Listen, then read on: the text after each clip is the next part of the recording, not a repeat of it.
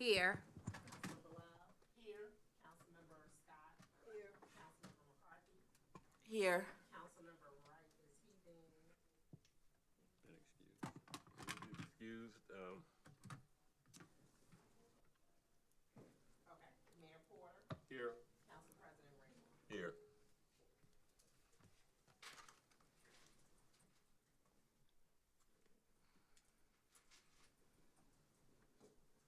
Invocation.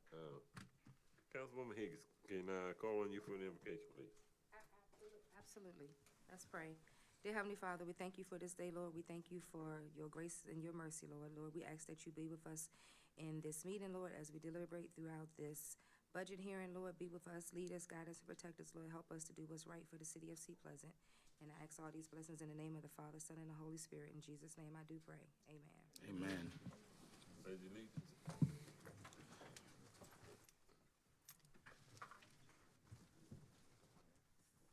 Pledge allegiance to the flag of the United States of America and to the republic for which it stands, one nation, under God, indivisible, with liberty and justice for all.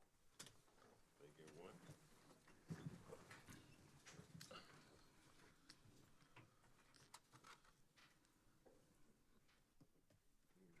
Budget. We'll hand that over to Mrs. Blizzard.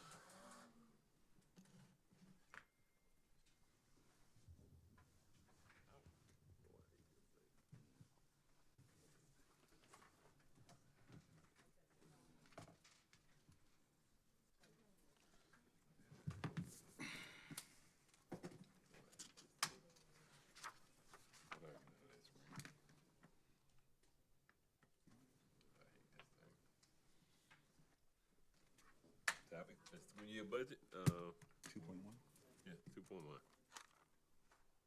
FY. Yeah, 2.1 Yeah. FY 2024.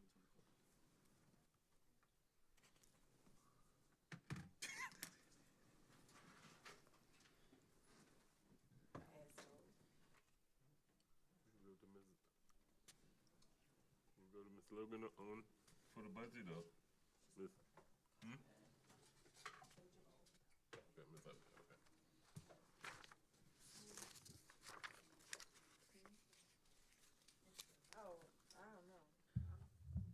Good morning, Council, Mayor, President.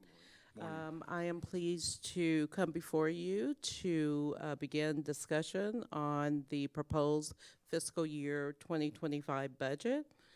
We're expected in this year to receive roughly about $14 million, $14,212,000, $212.65 in money, which is about 12.04% higher than it's been in the past. We're also expecting in this budget to have expenditures that will balance out to be the same because of the inflation and the high cost of everything. In this budget, there are several components that I will be introducing to you all. Our department heads will be presenting to you all, but what we are recommending in this budget is a 2.5 cost of living increase for all employees.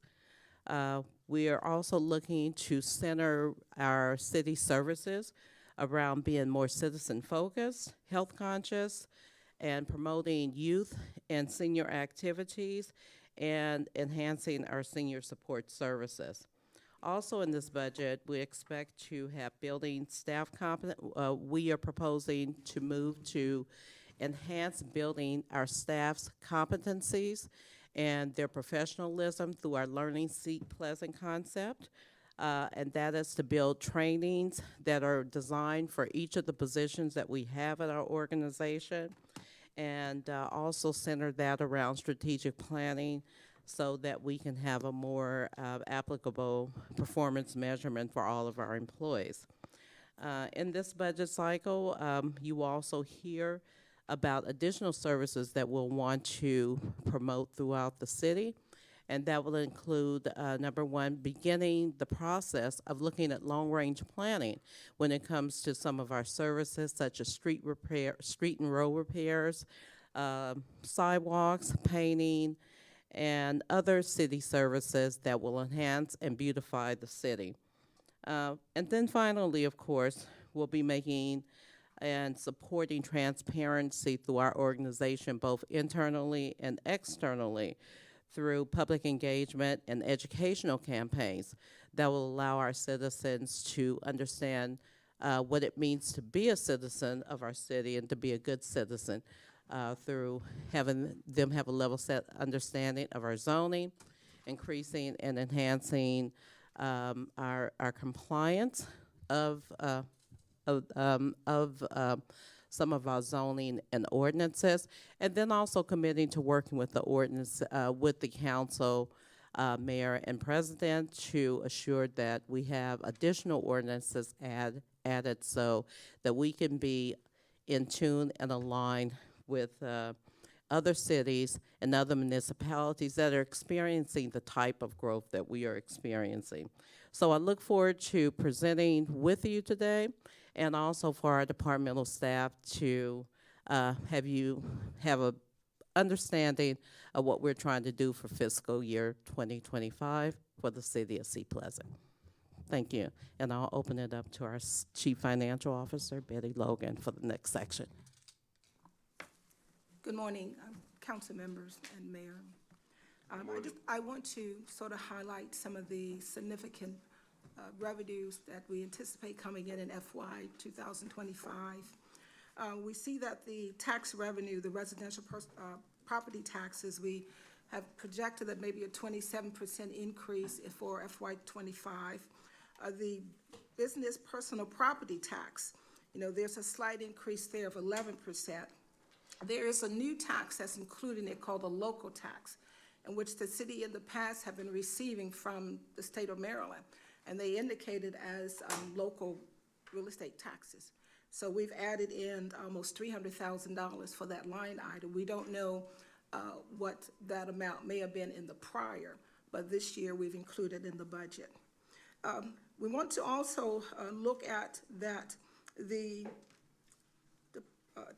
Maryland Department of Transportation Highway User Revenue Fund. As we had mentioned earlier, we have established a reserve so that if the city does not use the money that we receive from the state Department of Transportation, that money can be carried over up to 10 years to be used. So we added it in for fiscal year 23 and 24, as well as the amount that's been allocated for FY 25. There were some grants that came in for the police department. They have been included in as well, the technology upgrade project, as well as the PAC training program, and the cultural grant, which is not for the police department, but for the Department of Economic Development.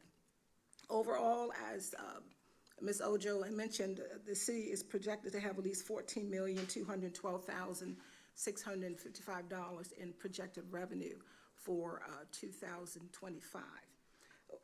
We did add in amendments to the FY 24 budget as they were going forward throughout the year. So that has been reflected in the various department individual expenditures as well as in the overall budget for revenue.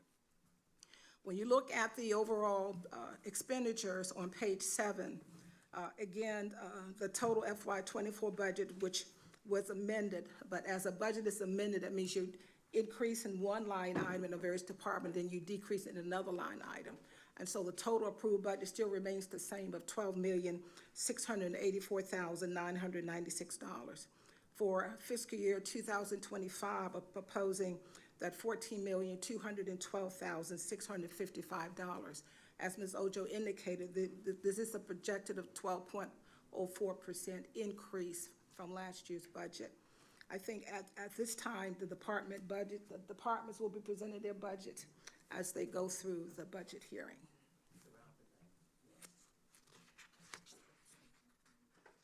Okay.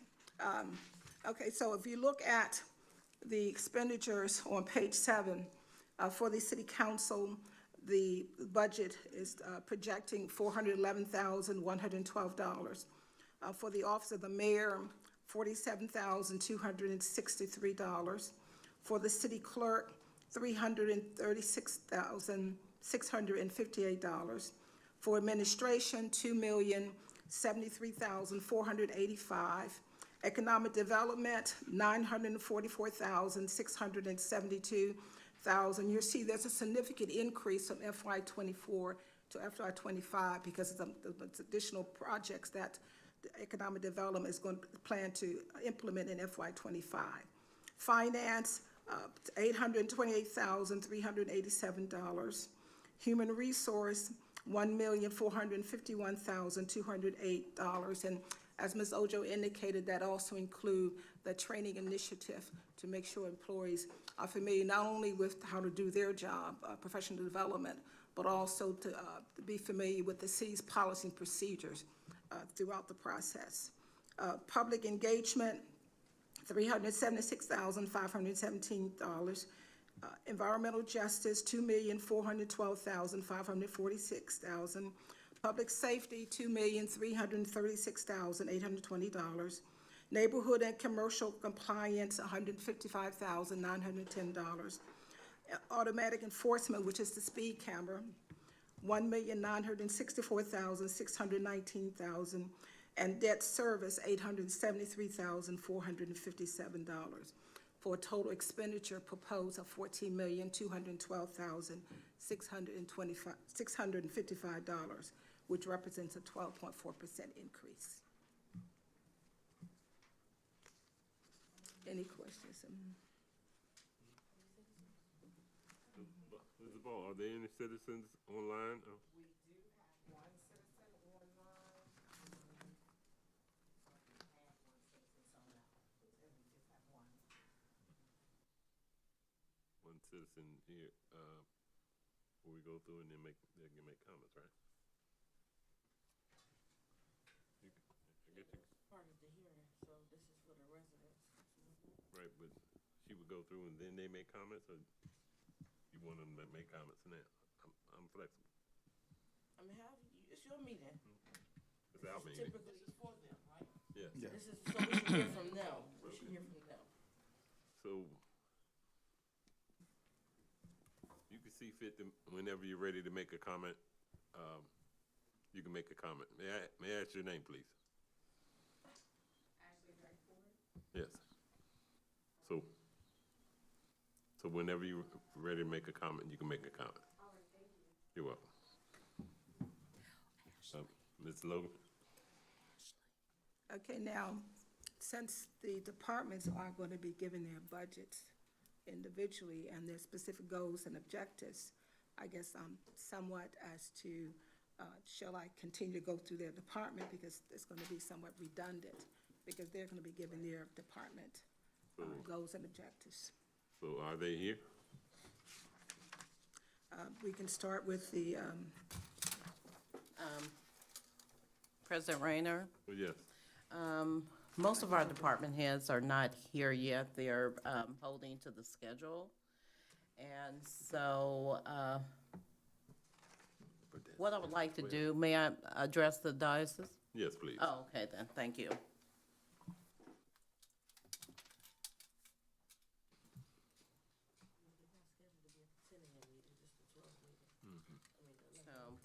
Okay, hi. I just wanted to inform you that most of our staff received the email a little bit late, so we may have some of them here that would be able to present. But as you see, that most of our staff has not arrived yet, as the 12 to 1 o'clock hour is the time that they were going to do the departmental presentations according to the schedule. And so what I would like to say, though, while I'm here, is that for anyone that's online or who have access, if they go to the seatpleasantmd.gov website, they'll have access to the budget so that they may be able to follow us along. And they'll also have the presentation.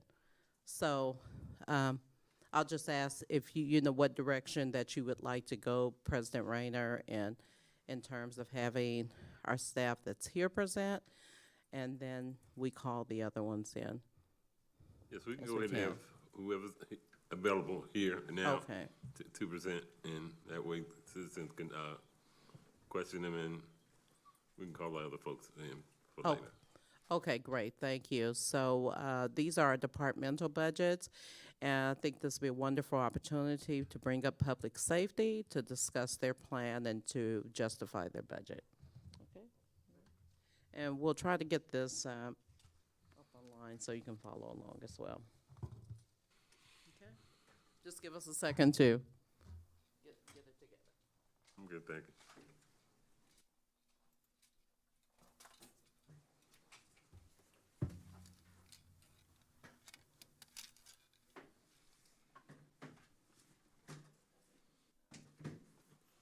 Okay.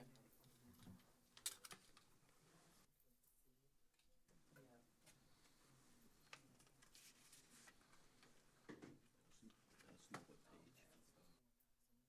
Let's know what page I'm following along, because on the computer, it's not exactly giving me a line up in page.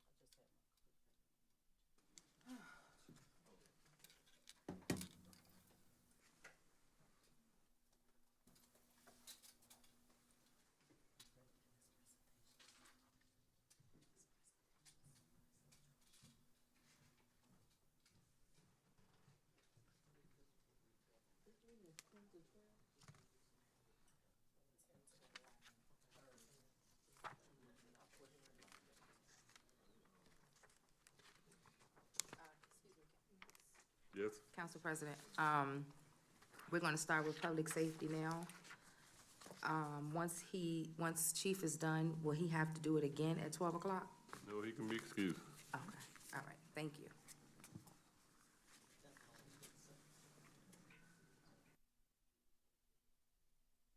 So, Council President, if we do it that way, how do we have time for questioning if this meeting right here is a hearing?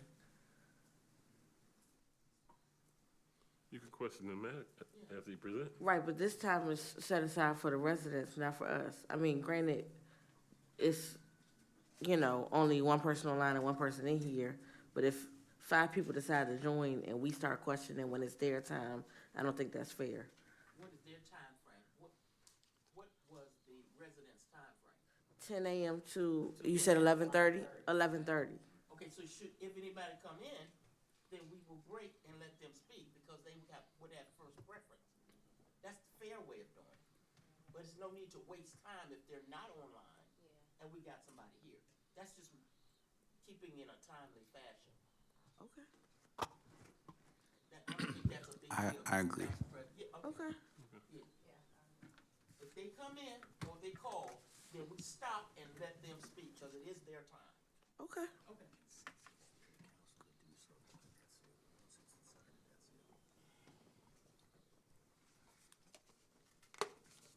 Okay, is there consensus to do it in that form, or would you rather for it? For, I'm for him not wasting time. We can go ahead and get started. Yeah, Okay. it's gonna be a long day anyway, that's, Is anybody else online, Mrs. Ball? And the one person that was online, we no longer have a citizen online. Oh, okay. She said she couldn't hear on the Zoom, so I responded to her via email and told her that she can go to Facebook or YouTube. But I'm checking my emails to see if she sent another one. wonderful. Thank you. Thank you, Ms. Ball. Okay, Chief Harris, if you would like to present, please.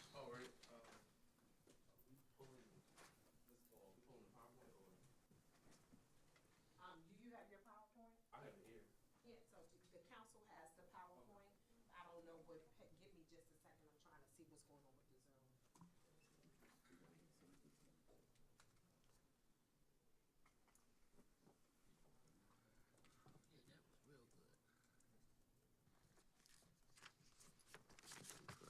Yeah. Huh? For what?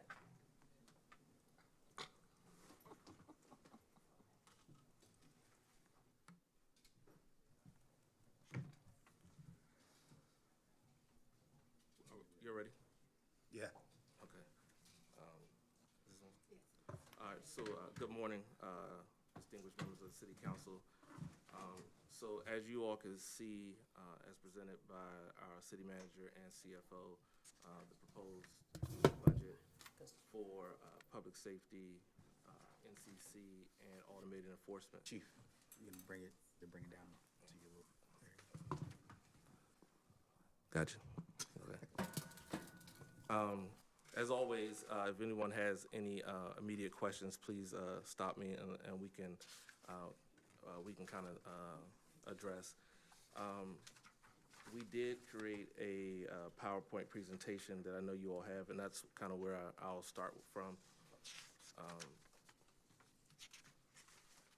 When it comes to fiscal year 2025, every year the police department comes together and has a theme that we generally work on. This year's theme for the public safety, our theme will be smart deployment through innovative-based solutions. In fiscal year 24, our theme was developing the extraordinary within, and that's basically we wanted to focus on internal structures to make our department more effective. This year, our 3 pillars will be provide quality police services, of course, to reduce and prevent crime, invest and increase innovative technology focused on victim and property crimes, and effectively manage and deploy personnel through intelligence-led transformation and resource utilization. I think pretty much in our budget, we're not asking for major increases. I think some of the areas that we see were last year, if you guys recall, we froze several positions to accommodate some of the challenges the city was facing. And so basically in this year's budget, I'm asking for those positions to be refunded. And so we found that particularly in certain areas like our front desk and places like that where we did freeze those positions, they're kind of needed to our infrastructure. I know last year we'd spent a lot of money when it came to overtime, particularly for the automated enforcement program to help manage and deploy that program. I would like for us to get to a point where the automated enforcement program is its own program and we're not using necessarily patrol dollars or patrol resources in order to manage the program. And so that is why I'm asking for those other positions to be added. Most programs our size and multiple municipalities and even the county, they have a whole division dedicated to automated enforcement. And so because the program is so robust, I think we're at a point where we need to allocate those funds to eliminate the need for the overtime and have program officers dedicated directly to the program, so the use, the approvals of any citations, the management of the program as a whole, and that's what you'll see. I think in public safety, our main goal for fiscal year 25 is going to always continue to be community engagement through outreach and education, improve community safety and reduce crime, and improve career development. And so I think you all know my position on career development for our staff. I would like to see our staff thrive and stay here. As right now, I think we do really well at getting officers or employees in the door, which they usually stay around 3 years or so. But we would like to see, like other municipalities are seeing, where we have staff that can stay and retire after a 20, 25-year career here. And so I'm going to continue to advocate for those investments in order to make sure that we do that. And if anybody has any questions, we can kind of, I can stop at any time. Some of the notable line items I think I do want to highlight was in public safety, you'll see a line item for employee wellness and assistance. Basically what we did was we broke that line item out to comply with the Maryland Police Accountability Act when it comes to an employee assistance program for officers. You all know that we offer different training, different opportunities for those officers, mental health services. And so we wanted to be able to allocate those dollars to actually see what's being spent. Also, criminal investigations, I think last year we had zeroed out that line item. But this year, of course, we have a new detective, and we're looking to really build that program. I think in fiscal year 25, that's going to be a huge opportunity for all of us to really focus on what we call Part 1 crimes. Those are the vandalisms, the thefts that are affecting our businesses and those things. And I think we have a huge opportunity there to kind of make an impact. And certainly, when you look at the line items, I wanted to kind of explain as much as I could of what's actually being purchased with some of those funds, so like field supplies, things that we don't necessarily, if you're not in the police department, you wouldn't necessarily know, right? And so flares and e-tix printer paper. That's the printer paper that the officers use in the car. Citation books, trauma kits, silver citation books, and masks, portable lighting, and fingerprint kits that we kind of need to just do our basic operation. And so I tried to break down as much as I can.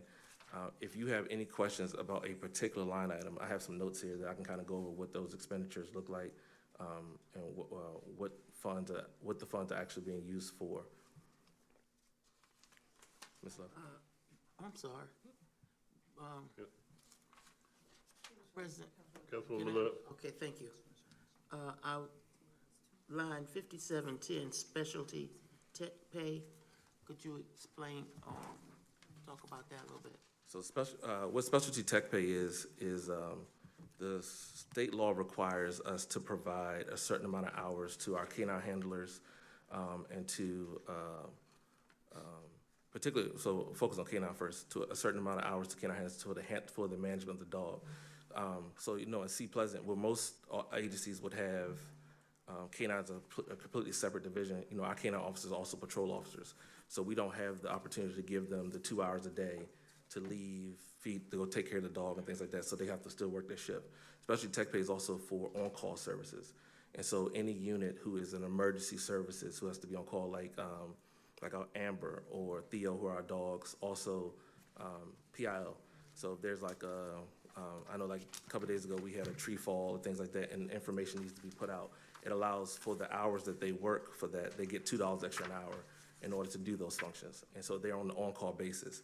And so we'll, in order to really maximize what we're doing, what we do as an operation, we've assigned additional roles to officers. So of course, one of my patrol officers is communications. One of our patrol officers does uniforms and equipment.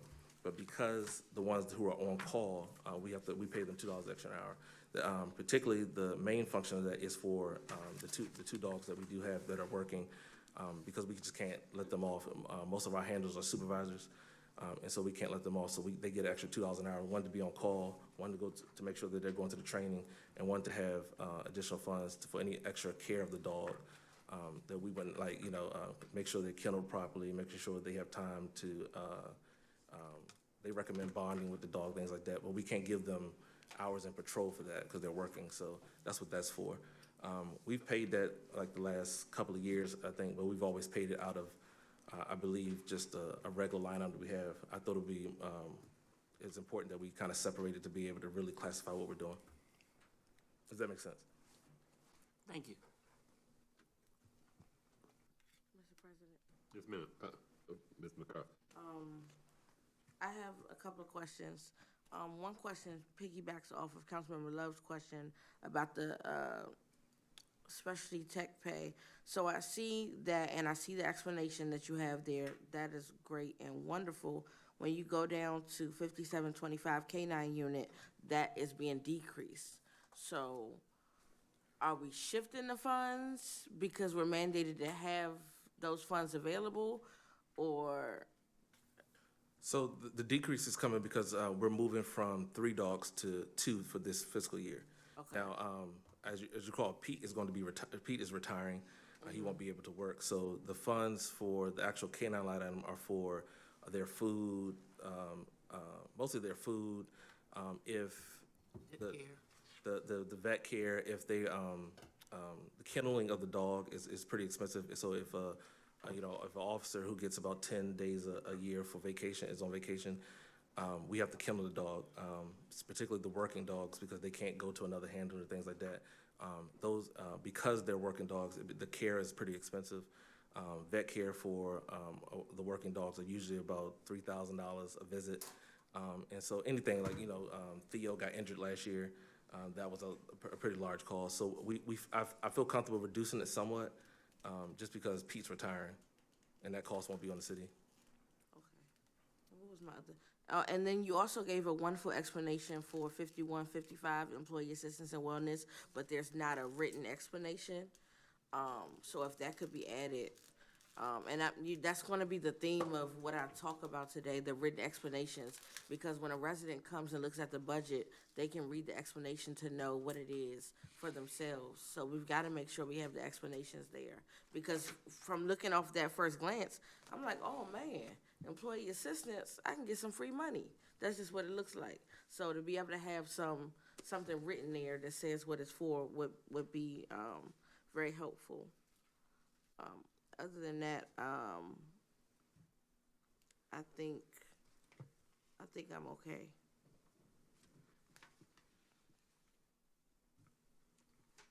Any other questions? Chief? I think one of the big components that I think we do need to touch on is, if we have no questions about public safety, I think one of the big components we need to touch on is NCC. That's going to be a huge undertaking in this next fiscal year. One, we need to fill the positions. And so you don't see many changes in the budget of what was already approved because we need to fill the positions. But I would like to bring in someone with experience who can kind of get the ball rolling. I would encourage for FY25 that we really work on a strategic plan for our ordinances and our laws within the city. I think that we have a lot of areas of opportunity there, and I think NCC certainly is going to play a big role in that. But it's really going to take someone with experience to first do that.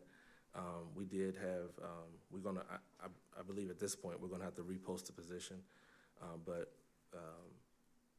I would like to see ordinances, a couple of ordinances coming to committees at least once a quarter or so. And that's something that I need to address with the city manager, how we want to kind of target that. Because I think that the infrastructure is there when it comes to our ordinances, but they're so dated. So I think that we need to kind of consider some of those things, even when it comes to our fines. Like I know that EJD has a lot of areas of concern when it comes to illegal dumping and those things. And I think some of our ordinances require some type of notification before a fine. But I think when it comes to dumping, things like that, once they're identified, those are things that I think we need to look at and say, hey, those needs to be an immediate fine, immediate correction. I think the leeway in some of those areas are a bit much. But I think before July, I'm praying that we certainly can get at least one of those positions filled. I've reached out to a couple of municipalities who have stronger programs to help us when it comes to, once the position is filled, that we can possibly train the new inspector. But it's definitely needed. We really need it before July because we're doing rental inspections now, and as of right now, we're using overtime for officers to kind of do the rental inspections, some of the rental agreements, the vacant property list. But our enforcement is limited because they're sworn police officers, of course. And so NCC is needed from a civilian standpoint to go on, for example, going onto someone's private property. You know, a government official could not do that. But the NCC inspector, based on code, has a little more authority when it comes to certain things. We really need to look at how we look at engineering studies when it comes to the flooding of certain areas. I know, like down Sea Pleasant Drive and some areas of opportunity here on Baltic Street, and so we need somebody with experience to kind of help us. So I've been working with working with DPI on certain things, but we need our in-house people. We really do, and so I'll be working with HR on reposting the position, hopefully as early as next week, to see if we can find somebody to fill it. President Rayner, may I address the council just real quick in regards to NCC? Yes. Okay, just to add on to what Chief Harris had mentioned, with the NCC unit, it's also an opportunity for us to look at the unit as a whole. And I have been talking to some consultants that could potentially ramp up the department, look at our ordinances to assure that we're still aligned with where we're going. So it's going to be a multi-departmental effort to assure that NCC is back on track now that we have an opportunity to bring someone new and engage them in it. We want to be able to hire someone that could at least be able to come to the department and be able to start fresh and anew, as opposed to building the department from scratch. Okay. Mayor Porter? Chief, I know Chief, I know you mentioned, I'll speak loudly, that we're working also with DPI, because a lot of these agencies, okay, certainly we was crossing hands, because of course, our citizens not only pay a town tax, but they also pay a county tax, and as other taxes too. And there are services that are provided, should be provided by all those particular entities coming into a municipality as well, because they are paying a portion of that for that service. So it's coordinating with those, the code enforcement outside of the city, so that we don't, we make sure we're in sync with all parties concerned, okay? And making sure that we get now just due from that particular aspect as well. So I don't know what the coordinative effort is and so forth, but I know that has to be something, so we're not, overshadowing. Typically, in most cases, when we have our own department, okay, that are doing things, those other agencies tend to stay back a little bit, which has its just due as well. But there should also be some coordinative effort coming from those departments too, at least some funding sources and so forth to enhance our program. So we need to make sure we look into that as well. I agree. I think that I did get a recommendation that we should look at like some of our fines and citations reflecting what DPI currently does or has. I know that they're still recovering, and the issue with DPI too is that we've noticed that they spend they have a lot of work from home days. NCC, ideally, I would like to see out in the field, right? The problem, the opportunity that we're seeing though is that in order to manage court cases, the liens on the properties, just to follow the citation process it's a lot of administrative tasks as well. And so if the organization on the back end isn't effective, it's not going to be effective on the front end.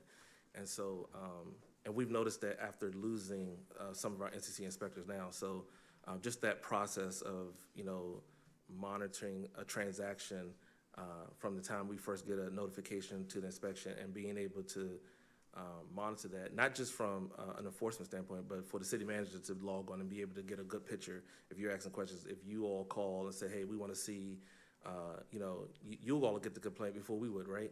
And so if you all say, well, what was the history of this? Have we ever known anything about this property? And being able just to log in and get a transparent picture of what the process is. We're not really effective in that area right now.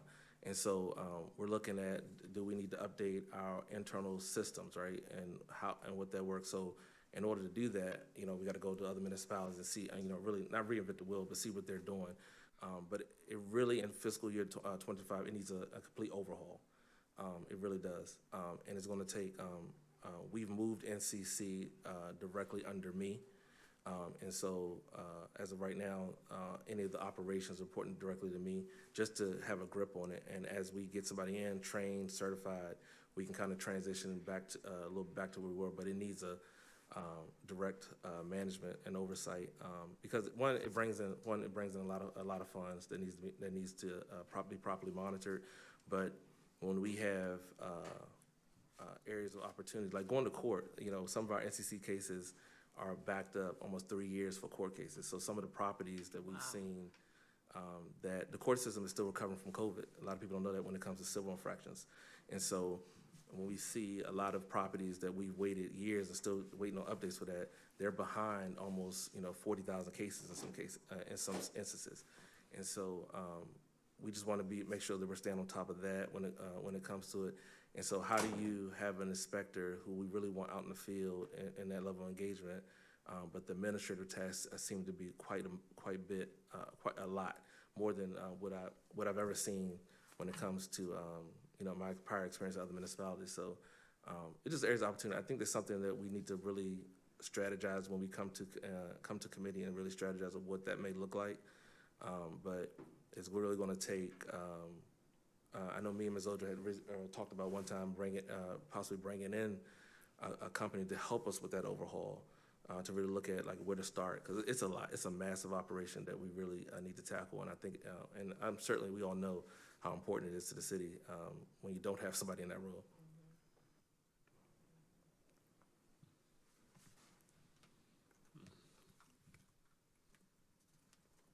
You have any questions?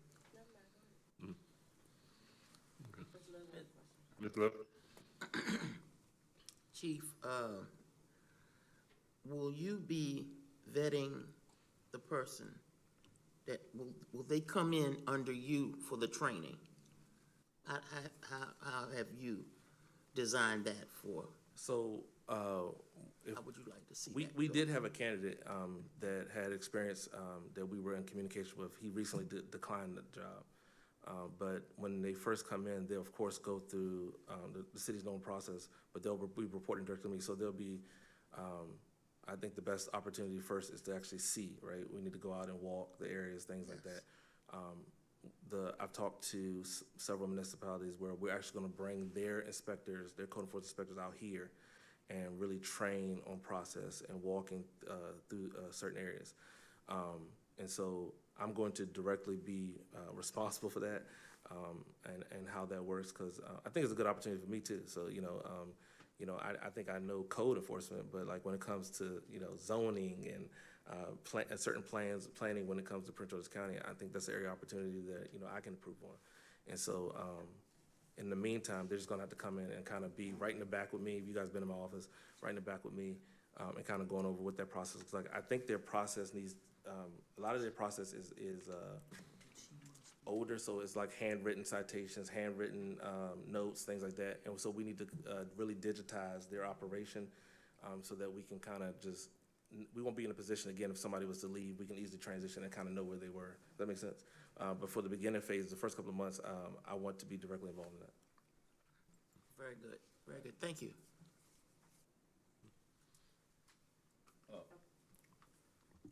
I have a question about NCC.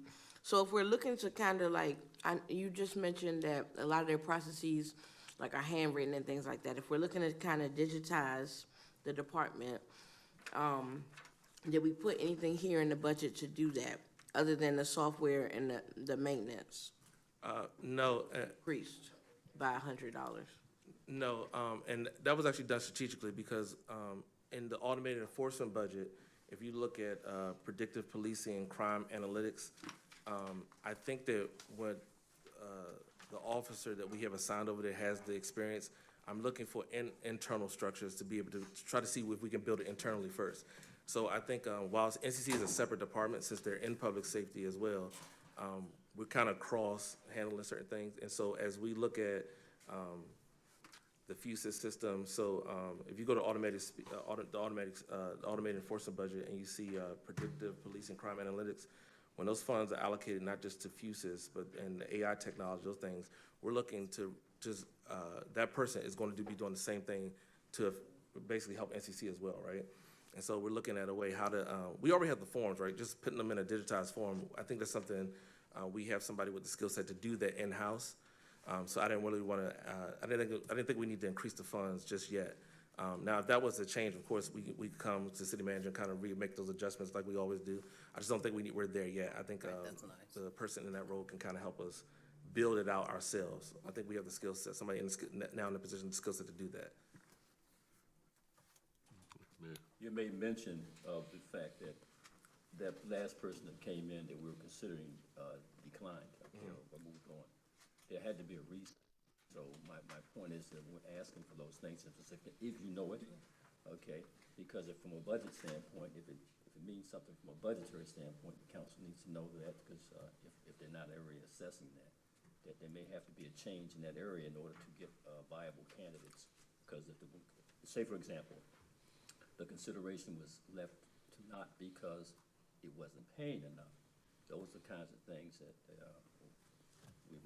council needs to know so they can make the reflective changes if they don't already have that understanding. That's what So without going into detail, you all had approved that those funds would increase a couple of months ago for salaries. So he was okay with the salary. He was not okay with the benefits that we offered. And it just wasn't comparable to where he was coming from. And so it was understandable. There he has a much better health plan and a much better retirement system. The reason why I say that is because that does still affect the budget. That means that we need to look into a more formative way of having a competitive health plan or something. So that's budgeting too. So when we come to that department in that area and so forth, there may have to be some increases in that area as well. You know, and honestly, I think that, I've made it no secret that I think that the health plan and things like that, we really need to advocate for, make sure HR has the funding to be able to look into other plans. Just from, without going into detail, I think we had a department meeting, and Ms. Ojo had the opportunity to talk to most of the department, and that was one of their major concerns. I would tell you from me, as an employee of the city, even with my salary, this year, I think my health insurance is almost $650 a month. Wow. That's not that's not effective, and that's the most I've ever paid. But on my salary, think about it, that I'm saying that's way too much, and to be able to, personally, I just had a child, but my out-of-pocket expense, I still pay insurance here, I got a bill for almost $8,000. And so I don't think that's effective. And so if I'm saying that on my salary, I think that something we need to look into. Imagine an employee who makes, half or nowhere near what I'm making, and how that's effective. And it really has affected our recruitment, right, long-term, Now, it's great if you have a spouse and you can go onto another plan with somebody else and things like that. But those are things long-term that we really, really need to dive into. I just don't think it's long-term. If we're looking for long-term goals, to meet those long-term goals, we're not going to be able to meet that if we don't look at internal packaging. Not something just unique, to match what other cities are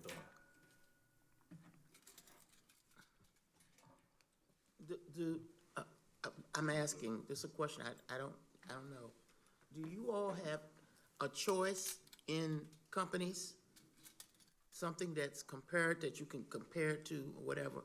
Or is everybody on one insurance?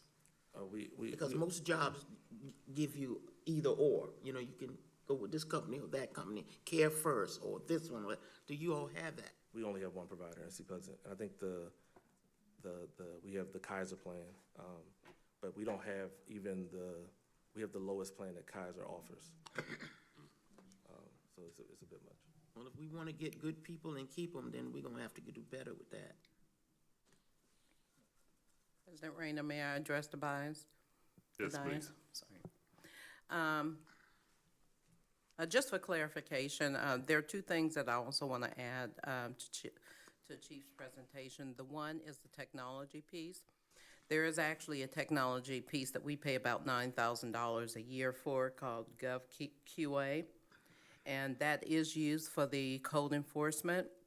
Also, it allows us to put the information in and to be able to follow up in terms of fines, violations, and citations. Our problem with the previous staff that we had is that they, only one individual, and I think that was Mr. Day, was actually utilizing the technology. So the important thing is that anyone coming in will have to be able to rebuild that database. I believe we keeping it in Excel spreadsheet, and it just becomes problematic when no one is really utilizing the technology that we already have in front of us. So I believe that we have all those components already in place with NCC to move forward. The second thing is the insurance. I know there was, when I first came into the organization, at our last meeting, there was a discussion about the benefits. I recognize that the benefits are not up to par to many public entities.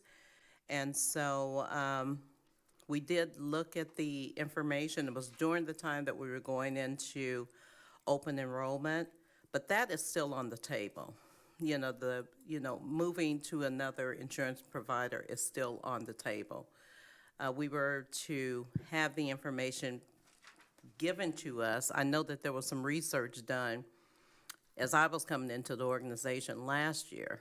So we'll just have to work with the police department, gather their information, provide what information they found, and then it could be followed up with our human resources department.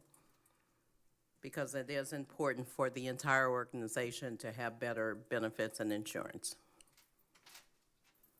So I totally agree. So I'm 100% in favor of it also. And, it's, you know, to what Ms. Ojo was saying, I don't want to make a selfish bid, because I think that it's important that we look at it from a holistic standpoint, because we have EJD and other employees, and so, who carry family plans and things like that. So I think it's important as a whole that we really look at what's feasible for the city, and, you know, what's affordable, you know? If we didn't got it, we ain't got it, right? But it's just something that we need to plan out for long-term. I just think that should be at the top of the list and not at the bottom. At least closer to the top. that Well, retirement and benefits. then we have to start doing it.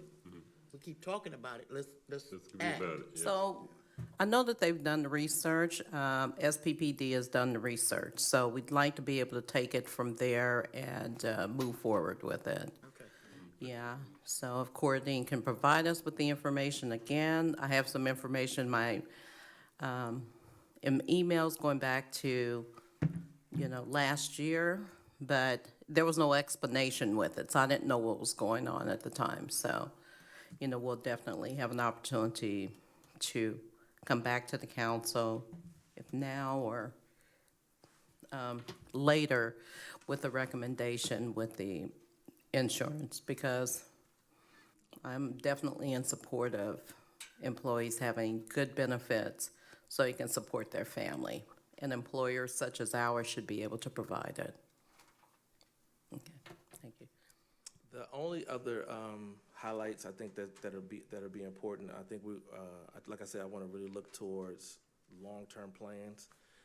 Is that you'll notice that in the automated enforcement budget, there's the building maintenance line item, and so of course the trailer and things like that, the roofing on the garage, things need to be repaired and worked on after so many years of wear and tear. I would like to actually this year come up with a plan to eventually have a police headquarters, and that'll be a long-term plan, of course, but to at least this year start the planning stages, to at least bring a 3D blueprint to the council of what that may look like, or have some potential renderings done on the current property that we're on, or look at other options the city may have long-term on areas that we currently already own, or areas that we want to invest into. Where the police department currently is, of course, we own that. We own the lot behind it as well. So I think it's a great opportunity for us to look at a long-term plan for that. But that line item is there. And then, the drone and aviation unit is thriving. Last year I made that commitment to you all. I think we're deploying a drone almost, 4 or 5 times a week now, making several apprehensions just by aerial view. Several of our officers, we invested into training for them to actually get their FAA clearance and licensing, and COAs to be able to fly. We have weekly meetings in DC with the Secret Service and some other federal entities about our program. And so those are one of the things honestly, you should be proud of, because a lot of municipalities have invested in drones, and the drones haven't moved in years. But C Pleasant, and I've talked to our partners in Greenbelt, I've talked to our partners in Bowie. Even the county is calling now. As soon as a car or something hits Central Avenue, we're deploying our drone out and avoiding using unnecessary resources to make apprehensions. So we invested into it last year. It's thriving now, and so it's one of the things you all did. So it's one of the things you can promote as a very successful program. But I am asking for those funds to continue to be allocated towards those line items.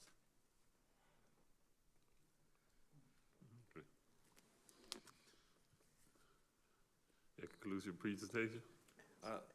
Unless anybody has any questions, it's a lot of moving parts, so I had a lot of different notes, so I'll still be around for a little bit, because even the elementary school has their event today too, so I'll still be here, and I certainly can answer any questions. I have notes on pretty much every line item that you all the questions may come up.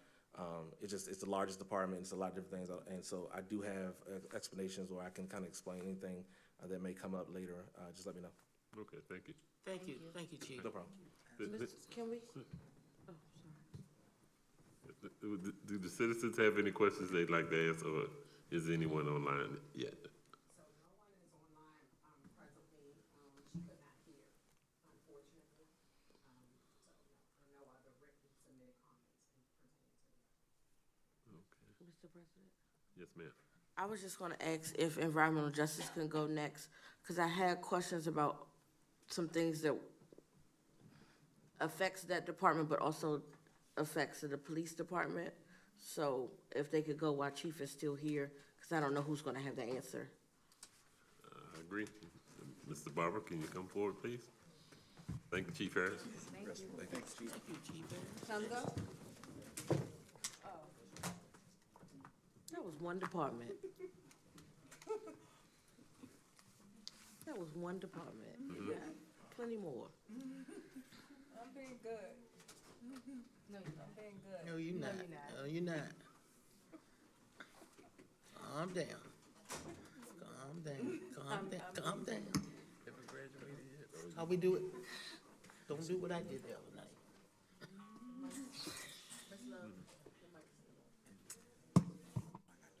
She know what I'm saying.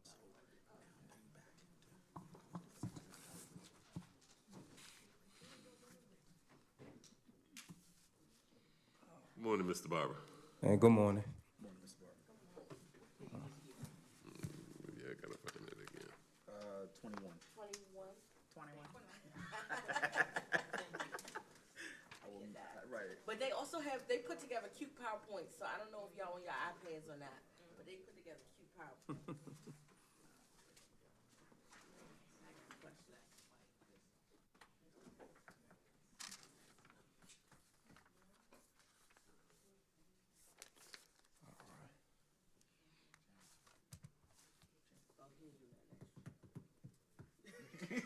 No, all right, look. All right, look.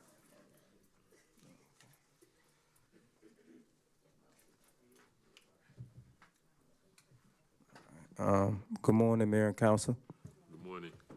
Okay, I'm gonna present the environmental justice budget. I would like to start with the positions and salaries. That was the biggest change to me in the budget. For my waste management laborers and my ES1s, the change was almost 15%. The reason for that change, the average wage in Merlin currently right now is $22.38. The median range is $20.31 per hour. Mr. Barber, could you explain any terminology you might use for those who may not know what ES1 is or anything else that could you? Oh, okay. It's engineer service 1. Gotcha. It's basically the DPW crew. And the waste management laborers are the guys that you see on the back of the trash truck. They're currently making around the range of $17 per hour. Like I said, the average wages in Merlin is $22.38, and at a median range, that's $20 an hour. In my budget, I didn't add any new positions or added more people. Even though they are understaffed, I kind of wanted to bring these guys up to amount where they could. Right now, a lot of my employees can't even afford an apartment. They can't even afford an apartment in the city of Sea Pleasant or where they work at. So I didn't add no positions. I wanted the guys that we have. I have a very good crew, and some of the guys that came on that was recently added, they actually took a pay cut to come work for the city of Sea Pleasant. Really? So I'm kind of advocating for my guys at the lower level, my laborers and my ESEs, to at least get the 15% raise. Go ahead. Mr. Barber, so you said some of your guys took a pay cut Yes. to come here. Yes. Do you know, like, how much it was? Like, were they getting 25 somewhere else or? For some of my CDL drivers, I do have a CDL driver that's a Class A CDL driver. He's making a Class B money. Most of my CDL drivers are on a lower tier, but he came for the interview. He believed in the vision. He see what we was working on, and he see what we doing for the city. So he kind of bought on. He missed driving the trash truck, so he took the pay cut to come work for the city. Okay, and you only have 2 CDL drivers, so both of them took a pay cut? I have 2 CDL drivers. I have a waste management supervisor that's a CDL driver, and I have a waste management manager that operates a CDL as well. Okay, and I'm just gonna put this out there. It's not really a question towards you, but just for the council to be aware. I am genuinely concerned about an employee who can't afford an apartment. And the work that they do morning, noon, and night to ensure that, you know, the streets are clean, the trash is taken up, the recycling, like our city hasn't looked cleaner in you know, this clean in years, right? So, for that kind of work, I'm genuinely concerned that they can't afford an apartment. $17 an hour is almost minimum wage. And I know a lot of people look, you know, down on, oh, they're just handling trash, but that's hard work. Right. I don't even want to take out my own trash sometimes. That's hard work, right? And to be careful of driving the streets and not hitting our cars and, you know, not hitting our mailboxes and then being quick and efficient in doing so. I want to, In all climates. in all the climates, All the climates. icy roads, snow, leaves, all of that, hot, cold, that's concerning to me. And you said this rate for the ES employees is $20 an hour now? Now, right now, they're only making around $17. But I'm sorry, the proposed 2025 budget. That would at least put them at $20 an hour, $20. which would be the median rate for the going price of Merlin employees. Okay. Yeah, that's concerning. That's concerning to me. That's all.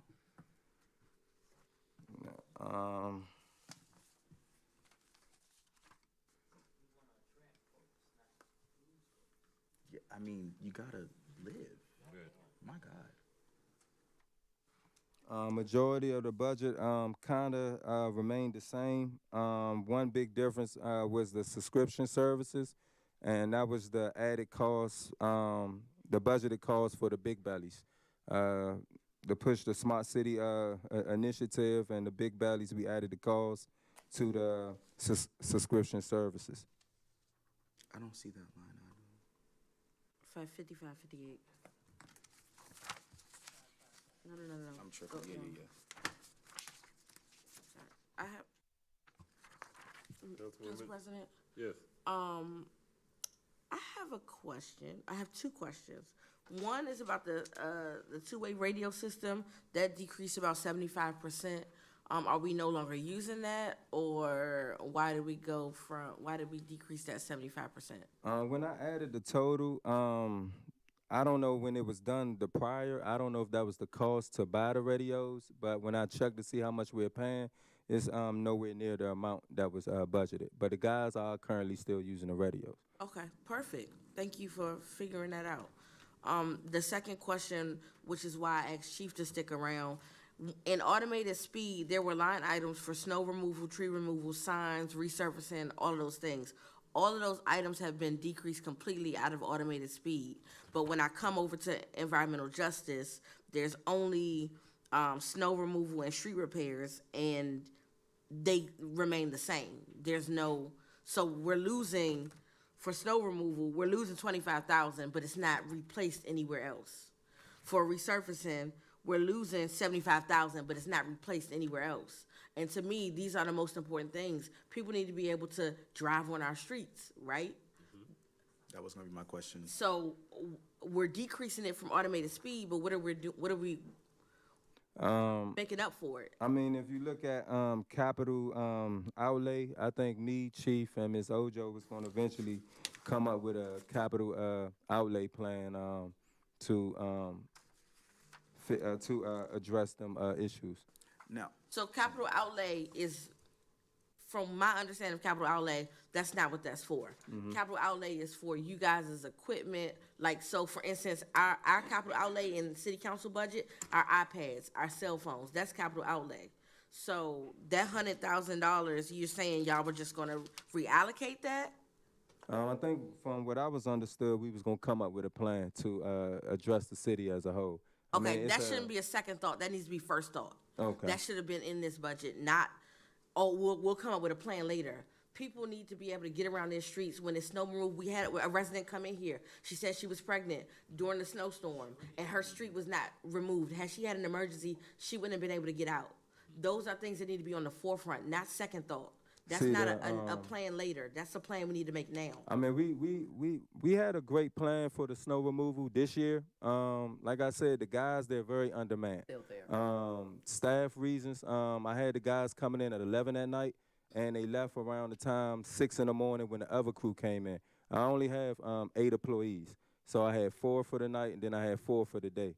So it was, I mean, the guys did the best they can, but you know, we got hit back to back with the snow. So, and then that snowstorm, it was kind of different. It didn't stop. So, you know, we put salt down. We actually used majority of our salt. So the guys did a decent job. Some streets is different. Like, I know we had an issue on Cabin Branch, but that's more of where the drains is located is at the bottom of the hill. So the runoff came all the way down to the bottom. They did salt the streets. It's just the way the runoff is. It was hard for the guys to stay on top of it with only four employees. So I get that, and I'm not beating up on them. What I'm beating up on you guys about is the money appears to no longer be there for the snow removal, and you just said we used almost all of our salt. Yeah. So where's the money for the snow removal if it's no longer automated speed and it wasn't added in environmental justice? Where's that money? In environmental justice, I have $11,000 for snow removal. Right, and then Yes. automated speed last year for snow removal there was 15,000. Exactly. So are you saying it's only going to cost 11,000? I mean, we own our snow plows and our snow vehicles, so majority of that will be coming from us ordering salt and gas in the vehicles. Okay. So, may I address the diocese? Council Bilbo first, and then you, Ms. Ojo. And to build off of Councilwoman McCarthy's point, you know, I know for myself, and I'm sure other council members have experienced it, we have a lot of constituents come in or talk to us about the streets, right? And so the line item is a concern for street repairs when, I mean, for myself on 71st Avenue, like the bumps, right? Like the bumps, the potholes. And then other areas around the city, the potholes. And I have one resident who comes in oftentimes about like speed bumps and potholes and things of that nature, right? And so when we look at street resurfacing and it's $25,000 and it hasn't increased, knowing that, you know, with the water getting into the street and then it expanding when it freezes and then there's cracks and there's, you know, holes. And those holes are kind of big too, right? Like, if I'm not mistaken, tires have popped, you know, because of the potholes. So when we're looking at like street resurfacing and also having a plan to, you know, ensure that after these seasons start to change, that we're looking at those things and then scheduling those things, even if we have to bring out a contractor, because I understand that we don't have that many, you know, employees to continue to do those things. But if there's money that can be set aside for, you know, say like, hey, we got contractors come in and fix the roads, you know, and to notify the employees, because let's be honest, you drive those roads too, right? Ms. Ojo drives those roads. All of our employees drive those roads when we're doing events and whatnot. We don't want anybody's cars or vehicles to get damaged, including the cities, right? So my concern is definitely like the street repair, resurfacing, budget not being increased, and then if that money is being put in capital outlay, it's not being allotted specifically for that, it's being put in a pot, right? And so if you say like, oh, we're gonna do something with capital outlay and you spend 80% of the money, that doesn't leave a lot for the street resurfacing, and we know how much that costs, right? The time, the labor, the materials, we know how much it costs. So that is definitely a concern of mine, that Yeah. Okay. I don't know. May I address the diocese? Okay, so I just want to emphasize too, when you look at the street repairs here, that's for like us going out and filling potholes, okay? But the Environmental Justice Department has, if you look in the revenues, it has close to a pot of $300,000, $303,000, somewhere along those lines for highway user revenue funds that could be utilized for street repairs and capital projects. I also want to state that the capital inlay or the capital outlay budget It includes a compilation of all equipment, not just an iPad or anything, compilation of all information technology equipment. So that is going to be a part of our capital plan that we are going to develop for long-range planning in terms of our information technology. As we have seen many of our computers and many of our devices aging over time. Along with that outlay is going to be a long-range plan for paving all of our streets and restructuring all of our streets. For example, we're looking at ADAC over in this area here and looking to bring in, we're going to have to bring in engineers to make a determination as to how we're going to make that road much more safer. And also looking at some of the other areas that has the flooding that the chief had talked about, how we can mitigate it. But that plan also includes looking at the back of Pleasant Valley and looking to see what we can do to mitigate the deterioration of the hill. So that's going to be a part of the revenues. Those revenues are in that one pot for highway user revenue funds. And so you may not see it as a line item. You may be seeing just, basic repairs. But I can assure you all of those projects are on the plan for this upcoming year.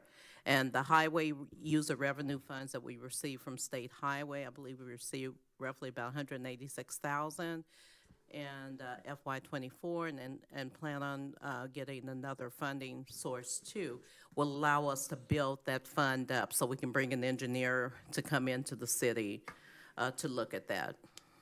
But the paving is just we go in and pile things.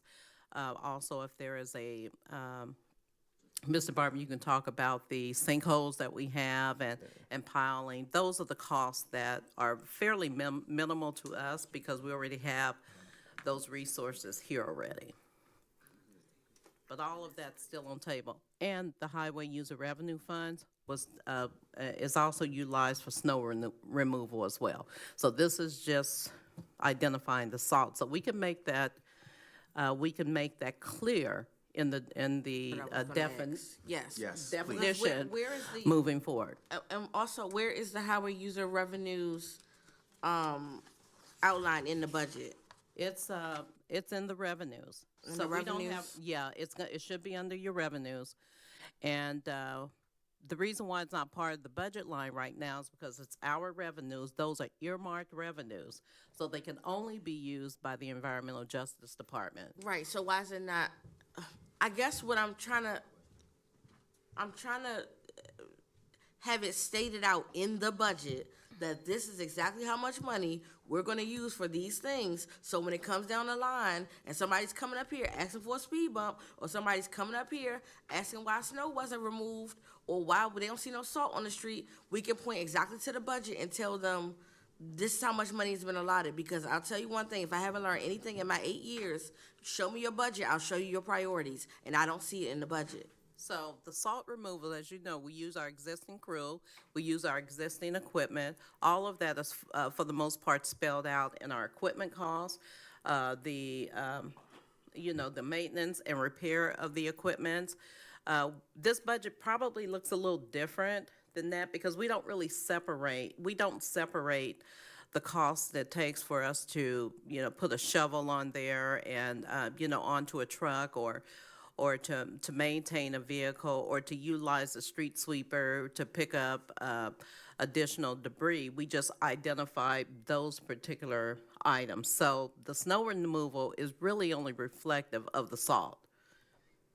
Yeah, but the equipment and the maintenance is where we have the most of the brunt of those services that we provide to the city at all times. When we're maintaining these vehicles, when we're adding additional all-weather tires, to the equipment so that our staff can move forward. And Mr. Barber can explain it well, but there's many, many components there.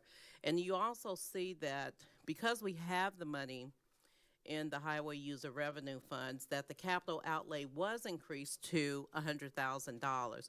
And again, those are capital projects because we are looking at long-range things, and primarily what we're looking at here is bringing someone in, do some engineering studies. I like to add, like, some of these problems that we're talking about, it will be long range. Like if we take Goodwin Park, for example, like we could fix it, but if you don't address the water issues and things like that, for us to just get the street redone and don't know why the pipes is breaking or where the water is coming from, you're gonna be doing it continuously every 3 months, every 6 months, because the water is just gonna break it down immediately. Councilmember Bill Bro. And thank you for that point. That makes sense. Two things. One, to Councilwoman McCarthy's point, she brought up something and I kind of want to like iron one of the things out. I think what concerns me specifically, and it may concern Councilmember McCarthy, is not is the verbiage, right, that's being used. It's we could, right? Like if I'm walking around with $100,000 in my pocket, I'm like, I might get your windows tinted. I could get your windows tinted, right? But it's like, will you get my windows tinted, right? Will you use this money to fix the roads? But you're saying I could use the money to fix the roads. That doesn't instill confidence. You see what I'm saying? I think that's where the problem is. Yes, the money is there. And yes, you're saying you could do that, right? But we know the instability and the uncertainty of words like could or might, right? Whereas if it's in the line item, we know you will, right? Like we know that $70,000 is only for street repair or is only for this or only for that. Whereas if you put in another pot and it's 150 bands, like that's nice, right? But you could use it for that. So that's just, you know what I'm saying? Like just the uncertainty of certain verbiage doesn't instill confidence. Nah, Right. I understand, and like my goal is to make sure that it's just done properly. Like I don't want to just fix the road just to make it look good. I want to make sure that road is gonna last, Right. and it's gonna and we get our money's worth instead of just making it look good, and then the next week the guys gotta fix it again, and then they gotta fix it again and fix it again, and we not coming to a common solution. So a lot of the problems like the Pleasant Valley, we got sinkholes. Like we need to really figure out. We called the county. We've been in talks with Maryland Pocket Planet, trying to figure out how to really address these issues because it's something terribly going on. Even with WSSC, they done been down there maybe 6-7 times with their pipes busting. Mm-hmm. So, you know, when they fix it, they fix it, and we call them again saying it's not flat enough. And then the guys is coming in, filling in the sinkholes, and it's taking too much work, which letting me know it's a bigger existing problem. Right. Okay. I have my second question, and then I'm done for now. I'm looking at the line item for gasoline, and it hasn't changed. Gas ain't going up. That line item is for our equipment. Right, but I'm just saying, mainly like, our it's equipment. not, the price of the gas isn't going up, so we're assuming that it's still gonna cost the same as it did last year to do the vehicles. Like, there might be more usage in those vehicles. As vehicles age, they tend to eat up more gas, so like, we're not allotting any more money towards gasoline. I mean, that gasoline line item is not for the vehicles. That's for the lawnmowers, the equipment, and the equipment that the guys use. We use diesel majority of the time. Then we might do a mix. So it's not budgeted for the exact number. It's already a little space where mistakes Okay. might happen or increases might happen. Okay, just curious. All right, I yield. Oh, Ms. Ojo wants to address the dais. Oh, yes, Ms. Ojo.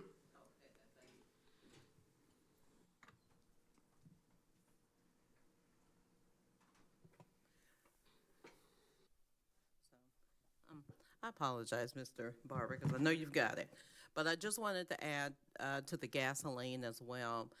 We have been seeing the gasoline line item in EJD and the gasoline line item in SPPD.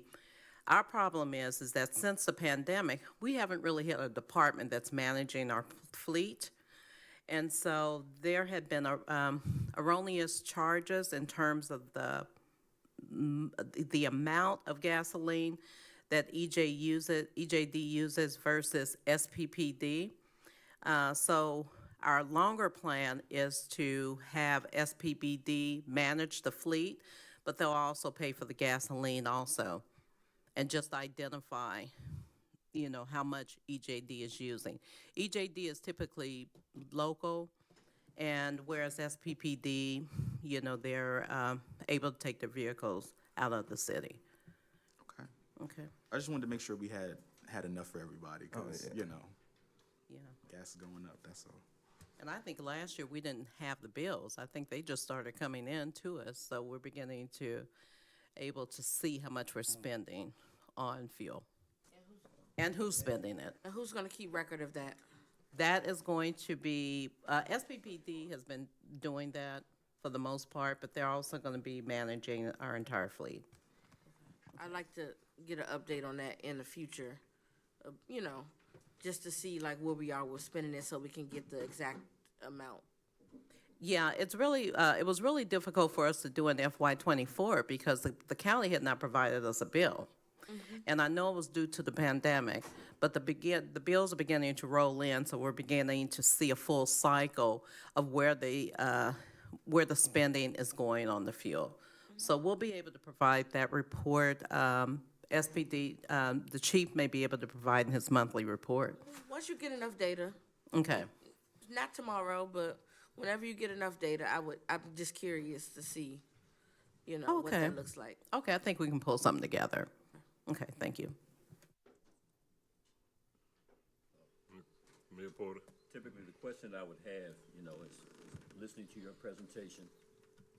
I don't know, hopefully it's doing something. I got it on, I'm right into it. Is that if there's any other concerns, okay, that you may have that's not been, as far as the presentation of the budget that you may have that we need to be considering, okay, or the council needs to consider, okay, with reference to moving forward when we look at this and make decisions as to what it's gonna be, accept it.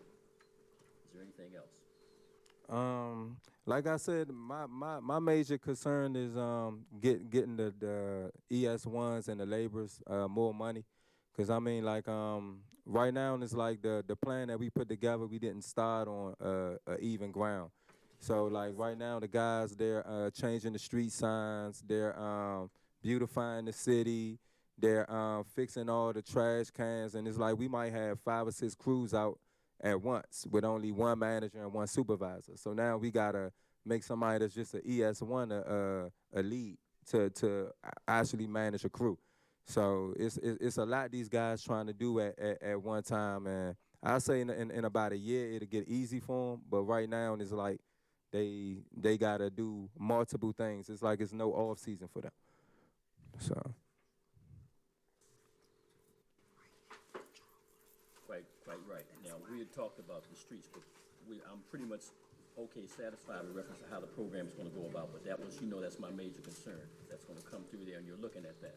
And everything is sort of working okay now with the street sweepers. The street sweeper is actually taking more manpower than I thought it was. The original schedule was Tuesdays and Fridays. So the issue that we noticed, it's not every ward, but some houses that we run into, we gotta prep the day before and the day after to be ready for Friday and to be ready for Tuesday.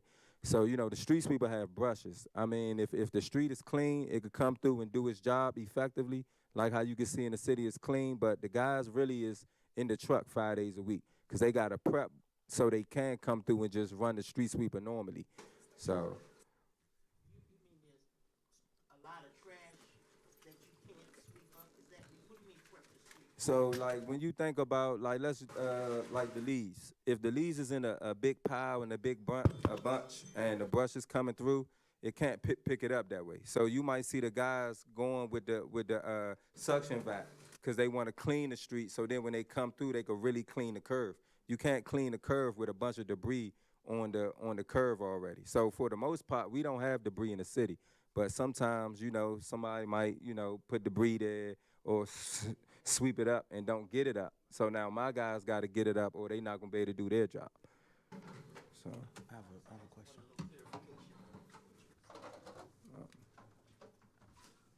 Councilmember Bill Rowe. So, and I just want to get clarification. So the police department will be managing the fleet? It just sounds a little concerning to me because I feel like the police department is already stretched so thin. So how is that gonna, and Chief, you can answer if you want to. I mean, I kind of manage my fleet. We both go to the county. I think what she meant is the budget might be budgeted coming from his side. I know how much we spend on gas, and I already have a report of when to get the trash trucks, the tires rotated, when to do the preventive maintenance and everything. So I manage the fleet. I just think it's going to be budgeted different. So the budget, Jesus. So the fleet maintenance budget is it's coming out of the police department, but you are going to be doing your department's going to be doing the work for the maintenance of the fleet. I just Yeah. want to make it clear because I know you all both are stretched thin, your departments are stretched kind of thin. I just don't want to overwhelm the police department or overwhelm, you see what I'm saying? So I just wanted to make sure that was made clear. Okay. Any other questions? Mr. Barber, you said you weren't asking for any more employees. Not at this time. I want to get the current employees that I have caught up with at least the standard of Maryland, so that they could be able to afford living and be able to get to work and come to work. Because right now it's hard. So I don't see the point of keep adding positions and they're not getting their step process. I got what you're saying, but I'm just thinking you right now, the way you kind of explained it, you only had like 2 shifts, 2 teams pretty much, where 4 people are on each team, and you don't think that's kind of thin, though? No, I mean, that's just in the case of emergencies. Like everybody in EJD know that they're essential. So when you run into a snow problem, I can't put the whole team at night because we still got 10 to the city during the day. Mm-hmm. So then that's what makes me split them up in 2 teams. For a normal business day, everybody is here around the same time. But when it comes to emergencies like snow, and I watch the news, say if they say the snow might start at 1 o'clock in the morning or 12, that means I got to have a crew come in at 10 to pre-treat and treat the streets. And then have another crew come in and still continue the regular business of the city. Mm-hmm. So that's when the crews will be split. Okay. Do any of the citizens have any questions?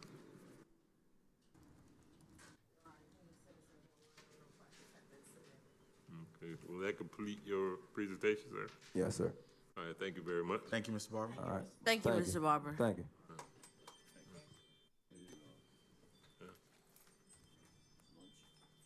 Is it 11:30 yet? Yep. 11:48. Okay. I guess we can break for lunch and then jump Come back in. at 12:30. 12 12:30. o'clock. 12 o'clock. Can we make Could some you want to adjustments? push that? We can push that back. Yeah, I mean, you're the council president. Yeah. What do you want to push it back to? to 12:30. 12:30?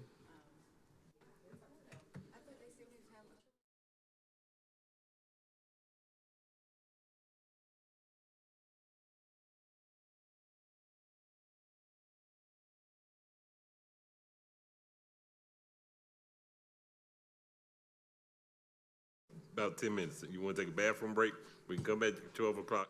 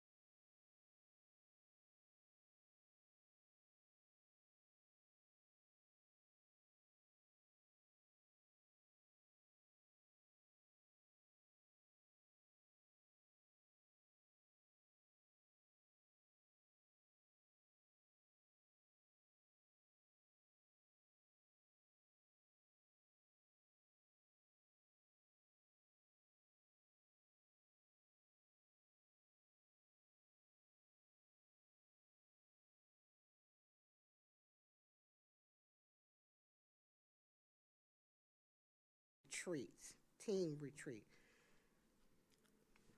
has been proposed at $75,000. The Personnel's Appeals Board, that has been increased from last year. Recruitment, drug testing, that remains the same. And the retirement plan that's currently in place that the council has put in place for the 401A, that's money that the city themselves are putting into retirement plan for employees. The health, dental, and vision, that will remain the same. However, this topic came up in the chief's presentation, and I would like to address that if I can. As Ms. Ojo explained, we have for the last, not this year, but last year, did a poll with the entire staff. Would you like to get new benefits? Would you like to stay where you are? It was a 75-25. 75 wanted to stay, 25 wanted to go. Nevertheless, we did a survey recruiting other providers. The problem was what the city currently puts aside for health benefits, the other providers were twice as much. I made the recommendation then to go to the council to ask in the '24 budget to increase, as Chief said. We have Kaiser now. We could go up in a plan in Kaiser. For instance, we have Kaiser Silver. We will go up in the plan and Platinum, which will cost more, or we can go with another provider.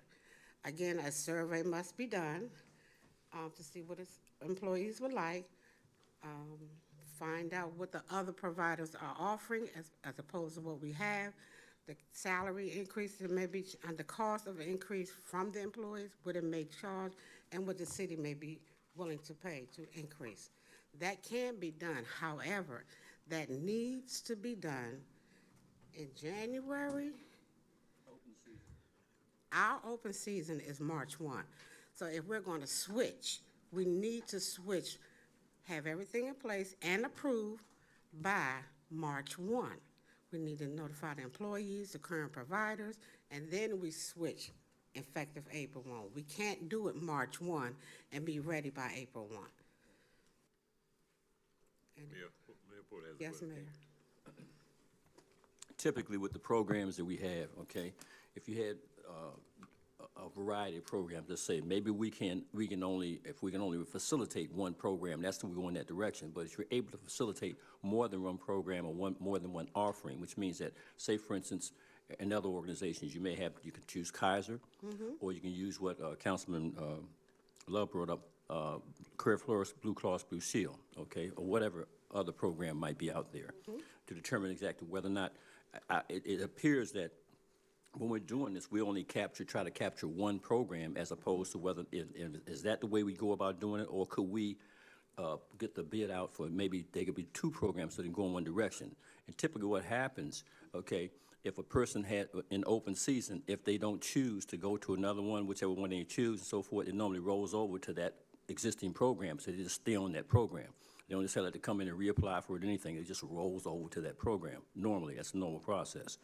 So what would be the ask to the council, okay, in making the decision is what would be the best possible way to move in direction, okay? It could be Blue Cross Blue Shield, it could be the Kaiser program with the additional step up, or it could be both, okay? It's just to provide that level, and we know what the council will put into a budget to determine exactly which direction they would travel, okay, to give you the recommendation, okay, to move forward, to get that coverage for us.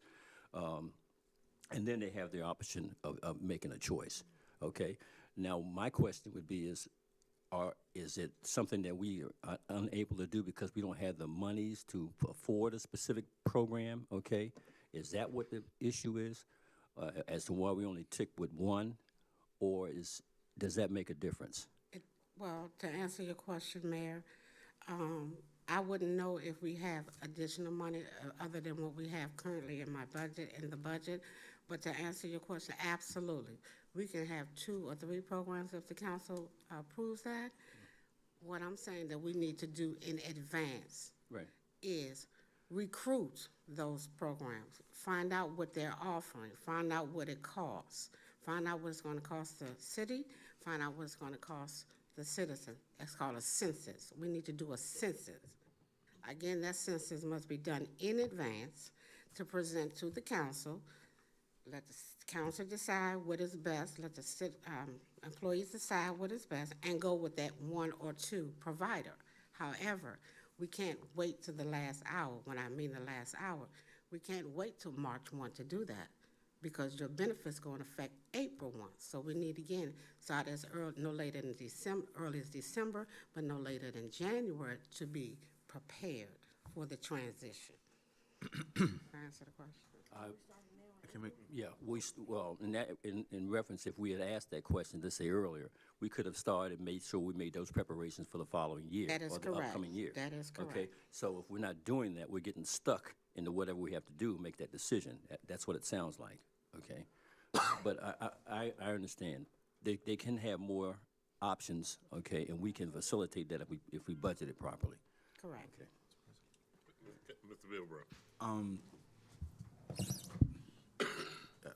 So Ms. Barber, two questions. One, what was the method of survey? And two, where's the survey from the previous year that was done for what plans they want, what the employees want?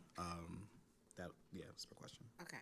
The method of survey, a survey form went out to every employee in the city, even those who doesn't have an email account. Quite a few don't. And they were completed and returned back to HR.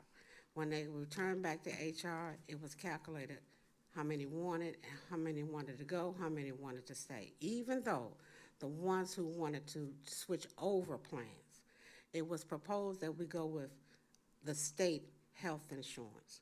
That information was provided to staff. They did the recommendations for state health insurance. The prices came back for state health insurance for the city to enroll. When that price came back, it was excessive than what we have currently. That's number one. For number two, again, that wasn't the majority of staff. Number three, again, it came back in March, which is too late. It should have come back no later than January, so that we can do the paperwork to enroll in that program effective April. The price was expensive. The majority staff did not want to switch, and we didn't have enough time to enroll even in that program. The price for the city? For the state. Or- The price the city would pay to enroll into the state health enroll, okay. insurance. Okay, this year that didn't happen. No one said, hey, I want to switch. I got the message that people wanted to switch a week ago. However, our benefits started April 1. It's too late. Now, can we get into another health provider at this point? Absolutely. And for those employees who want to switch can go? Absolutely. But that has to be approved by the council, and we have to make sure we have the money. It's not budgeted in here because we haven't done that part. So, President Rayner, may I address? Councilwoman McCarthy first. It's about that letter, because mine is about something different. Okay, go ahead. Okay, I just wanted to clarify that we may be talking about two different things. I believe the survey that was sent out to the employees was comparison with the current plan that we have and moving to legit insurance. And the other program that was in consideration or that had been discussed but had not been presented was the state, moving to the state pension plan for retirement. We're talking about No. health insurance. No. I'm speaking clearly of the health insurance. The survey that went out year before last was about the health insurance.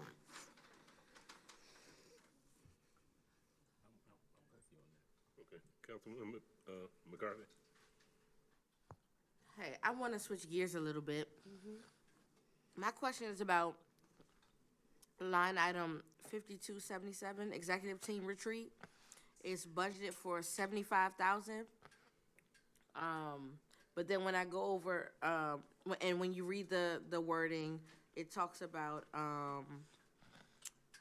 to develop a strategic plan. And then when I go to the council's budget for strategic planning, that's $10,000. And I want to know,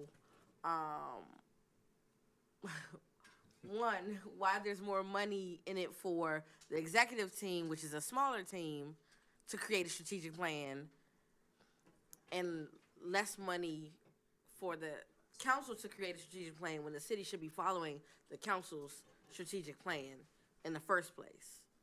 That's a huge jump.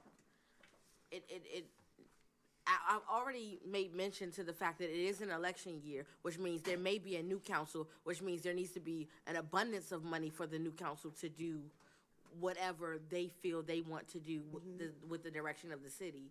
And so I'm trying to figure out why the executive team felt the need to put $75,000 there for a strategic plan. Councilmember McCarthy, I would like to defer that question to Mrs. Ojo, because as you can see, the executive team was not in the budget in 2024. So our city manager requested it to be in the budget of 2025. So, Ms. Ojo? I'm gonna look at this because I don't remember, I did not put that line item in. Let me double check.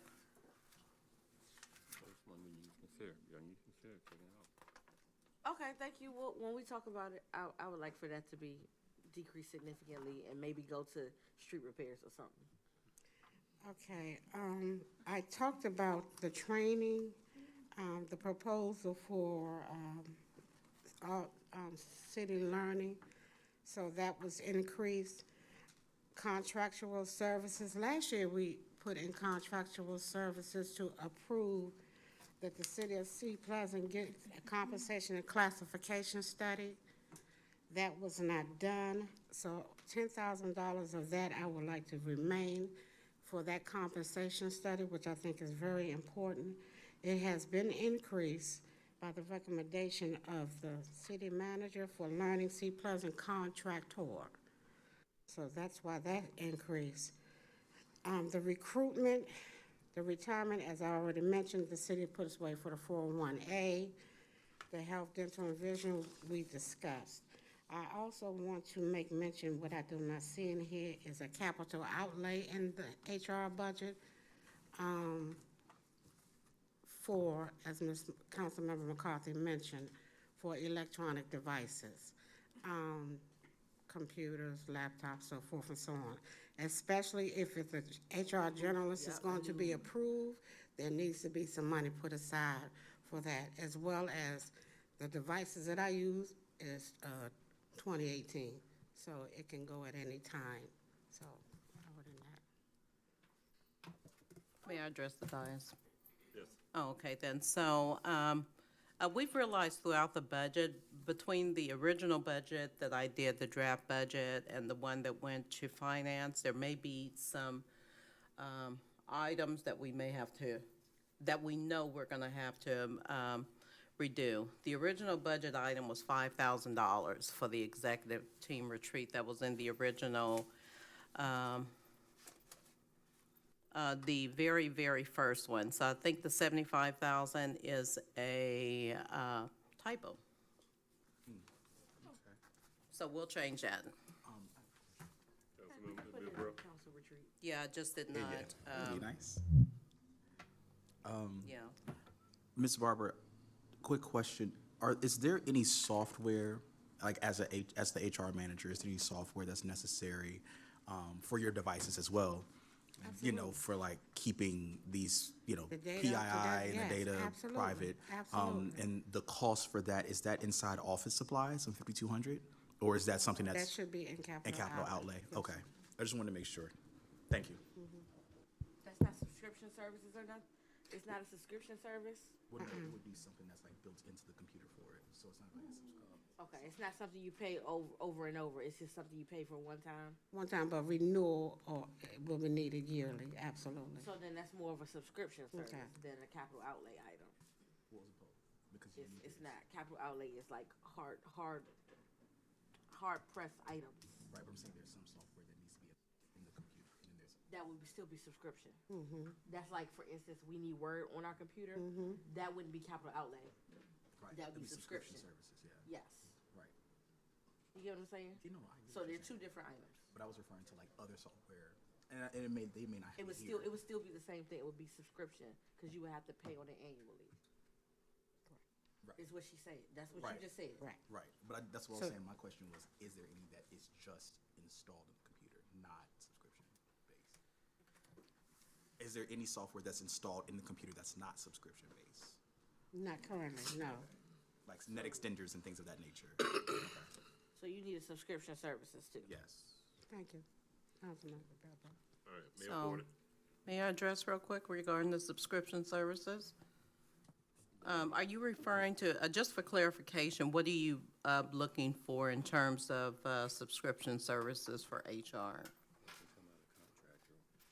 Well, It's not a- Ms. it's- Barber just stated that she has things that she pays annually for, what was it? Software that needs to, Go ahead. I'm sorry, software that needs to like protect PII, data, things of that nature. on the Currently, we HR. don't have any of that. Right. Unfortunately, We we need don't that. Yeah. have, but we should have it. Yeah, it's Unfortunately, Right. nowadays, we're still working paper, if you will. Yeah. Which is not secure.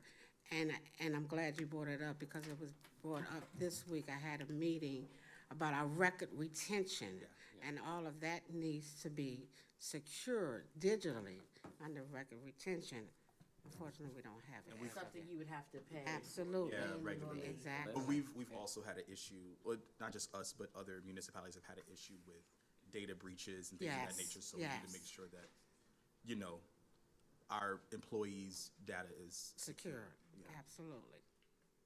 Mayor Porter. That could fall under contractual services and things of that nature. That's subscription process, because that's contractual. You do one, it may be a different contract, a different source that you can go with the following year. That's not It's the upgraded. contractual service. But I'm just on trying to say, I'm trying to get contractual you. services, Mayor Porter, from my understanding, the contractual service is to contract a contractor to do a specific thing.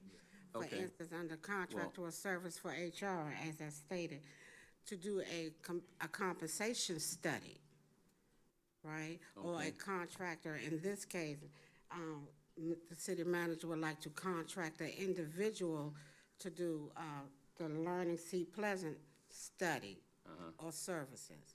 That's for contractual services. And that was caused for a $75,000 increase? That was the recommendation of the city manager, yes. So additionally, may I address, I'm sorry, because I want to clarify what the contractual services. What I believe that Ms. Barber is referring to is an HRIS system. Currently, we are manually doing everything in terms of, managing the records in human resources. The Learning Seat Pleasant concept would identify systems that we could utilize to begin to keep the track, because the first part of that RFP is to evaluate and to audit the types of services that we have in the city as well. So I wasn't comfortable putting anything in the budget for it, because on the back end, if there's a recommendation, we'll be coming back to the council with the recommendation of a full service delivery. So an HRIS system is a very complex process that we would not, we would have to actually contract someone to come in and do on our behalf, so to be up and ready for the department and the organization to use. So it's As well. So this is a process, okay, along with the actual item, it's a process. That's to part make- of the Learning Seat Pleasant concept, to identify a workable system. Because the problem with utilizing technology is that, and what I have seen to be problematic in our organization and many, many organizations, I do not want departments to be managing individual software or subscription programs. Because what happens is that when the person that's running or managing the program, the single person that may be managing or running it leaves, then we don't have anyone that can pick up and run the program. We've seen this time and time again with NetSuite. We've seen it with NCC Gov QA. These are programs that we're paying substantial amounts of money, that when we lose personnel, there's no one else to run it. So that's, a year ago, I came to the council so that we can utilize a way that we can manage all of the information technology here, and also to review it periodically. So there are services that we need that are there, but the consultant will be able to identify what we need and how we can succeed in using those services, and they are able to be utilized for someone coming into the organization as well.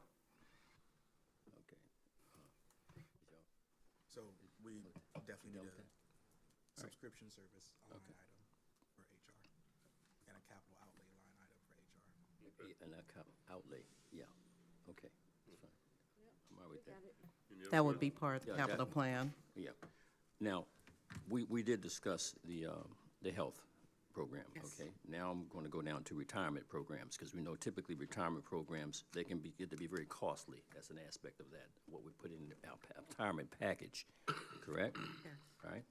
Now, we're just doing the same thing here. We went from, we had a budgeted item for one, now we're budgeting for the same thing. Is that is that particular program, have you researched any other program that's going to be any better than that particular program? Or what would we need to offer a more competitive retirement program as it is to maintaining a certain level of people in our organization without them going elsewhere to find better arrangements? Okay, Mayor, it would be the same process as the health insurance. You would, we would do an analysis of other retirement programs and find out what they cost to enroll, and bring it back to the council. We're talking about this particular one, Right. the 401A. Now, as a reminder, currently, we have a 457. That 457 is retirement money employees put into their own. So this one that the city is paying is just the 401A. So I'm going to go by that. So if the council wants to continue to do that, we would do the same thing. We will recruit and find out information about other retirement programs, come back to the council, let the council know what it is, what they offer, and let the provider do a presentation, and it's as simple as the council making a decision. Yes, that can be done at any time, because this is not on a time frame as in the health insurance. This can be changed at any time. Okay, so basically what you're saying is we need to, either the council needs to proffer forward the fact that they need to have that done so that we're more competitive, so that you could look into that at this Yeah, time? Because I would look at, somebody be looking into that to make those improvements over a period of time. Absolutely. Okay, and typically, how long do you think that would take to gather that information? It generally takes anywhere from 3 to 6 months. It depends on how big the program is and what they're offering. And in your opinion, as far as maybe looking at this in your day-to-day thing, as far as programs are concerned, what would you think there might be something that if the council were budgeting something, that would be something they want to consider, okay, as far as extending that and upping that, let's just say, as opposed to, it's going to be up as opposed to lowering. What would you consider, or can you get that information right away so the council can consider something like that? Well, I would say currently the police department has been very interested in, again, and going into the legit retirement program. They have mentioned that several times, and we did look in it. Honestly speaking, I don't remember what the cost was. But again, I can look at several programs and bring it back to the council. Okay, thank you.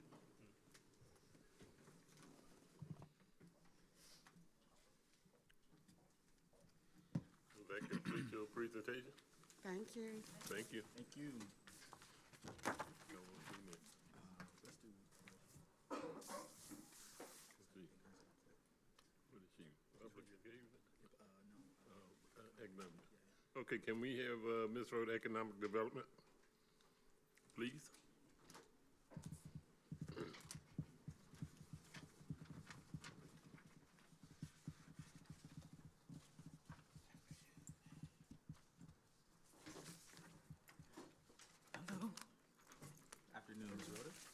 afternoon, Ms. Rhoda. How you doing?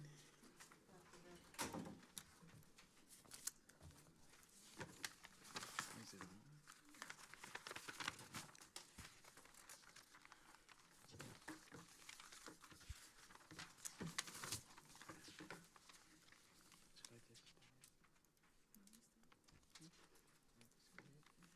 on? Okay, I'll start with the line items. The change, I'm discussing just the changes. Nothing, I'm not discussing whatever, I mean, I can, I'm just saying those that have changed. Okay, so my salary changed. I think it's reflect an interim additional duties of grant manager to include staff assistant duties for as long as that takes place. 5190 with an increase in the Prince George's Chamber of Commerce annual municipal dues, which was across the board, not just Sea Pleasant, but all of the counties. 5270 departmental professional activities, for the most part, moved to HR, as was previously discussed. 6201, that appears to be a typo, is the remaining funds have been moved to 5260, which is the new construction of 6224 Foot Street. I'm not sure if that's the way it should be reflected, because 5260, which is contractual services, as you see this large number, includes the construction of 6224, but that is a grant, so I'm not sure if that needs to be reflected at 6201 or partially in 5260. It also includes any renovative needs for the firehouse.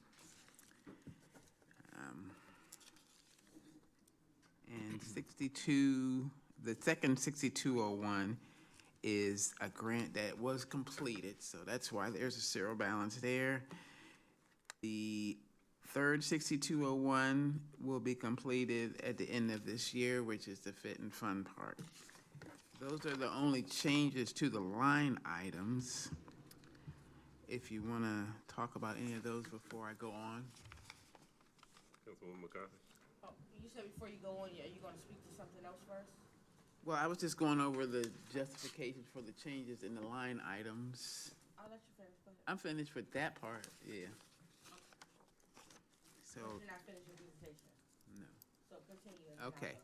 go. Okay, for the goals and objectives for 2025, it will be to complete the Sea Pleasant ARP allocation, complete the construction of 6224 Foot, to continue research on the Addison Station brownfield development, and to promote awareness of the Blue Line Corridor in the community, and to develop the Goodwin Park Cultural Hub. Now, initiatives I would like to see are to participate in the development of a tri-jurisdictional collaboration between the municipalities of the 20743 zip code, which was the subject matter of my Civic Leadership Institute capstone project, which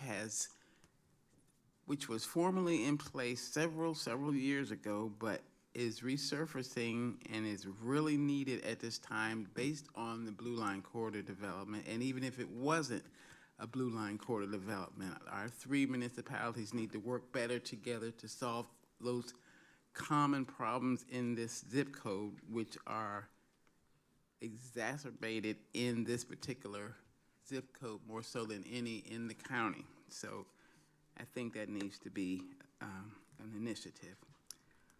To create a section in the city newsletter devoted to community and economic development awareness. We have people here that are not familiar with a lot of aspects of their community, so I grouped it into the words community and economic development, but there's needs in the community that can be met through a section of the newsletter that can be used for data collection as well. To utilize a wish list document to identify departmental grant needs. When the pandemic first started, when we first were mandated to work from home, a former grant assistant that I had, we developed a form, and we had gone so far as to schedule meetings with every department director. And on that form, they were asked to identify the needs of their department as far as capital outlay, employee training, and anything else that they may need. So they had just about filled out most of the form. Many of them didn't at the time we were going to discuss it, but we had scheduled each one, and like literally that week, we were sent home. So it didn't get off the ground. And to assist in identifying grants needs in individual city wards, which would potentially be interaction between the grant person and the council members, if allowed. And to research grant opportunities for the renovation of the firehouse. Right now, you know, we're still in the trying to get ownership, but it just reminds me, and I guess maybe most of you were here when the Greendale Center incident occurred, when the air-conditioned units fell through the top of the building and it was condemned, and we had to go in and try and salvage all of the city archives, you know, via hazmat suits and gloves and all that kind of thing. So I wouldn't want to see the same thing happen to the fire station, because there's archives in there as well. So that's a very good resource, that building. So those are some of the initiatives that I have. I will say, and I continue to advocate, because I am not trained in it, that we need an economic development director. Bingo. Oops, bam. You stole my thunder. I'm gonna still, you know, it's not. Thank you. It doesn't have to be a staff one. It could be a contractual one. Thank you. And Put it in the budget. And at this point, so could a grant manager be contractual. I did a little research on that. You know, about 30% of the country utilizes contractual. 30% of the country used to use contractual grant writers. Post-pandemic, it's upwards of 50%. In the capacity of staff assistant at this point, and I know it's not necessarily what I need to discuss as far as the economic development budget is concerned, but those two positions could work tandemly with getting research and data collection. It's one thing to say that we do have a strategic plan in place, but it is currently just a frame. There are no specific goals in place. You know, if we say we want to, you know, one of the strategic outcomes is workforce development. Okay, that's very broad. Or we want to increase affordable housing. That's very broad. And when you go out to look for funding, it has to be more specific. Now, an economic development director, there's would be in place to facilitate those things. Yep. A lot of people have economic development training, but they're not, knowledge rather, but they're not trained in it. The grant manager position,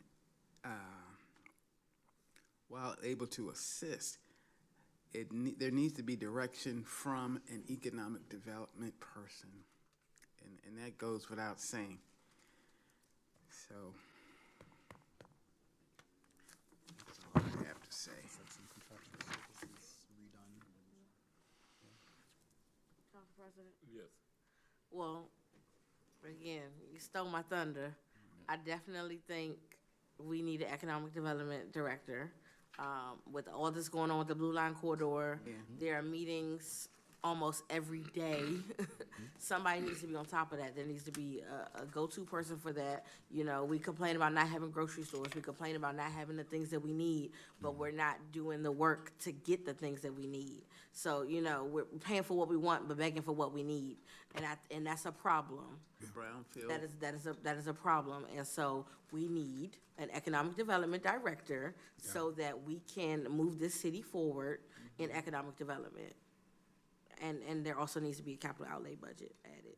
Yes. And I also believe that the staff assistant position should not be merged with the grants manager position.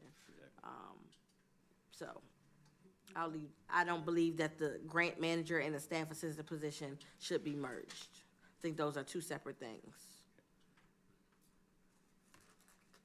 So. Mayor Porter, were you? Yeah. Thank you very much, Ms. Rhoda, who's been around quite some time and knows a lot about what goes on, the ins and outs of this city for the number of years that she's put in her service. Your recommendation is stellar in this particular case, in the direction that the council should follow and go in that. And I'm glad that Ms. McCarthy is on board with reference to that process, as I see some heads being shaken for that to take place. I do know that even in the capacity that you have been fulfilling, okay, as of late, is more in your bailiwick and suited in your direction, okay? But you offer, or you have a wealth of knowledge, okay, that allows you to, you know, work in some aspect of partnership with that. But we need to make sure that we have people designated in the right spot, okay, to do the job that they need to do. So I'm glad that you are forthcoming with reference to that, okay, so this council can do that consideration and know exactly as we are developing and moving forward, there's certain things that we need, okay, and we'd be better served in doing that in that direction. So I applaud you for being able to bring your budget forward and being able to put that out there so people will know. So as they go through the deliberations, trust me, I will be advocating on your behalf with reference to that and how that goes forward. Thank you. I don't think it, I mean, it sounds, you know, like I said, a contractual grant manager is, would be a good way to go.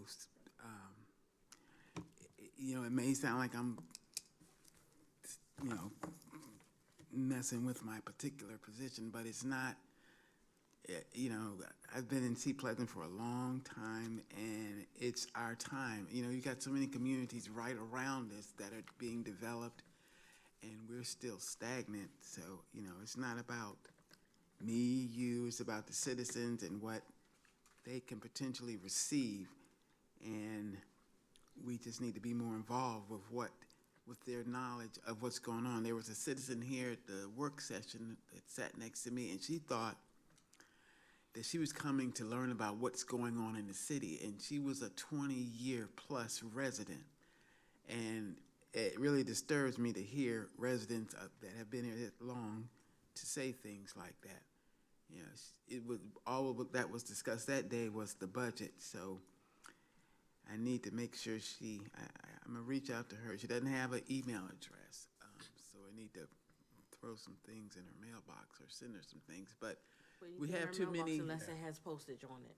Yeah. Say it again? Don't put anything in her mailbox unless it has postage on it. Oh, sure, yeah, I didn't mean literally, but, Okay. I'm going to mail her some stuff. I want her to stay connected, and that was why the initiative to put something in the newsletter, I thought about, because I hear that too often, and I hear from people that have been here a long time, and, you have your younger citizens, when I say younger, like 40 and under, who have different interests, of course, and we need to find a way to make sure they're connected as well, or find out what they would like to be connected with, change things like you know, so there's different things that the Economic Development Department / Public Engagement can focus on to get more involvement from the citizens, i.e. more specific grants that could be looked into. It's in grant training, the 101, it's, don't just apply because it's put in front of you. You need to be specific about what you want. The more specific you are, the more that you're likely to get it, so. Thank you. Thank you. That completes your presentation? I'd like to make it clear, I don't have a question for Ms. Rhoda, but I'd like to state that I am in agreement with her moving to full-time staff assistant, and then we're just moving grants manager to a part-time or contractual position. I think that might be most effective for the city.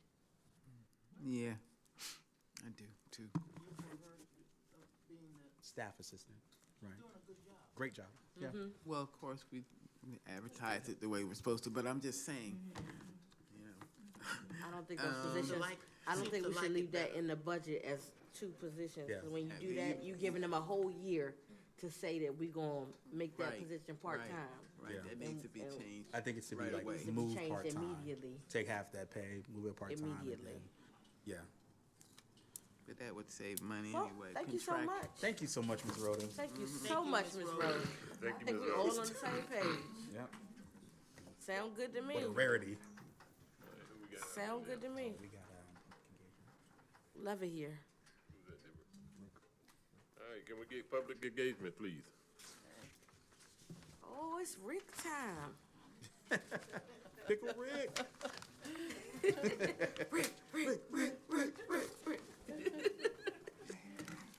got questions for you. I got too many questions for you, so So you're many not ready. questions. So many questions. Buckle up. I think we all got questions for you. Good afternoon, everyone. Afternoon. So I literally just came back and reviewing everything. I guess some of the line items that I would like to start with is the training piece.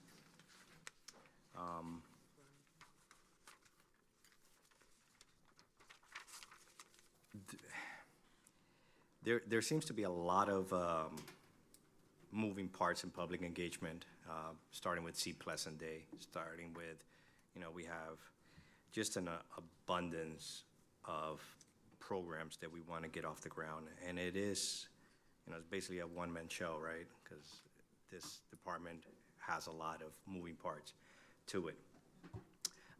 Training-wise, for public engagement, our budget is gonna be just a little bit over $2,100.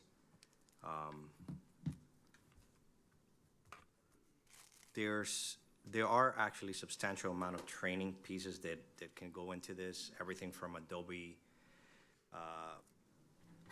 for creative and website development, and those are all, they all add up. However, I'll be honest with you, I don't think that there will be much time for training other than the required training that we're gonna start getting into as a city.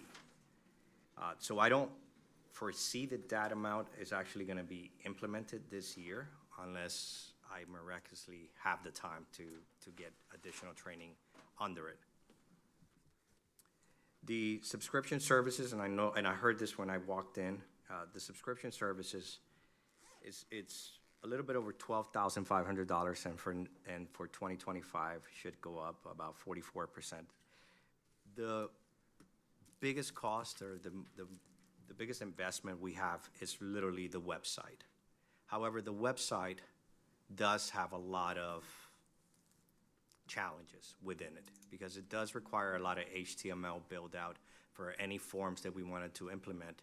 It's not a just play and go type of website. Talking to the folks at Hyattsville who also do use the website, they've had to implement additional pieces into the platform itself because it's not as user-friendly as it should be. However, it does have a lot of benefits. I'm still learning it. I know the basics of it, but I will be taking, that's one of the trainings that is included. That actually was already funded previously, so it's not even gonna be counted on this. But once we get past Seed Pleasant Day, I think I'll be able to catch up with the training for the website. Right now, I'm just doing just upkeep and just minimal tasks within the website to make sure it continues to grow. I don't like the process that it creates. For instance, I'll give you an example. If somebody wants to rent the park, the process that it goes through is still somewhat convoluted, and being a Six Sigma person, I would prefer for that process to be a lot smoother, where it's automated, so the police department gets it, so finance gets it, versus a piece of paper that gets shuffled around and we're trying to figure out where is it. If we had a hub where, you know, whether we use 360 or whatnot, then we can see that process go through, and we'll see it immensely go through, almost like, if you will, DocuSign, right? It goes to, it actually has the layers of who's signing at what time, and then it goes to the next person, next person, next person. And I think that I think will be valuable when it comes to subscription services. For food and beverage, these are items for anything F&B, any small meetings, any small events that we have to cover. Currently, the budget is for $4,000. For next year, it did go up to $4,000.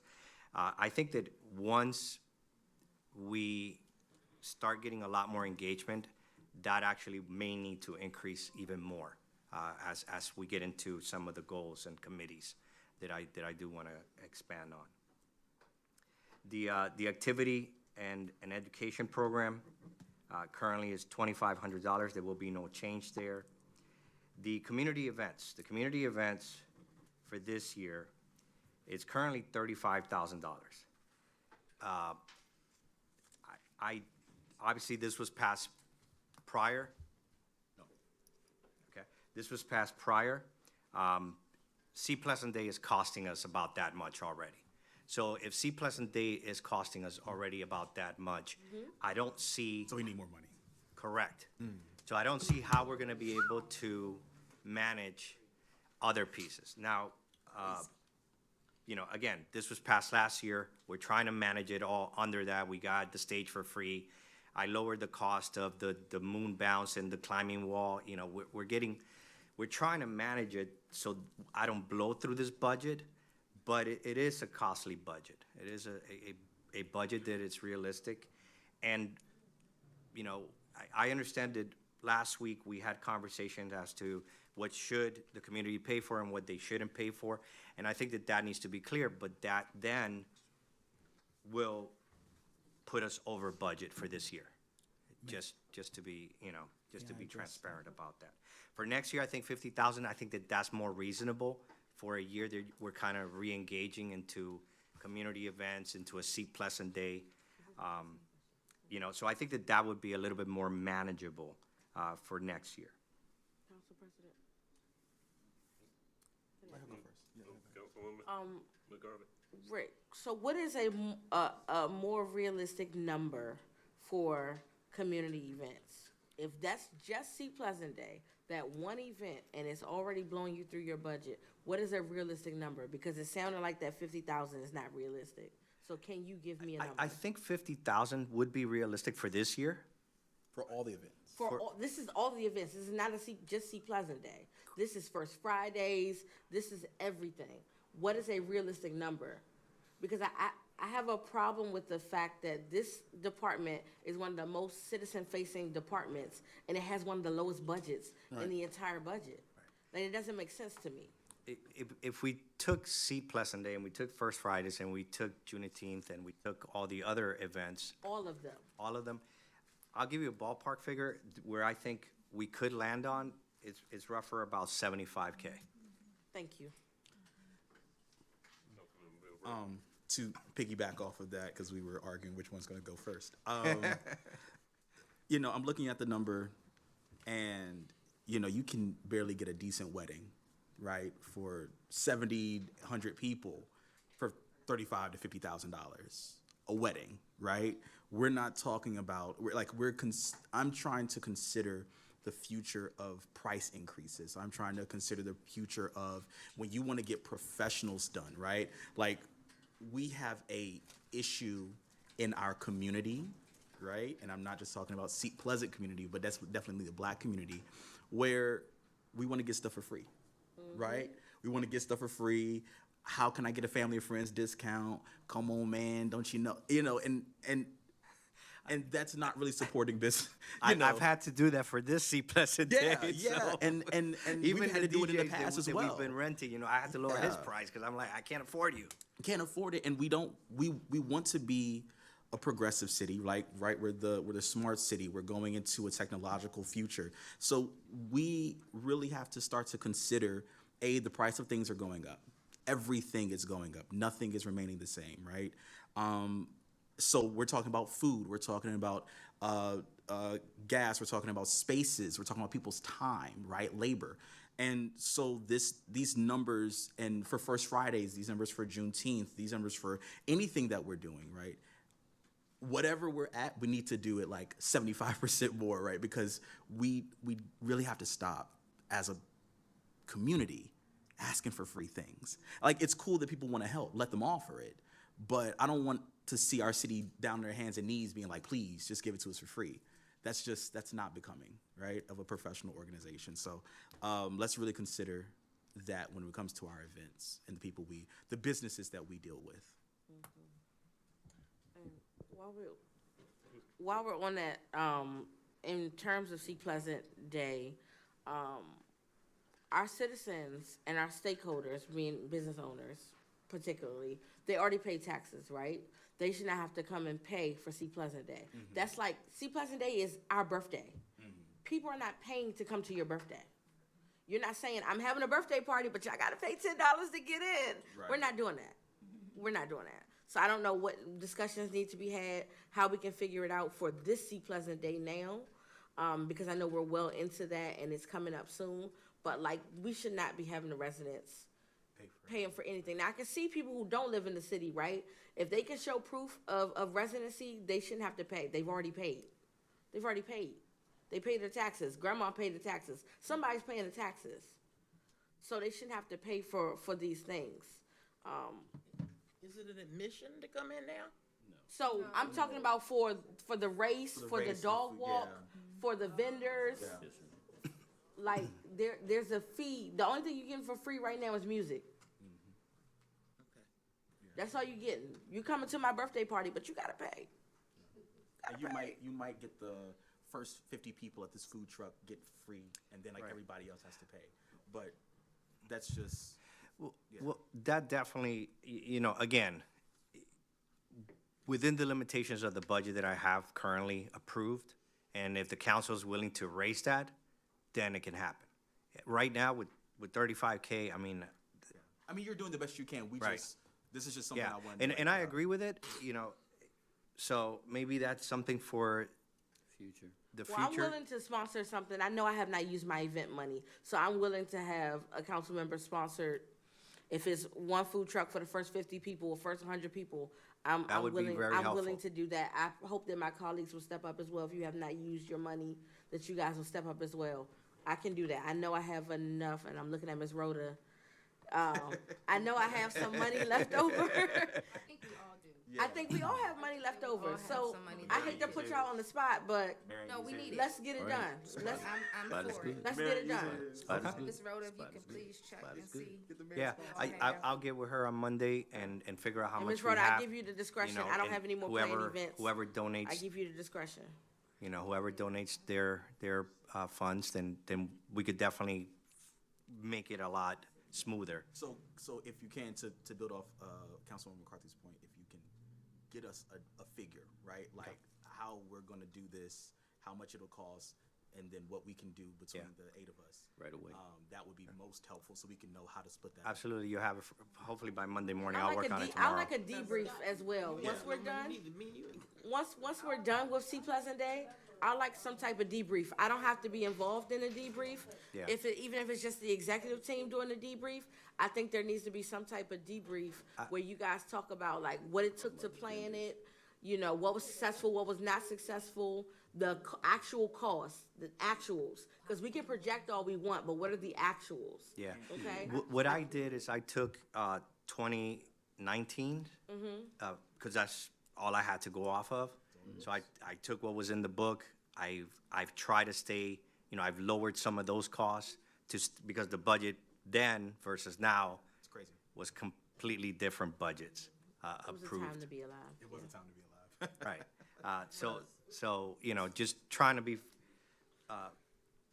trying to stay within the budget has been the challenge. And realistically, because, if I'm not mistaken, all of us were aware and around during the 2019 See Pleasant Day, you're gonna need help, right? And it may not be for this one, but definitely in the future, like, you're going to need help. So I would also insert that in for someone to assist you in ensuring See Pleasant Day, because there were people in golf carts with walkie-talkies driving around and making sure everything was squared away. So definitely include that in there, because I don't want you to be overwhelmed and burnt out, and take some PTO afterwards. I will say this too. I remember See Pleasant Day in 19. It's like anything you have. If you gave a party this year and you give one, they're going to compare to that party. And I don't think we're close to what we had in 19. Definitely not. And, I look at this year kind of like the rebuilding, rebirth of where we're going to be next year or the year after. It's going to be a building process. I like hearing Chief talking about See Pleasant Day, how he used to come here when he had hair, but it's Hey, See Pleasant Day is stressful enough to make you bald, okay? So it's something else. yeah, but so I want to be able to be there again, and I want to be able to have a really valuable community event. I like doing events. That's why I took the job, right? Because I like people. I like communicating with people. So to me, it's been great. The mayor and I have been talking on and off all day yesterday and today. I just came back Thursday, and it's just been like, I'm on it because I know it's coming up. Usually, I would have liked to have had 6 months, right, to plan such a big festival. That's usually how when I do big festivals, how long it takes me. But this was kind of like turn on, let's go, and it's been nonstop. So Ms. Oju has been great about that, because when I have questions over the weekend, again, I'm learning how we were doing it here. So it's been just picking everybody's brain as to, does this work, does that, and, who was this vendor? We had a sound company that the owner passed away during COVID. So there was a lot of changes that happened, and we're trying to put it all together. But I think we will have a successful event. We will definitely have a successful event. If there's no other questions about that, I would just like to finish up. Councilman Bivaro has a question. it's not See Pleasant Day related, so Okay, if you wanna, go ahead. yeah, if you want to go ahead. Okay. So the next thing is activity advertisement. This year we have $59,400, and next year we have $10,000. So to me, that seems it seems like it should be the other way around, because we're ramping up this year, coming out of COVID, where I think next year we should have more funding available. That was actually my question. With the line item 5980 advertisement, and Ms. Rhoda mentioned when she was up here that she had talked to residents and had conversations with them where they've been living here 20 plus years and still unaware of the things that are going on, right? And so with as many people as we have in our city, and even in the surrounding areas, but definitely in our city, when we go to certain events, it's a little disheartening to see how few people are actually there, especially when it's on a Saturday or a Friday night or, an evening, and we're offering food, we're offering, fun or whatever, and it's still very few people. I think the event that gets the most people might be Trunk or Treat, if I'm not mistaken, right? Like, out of all the years, it's get the candy to the kids, right? And shout out to the police department for bringing them out there, but, I would like to see Trunk or Treat numbers at other events, right? And so when I look at advertisement, activity advertisement, that's a great cause of concern for me, because 83% decrease in funds. We need to be, like you said, ramping that up to talk to our residents, to get them involved, and to be able to work in tandem with the council to, reach out to their ward constituents and get them involved and get them like, hey, come on out. So with that, I'm gonna take a question from Ms. McCarthy, what is a figure in your head that is reasonable for what you see the next year to be as far as like what we would need for advertising? If we were, to be honest with you, if we were to, because keep in mind, we want to do the mailer, right? So we do need that, and that gets expensive. Yeah. You know, postage does get expensive, but I think that between our digital, which is starting to progress, we still need to have that mailer piece, and not only, you know, the war members going out and having that one-on-one. I've started talking to a lot of the folks where every time I go out, I walk now over to the shopping center here, and I just started talking to everybody that's in there, even the people that are working in there, just so that way I get to know the community. I like to always evaluate stuff by quarter, because then it gives us true numbers. Unfortunately, I have not been able to find, and I've asked and whatnot, I have not been able to find statistical data, because that's something that just wasn't being done in my department. You know, so I have nothing to compare off of. So every quarter, you know, I came here kind of half of Q1, you know, ending of Q1 actually. So I want to start comparing what those quarters look like and how that ROI is actually happening. Because I don't want to just give you a number, hey, give me another 50,000, but if it's not working, then it's not worth the spend. So I do want to, you know, logically to me is I want to be able to statistics and show me how much ROI I was getting from every dollar that we were doing the CPM on. In other words, every time that person got it, did they open it? Did they take an action? Did they come to an event? Those are the kind of data that I do want to start collecting, because that's going to help us manage a budget, a realistic budget moving forward. But unfortunately, I don't have previous year's data. But you're well aware that you won't be able to do what you envision doing with $10,000. Right. Correct, because the mailer is going to cost us a lot more. Right. So The that's what I'm the mailer, saying. we're just on the mailing, just from the figures and the amount of residents that we had, you know, we're looking at about $24,000 for the year, just in mailing. Just in mailing. Just in mailing. So we're looking at probably a $40,000, $50,000 budget. Correct.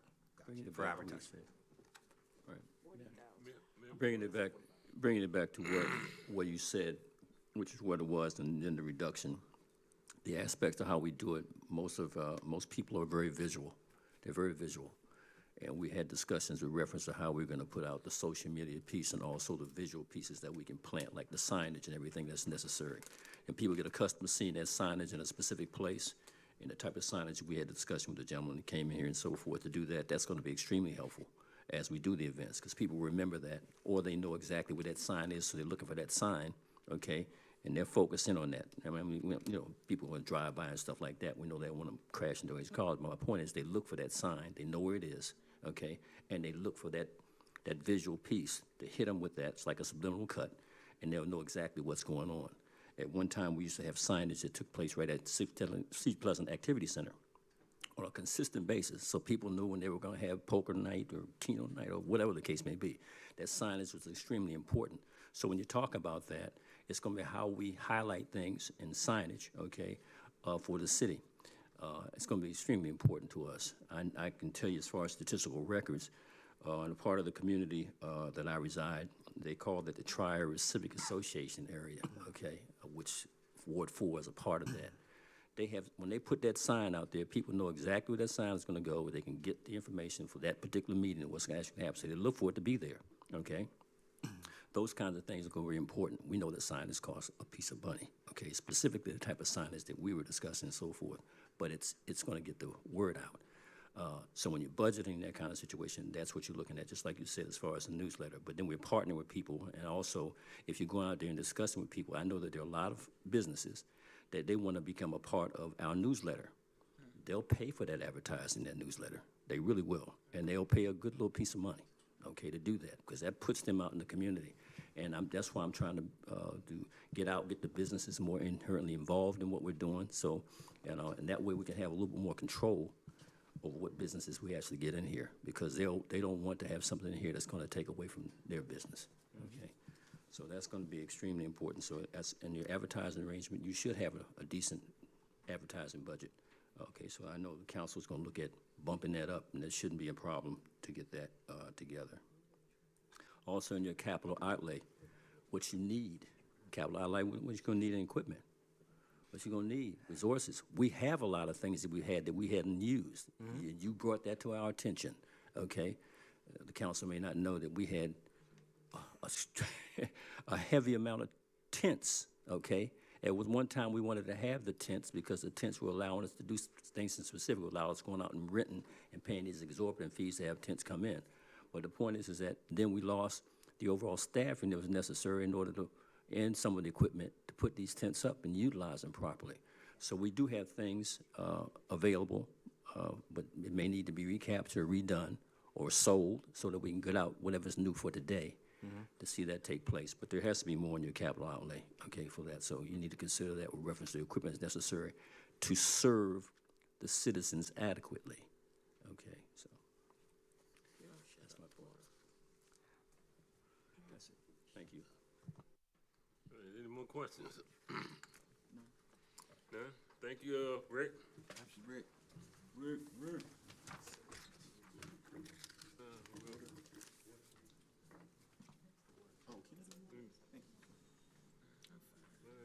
to go home. I take naps. I take naps. This is my nap time. City clerk?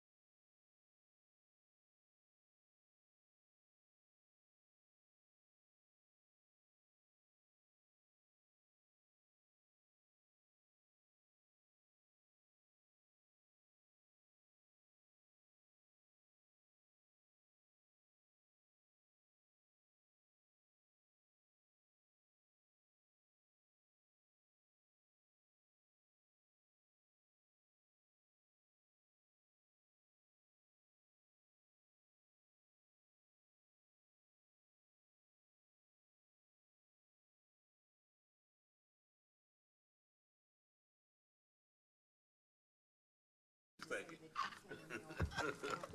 With the mic on. Like, on to- Oh, that's funny. 28? 28. Yeah. Yes. Yeah, 28. I got a date tonight too, so.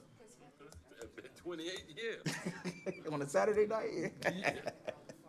In church in the morning. That's bad. Look, right? At my event. Miss Logan, are you?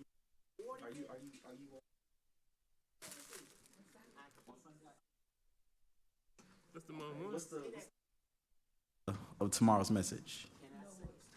What's the thing? No more excuses.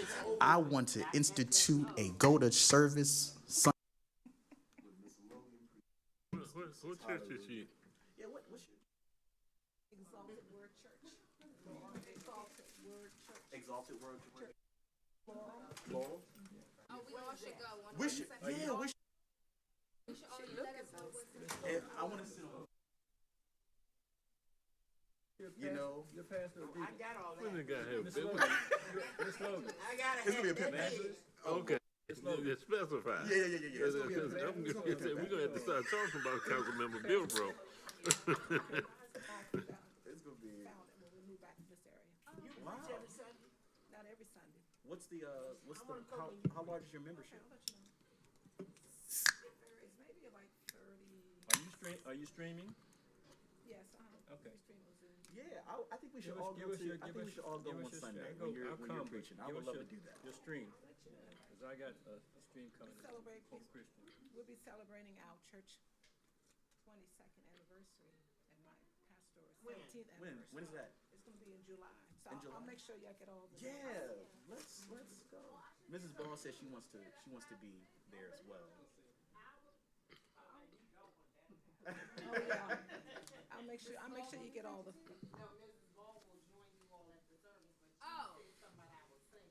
Oh, no, Chief is singing. It's in your shower. It may not be pleasing to your. Brandon Curry too. Chief is right. Just let it be like a in the shower by yourself joyful noise so that we can continue on and feel the spirit. But I would.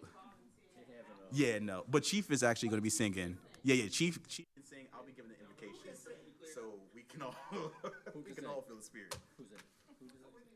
Chief is saying lead Mr. Barbara back up. Oh yeah, Mr. Barber gonna be back up. Oh yeah. We're gonna play the building out. One way or the other.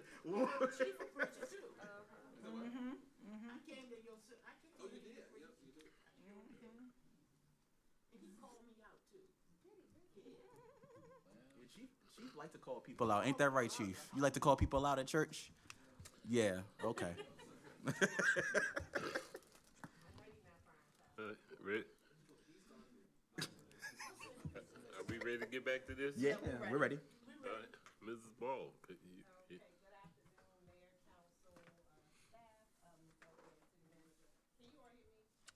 You can be up a little bit. It's not on, Miss, but not.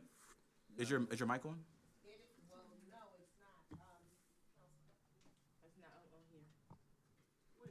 I think it's controlled from that one, isn't it? No, we switched it. Oh. It's not on here. It's not on here.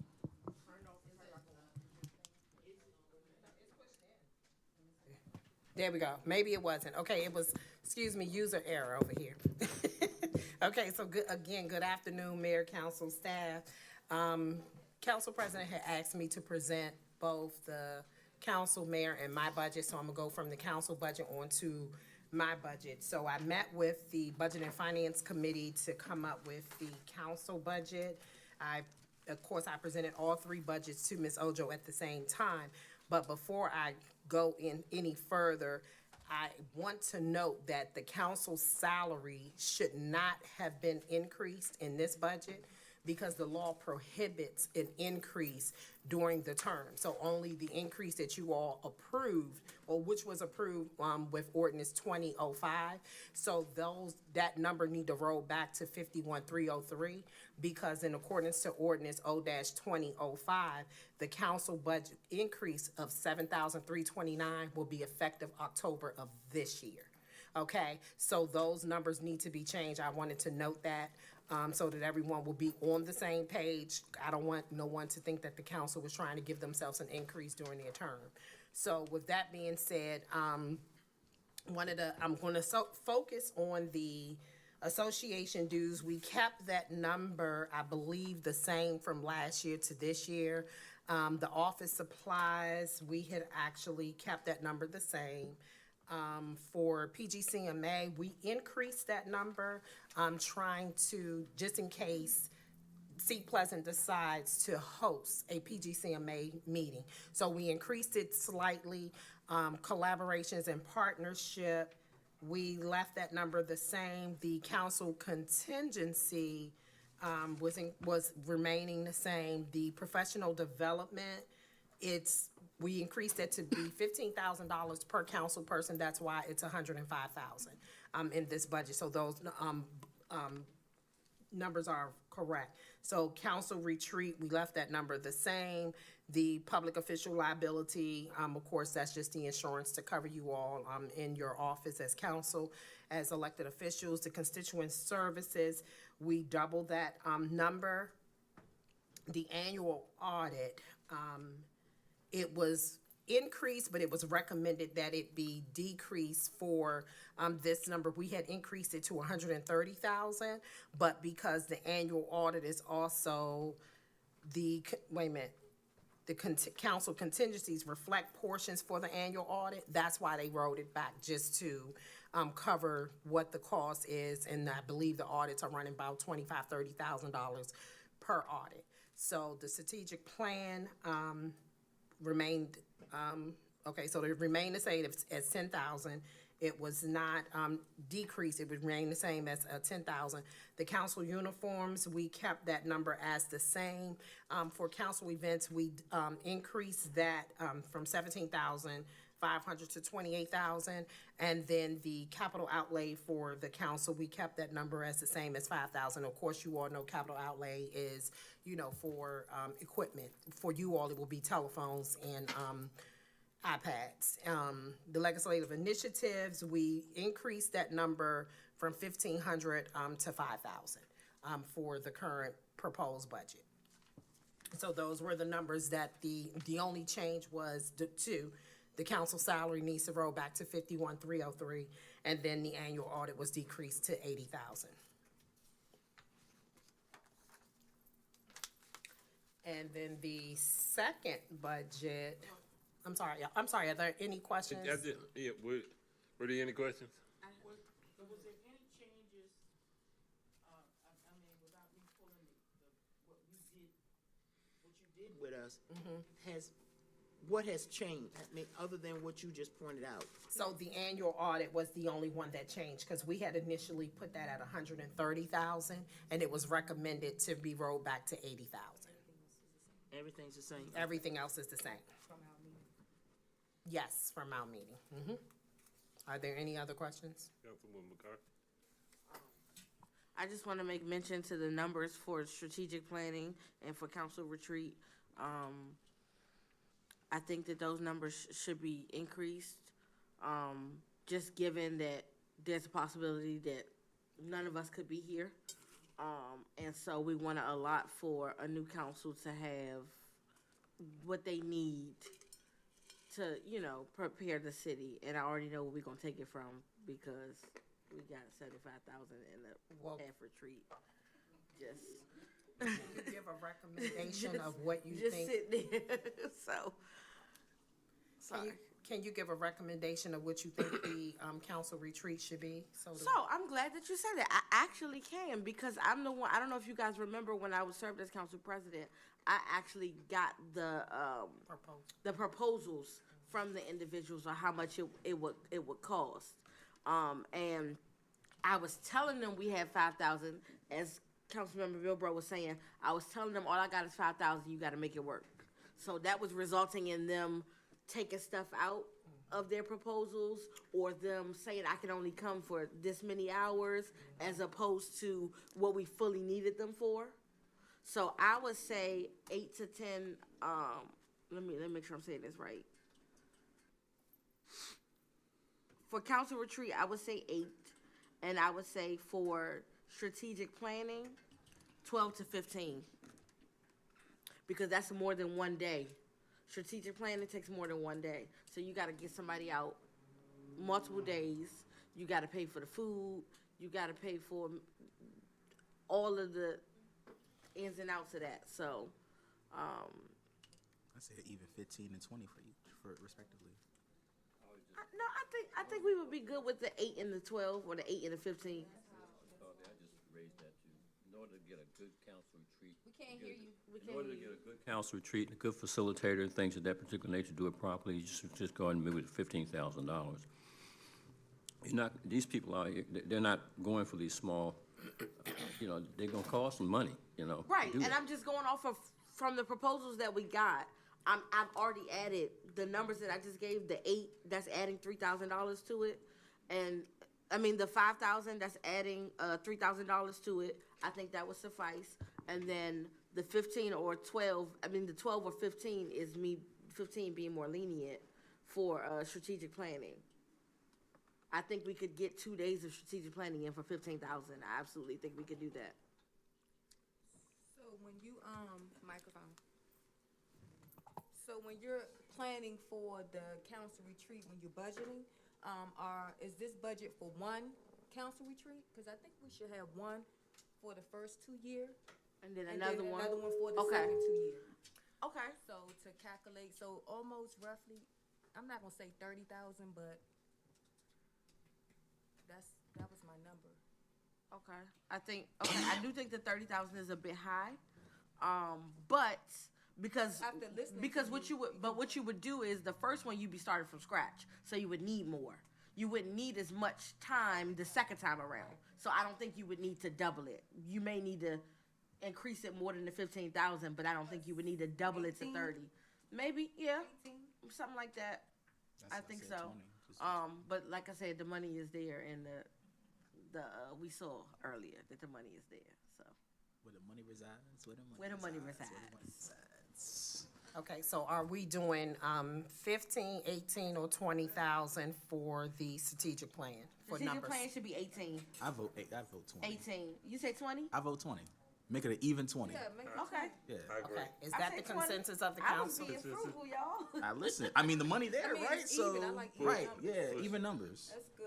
20. I mean, not that 18 isn't an even Right. number, but Make We sure, know. Yeah, We know yeah. what you're saying. gotta make sure y'all adding right now, because you lose somewhere else. we're talking about We already know where from we the gonna executive team meeting. Executive team. So Strategic 20 planning. 20K We gonna for lose right strategic there. planning, and then, And that still leaves us with 55,000 in that line item. well, then we're talking about.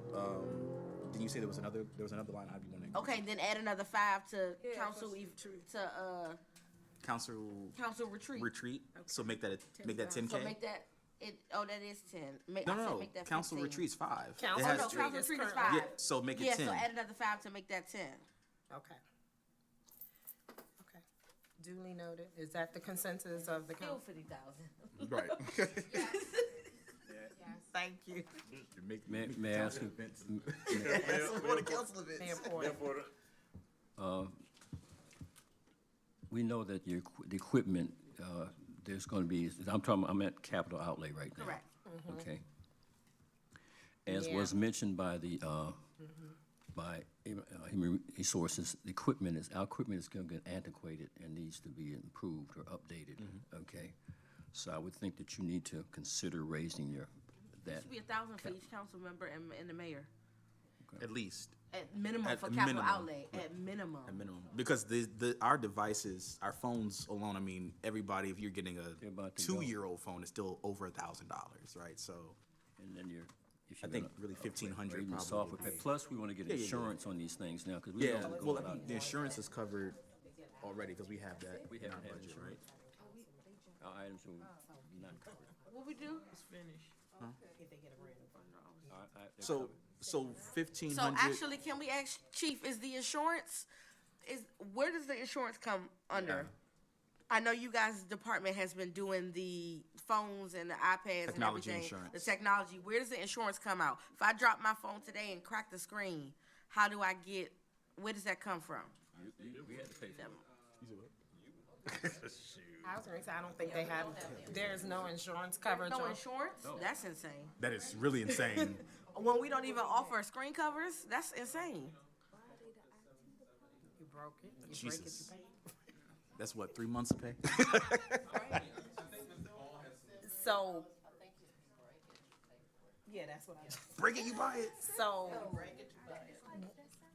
We need to put that in the budget. If So you break one it, of you the buy it. so one of the things that I want to say is because this is election year and not knowing what seats will change, and because the council members and the mayor generally have 2 devices, a cell phone by itself can be $1,200 because we're using iPhones, right? And then the cost of the large iPads, chief, is roughly about the same or slightly higher. So if anything, I think we need to plan to make a change because in some cases, you know, well, in the past, I'm not gonna say that this is what's gonna happen. People have offered or asked if they could purchase the devices from the city.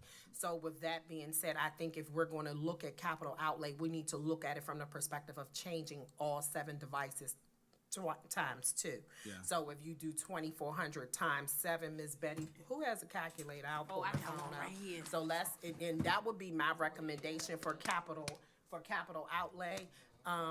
You know, to ensure that the money is there come October, right? 16,800. Okay. And then of course, we can always, so as far as the cell phone plan itself having insurance, that's a matter of the department that is managing it to ask the company to put insurance there, which will be, it wouldn't be out of pocket on the council, it will be on the bill. I think So, insurance is and I smart. think, yeah. So the issue, I think the original issue was with the insurance, like, it's not, we would pay the premium every month for the insurance, but if the phone is damaged, they still want a deductible. deductible, And those right. deductibles are almost $300-400 in some cases. Also,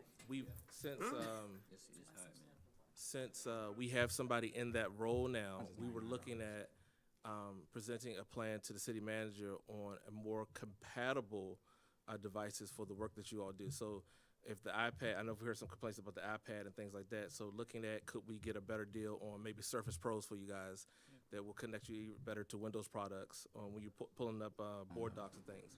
So the person in that role is actually putting together like a plan for it. We talked about it in a meeting a couple weeks ago. So we're looking at another ways to make it more convenient for you all to be able to function and be able to use the devices effectively. We're thinking maybe Surface Pros, things like that, and if we can get them at a better pricing point than the iPad potentially. But we haven't, we talked about it, but he'll be presenting the plan to her in a couple of weeks. Well, I appreciate that.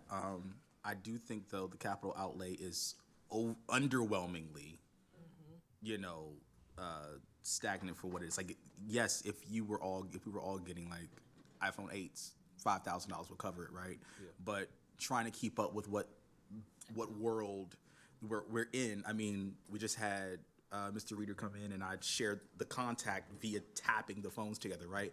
But an iPhone 12 can't do that. So now that we're in this era where we're trying to be more smart city, I think that number needs to be quadrupled at minimum. Honestly, probably closer to like $23,000 just to facilitate that. I think from a standpoint of the entire city, we made investments years ago, and those investments haven't been kept up. And so now we're looking at an infrastructure when it comes to technology. I think about 80% of the entire city devices need to be replaced, right? And so we can't do it all at the same time, but we want to. That's why that plan is important that we're presenting to Ms. Ojo on how we can gradually do that. And what that may look like, and realistically, 80% of devices. I mean, we're talking about computers that just have not had, that they're not even making updates for anymore, right? And so we're looking at the categorized list every month of what's there of the city assets when we do the inventory. So it definitely needs to happen. You all have definitely been on our minds though, because I've seen some of the things you all said in the council meetings, or just like pulling up devices, or when you're working, even off site. So. It's definitely I think when originally we went with the iPads again was because they were cheaper than the original Surface Pros that had just come out. And so I think that we're looking at another vendor now that may be able to provide that service a little better. It just depends on what it is. And the Surface Pros are more, while they're tablets, they're more laptop based, right? And so you'll have your covers, and it can work a lot better functional for the work that you're all doing, but it may not be functional for another department. So we just got to really analyze it, and instead of coming up with the lump sum, we got to really have the plan in place. Say, oh, it's going to take such amount of time over a certain amount of years just to make sure all the devices are replaced. So we definitely, it's on our mind. We met about it a couple of weeks ago, and we're presenting the plan pretty soon. So for right now, though, what are we gonna increase that budget? Can you do an increase and then hold a certain amount in contingency for those particular updates, so you have a set amount, something, then hold a certain amount in contingency, because 9 times out of 10, it's gonna be more than, even when we set a price, it's only gonna be more. Okay. And I think what we want to do this time is that instead of just replacing the devices, we want to be able to do like maybe a demonstration, and for you all know what's functional. Instead of just giving you the devices and say, hey, we want you guys to use this, doing a demonstration to see what's more functional for you all. Or maybe the iPad maybe will function for one, and the Surface Pro maybe more functional for another. But having that option to be able to function what works best for you. You know, so like in some situations, I use the Mac very well, right? Right. But certain systems that we use through the county won't let you use Mac. Right. And so just make sure it's compatible for the work that you're doing for that function. And, you know, we'll present it, and then you determine what may work best. We just got to get those price points and all that together.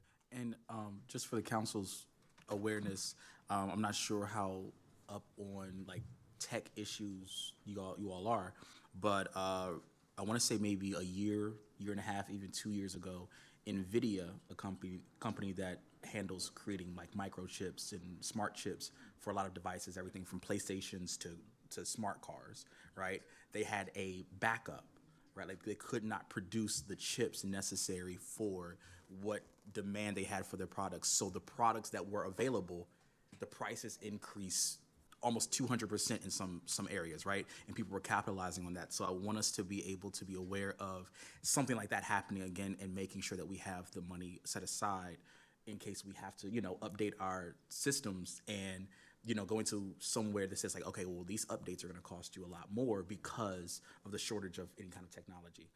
So I think And the same thing with with vehicles. When the chip shortage came in, we couldn't get vehicles at one point. Yeah. And so like an example is we went iPads. You can get a service provider on there, so you have internet, right? Like you guys have now.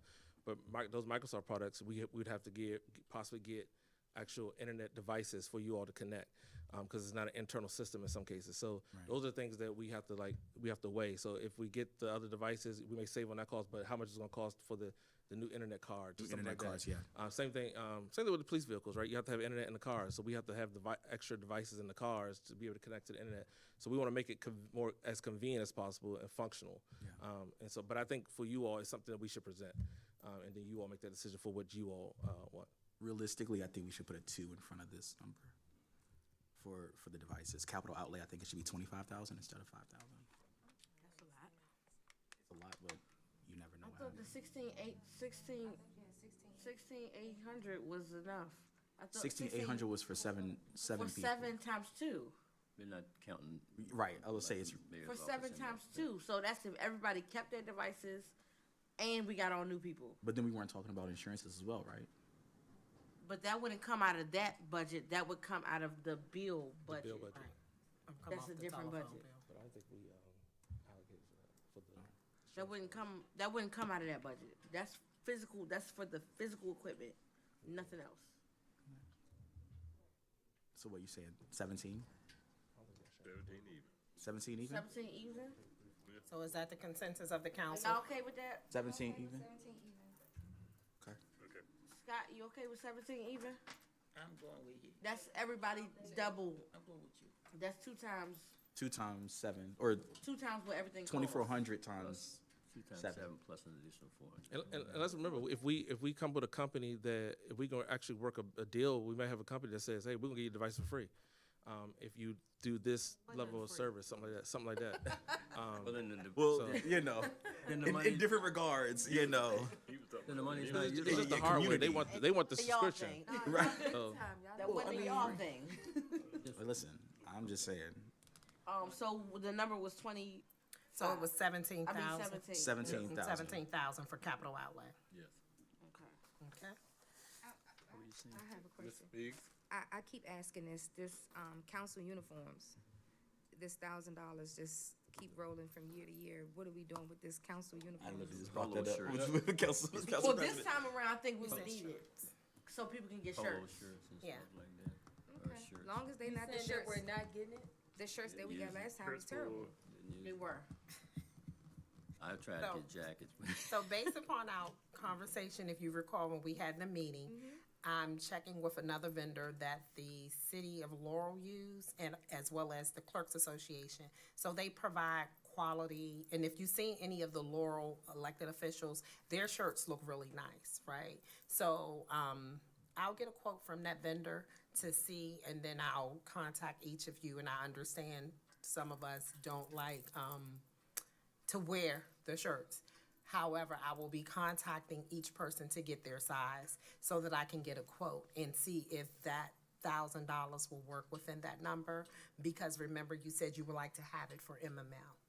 Okay, so, that's what's currently in the budget, and we left the number the same. And you also mentioned that you would like to have a name tag, either a shirt or a name tag or both. Right. So we already have a company that can do, the name tag, so that's Decent name tag. a decent, not- so it not would be the some same cheap- company that did the desk plates here. So it would be a decent name tag. Will they be the same? No, it's a name tag, so it No, was. will the name tags be the same, because these not the same?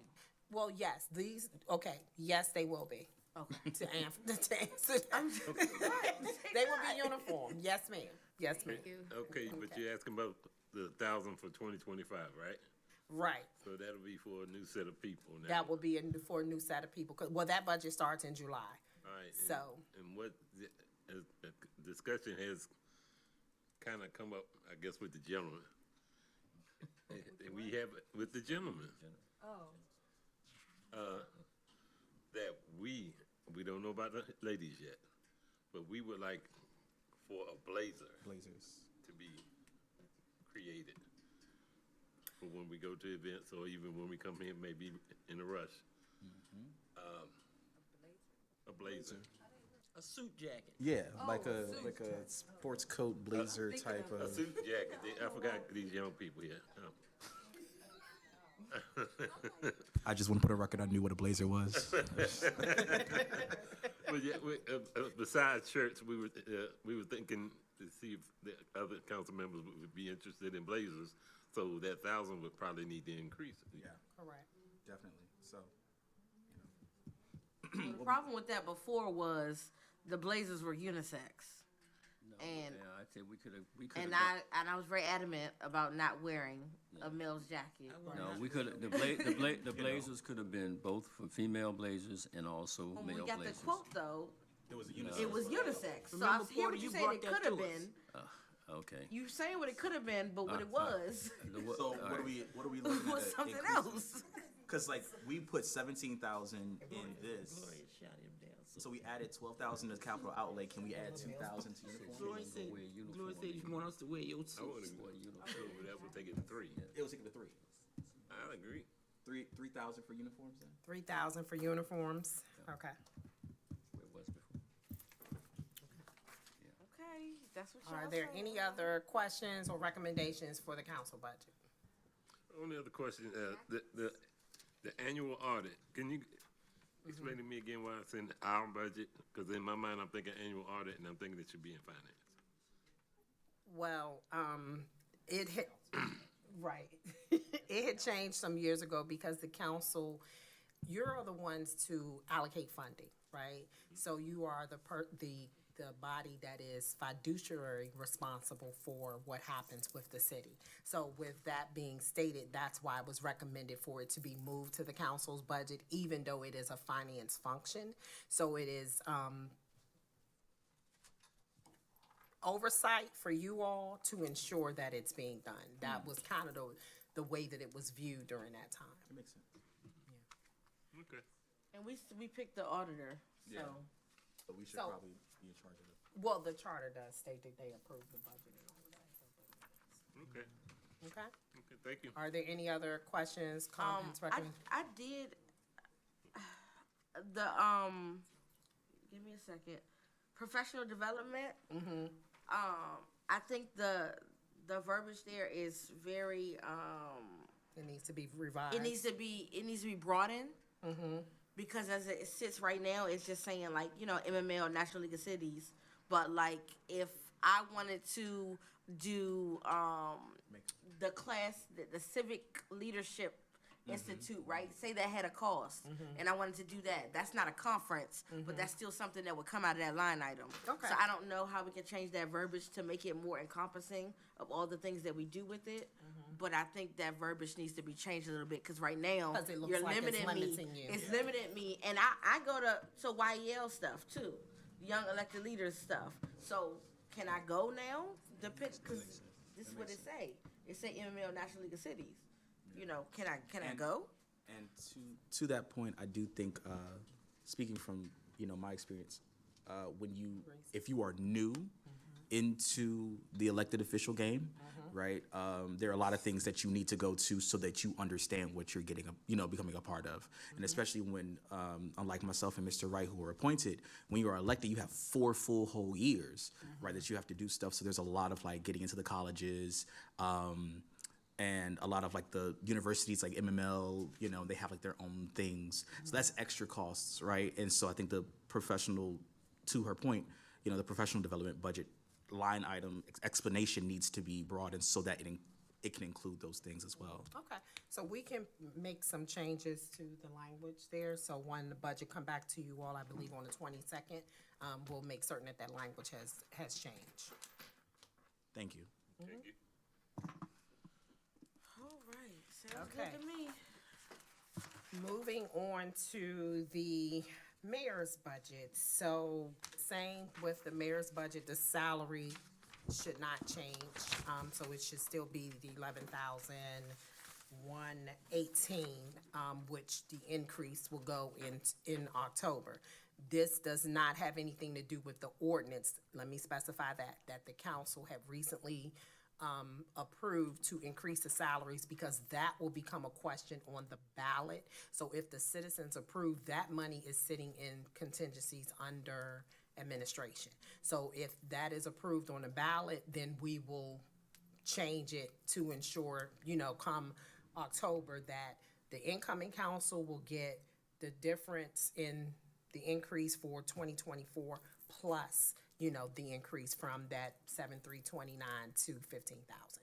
So that's just to make that perfectly clear, because I didn't want anyone to think, well, why wasn't that in the budget? It is, but it's in contingency. It cannot be reflective in your salary because it doesn't take effect until after the election, if approved by the citizens. Okay, so that's the one change. So for promotional items for Mayor Porter, we kept that number.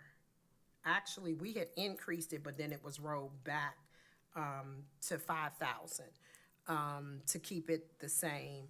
The association and dues was increased because Mayor Porter had officially become a member of the African American Mayors Association, and their annual dues, I believe, is like $600 to $800. So we had to increase it to ensure that it covered, you know, the African American Mayors Association, Maryland Black Mayors, and then the, what was the other association for the mayor? I think I have it in it's in the PowerPoint. yeah. So I included all of your associations in the PowerPoint presentation. So that's why we increased that number to 1,500 to cover all of those dues. The office supplies, we had increased it from, in the budget from 900 to 1,500. Mayor Porter stated that sometimes he need like pens and paper and weed. Mayor's gonna need stuff. He's gonna need to replace all that stuff, because it's all in the one thing. It's gotta be a new replacement for new stuff, so yeah. Right. Well, Councilmember Love, if I may, when we transitioned to Smart City, we didn't have tablets any longer. We did everything off of our devices, right? So when you come around the city, and if it's not pens already here, then there are no existing pens in the city. So you would have to order them. So I was just giving that as an example, but it also covers your business cards too.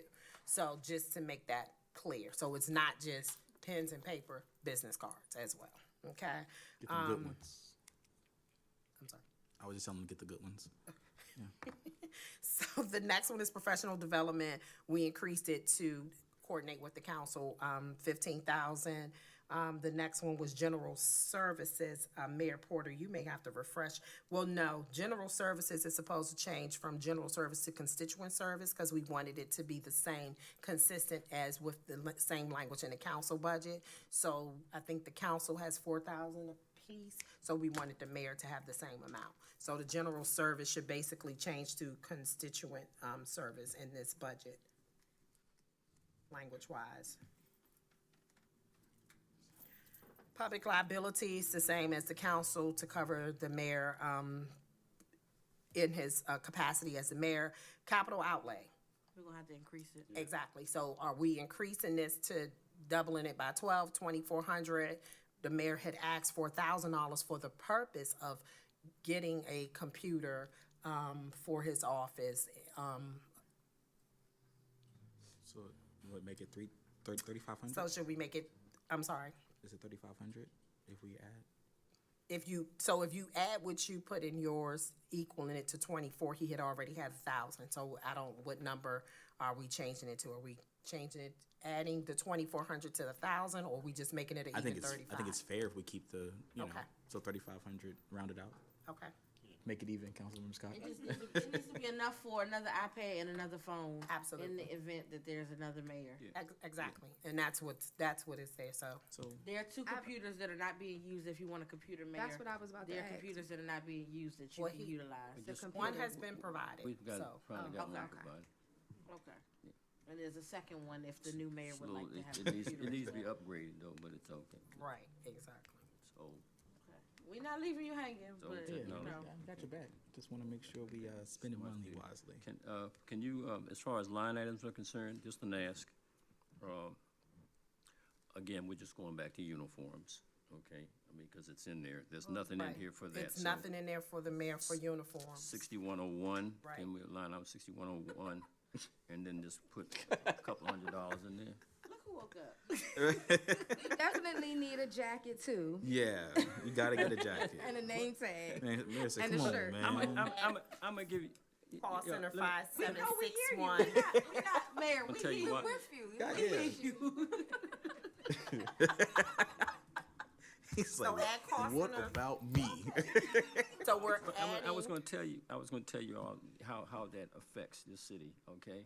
that, If you ever seen like, the Buffalo Soldiers or the other groups and so forth, even the schools now, when they go out, even if you're no longer that, but you're a part of it, that fraternity, just like building military. It is, it says something about your city when you have that arrangement. It really does. Okay. Okay. Please. Can we how much we put can we in there? put How in much we 1,500 put for in that, man? So how many suits you want? Add 2,500 to it. you say suit. How many It's- suits you it's- want? We want him to look good when he going Yeah, to can we the, get him a suit, Black Mayor's, please? And no shade, no shade, can we take that money from the Economic Business and Advisory? Thank you. An advisory And board. give you 3,500 there, Ooh. and can we take that money from there? Say what? Give you 3,500 instead of 5,000? Economic Business and Advisory Board. Take out 3,500. No, not No. take out. Take out 1,500 1,500. and Oh, take leave out 1,500. Yeah, sorry. Take out 1,500. Leave it at To 35. give you your money for your uniform. the last. That's fine, I don't have an issue with that. I'm simply saying, these I'm boards. just trying to balance us, give these Ms. boards- Logan less work to do. These That's boards right. are important.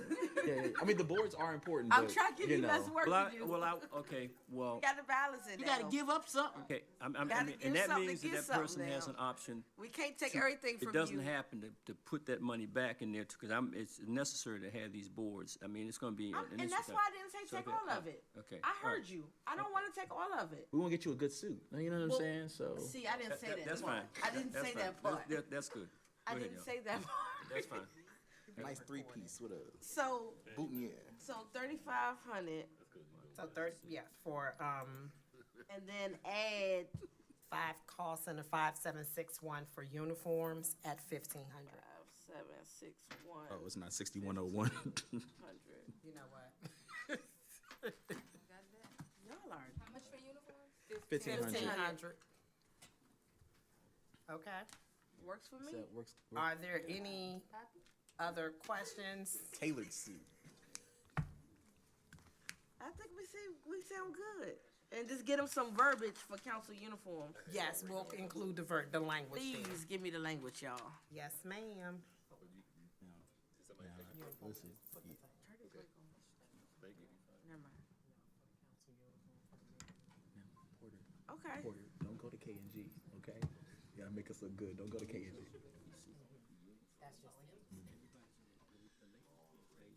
Yeah. Ladies should get blazers. So it's one in the previous. It's under the. It's one under the- council. So it says you can a just line copy item. and Right, paste. that's what I was getting ready. You can copy and paste. Yep, that's it. That's what I was getting ready to tell her. Yep. Yeah, get the city emblem. But on it uniforms with is the taking name me out. I just and wanted to be your- called yeah. something else, cause Okay, it's so, taking me out. so do you want to, yes, ma'am, Councilmember Love. So did you want to are you recommending a name change from uniform? No, ma'am. Okay, because I was just told to get to my budget. I'm Yes, recommending the name change Okay. from What would council that be? to council drip and drown. You know what, we're not. Ignore him. Did he have cake? It's getting late. It's getting late. We gotta go. Did he have cake? The No kids more are getting restless. Can we proceed? Yes, ma'am. Okay. Yeah, thank you. Now, I think he had sugar. Nevertheless, moving on to the city clerk budget, the proposed, changes here. My request, I think the language was different. I requested an assistant city clerk, and not assistant to the clerk, and the council made the recommendation to make it a deputy clerk, right? And I'm fine with that because it will flow in the same, so the duties would have been the same for, both of the positions. So, that is the new proposal, and as you know, some language, it will be that person will fill in the absence of the clerk, but they can do all of the duties. They will go to all of the training that I currently take, you know, to ensure that they can, fully function in the position if I'm absent, right? Yes, To that point, but- Council, okay. I think the salary should also be increased. That was for going to be that. my ask. I think the salary should be increased yeah. because if they're doing everything that she's doing, Right. that's a lot, right? I think yeah, at least like around 65 somewhere. Where we gonna take that money from? We're talking about two people now To attract. instead of one person. Two people, what? Right. She's in the job, and We have her money there already. Yeah, her salary's there. Her salary's there. We're just talking about. I'm just talking about increasing. But when a second person come in, are they gonna do exactly what she's doing every day? No, they What won't. will be their job every day? And so, to that point, what I was thinking of is when she said they're gonna have to take all the training she has. They're gonna have to get all that. Like that's basically they're able to do the same thing she does. They're just not doing it every day. But whenever she's gone, or whenever she needs to go, or whenever they need help, we still have committee meetings. We still have, you know what I mean? Like there's a lot of Legislative research. legislative because it's research, not right? being done. Let me give.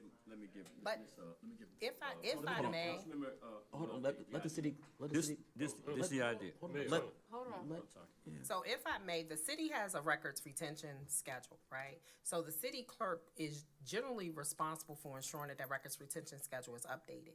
That will be one of the duties that I would assign to that individual to ensure that it's constantly, you know, moving, and that whenever something needs to be removed from the schedule or records destroyed, that person will oversee. And that is a lot of work that one individual can take on. They will also be the backup in the event, like when it deals with Public Information Act requests, because depending on, and I'm not naming any departments, but there are some certain departments that get a lot of records retention requests. So it varies, you know, each year. So they will be the backup. They would not be required to attend every meeting of the council. Like when we have our standard meetings, they would not be required to attend those meetings, right? But they could be the person that will be responsible to, like if I draft the minutes, they can go over and review them, or they can draft the minutes and then I can go over and review them. So it'll be a balance, and it will also create, you know, efficiency so that we can ensure that other things are being done from a legislative standpoint, because the city clerk department is really not a quasi-admin support to the elected officials, right? And that will be that person's duties as well. It's you know, to assist with that. And like Member McCarthy stated, to do research, to assist with the research. So the chief had recommending, and our codes, as we know, we had talked about it some time ago, about updating the codes. So that is something that that person can assist with doing. You know, attend committee meetings, whereas I wouldn't have to attend, you know, the committee meetings. However, because that position would not be a department director position, that means that that will be overtime. So that will be another cost center that would need to be considered in this budget for that position, if it's approved by the council. In the event that they do have to stay late, can they flex their schedule? Well, can't require them to do so technically, because with them being an exempt position, they are required to have overtime. So that is something that needs to be considered. So it will be a position description. I already have a position description, a draft position description that will be provided if the position is considered. Then to increase in the salary, you also want to attract a person that has the experience. If we have someone that's already serving, because municipalities, they have like assistants to the clerk, and they may desire to step up. But in some municipalities, the clerks, you know, they're not leaving, they're retiring from their positions, right? Yeah. So they may desire to step up. If you get a person who already have the experience, they may already have their CMCs. They may already, some of them may be working towards the MMC. So you want to attract, and it's not just about the health insurance, the salary plays a part in that too.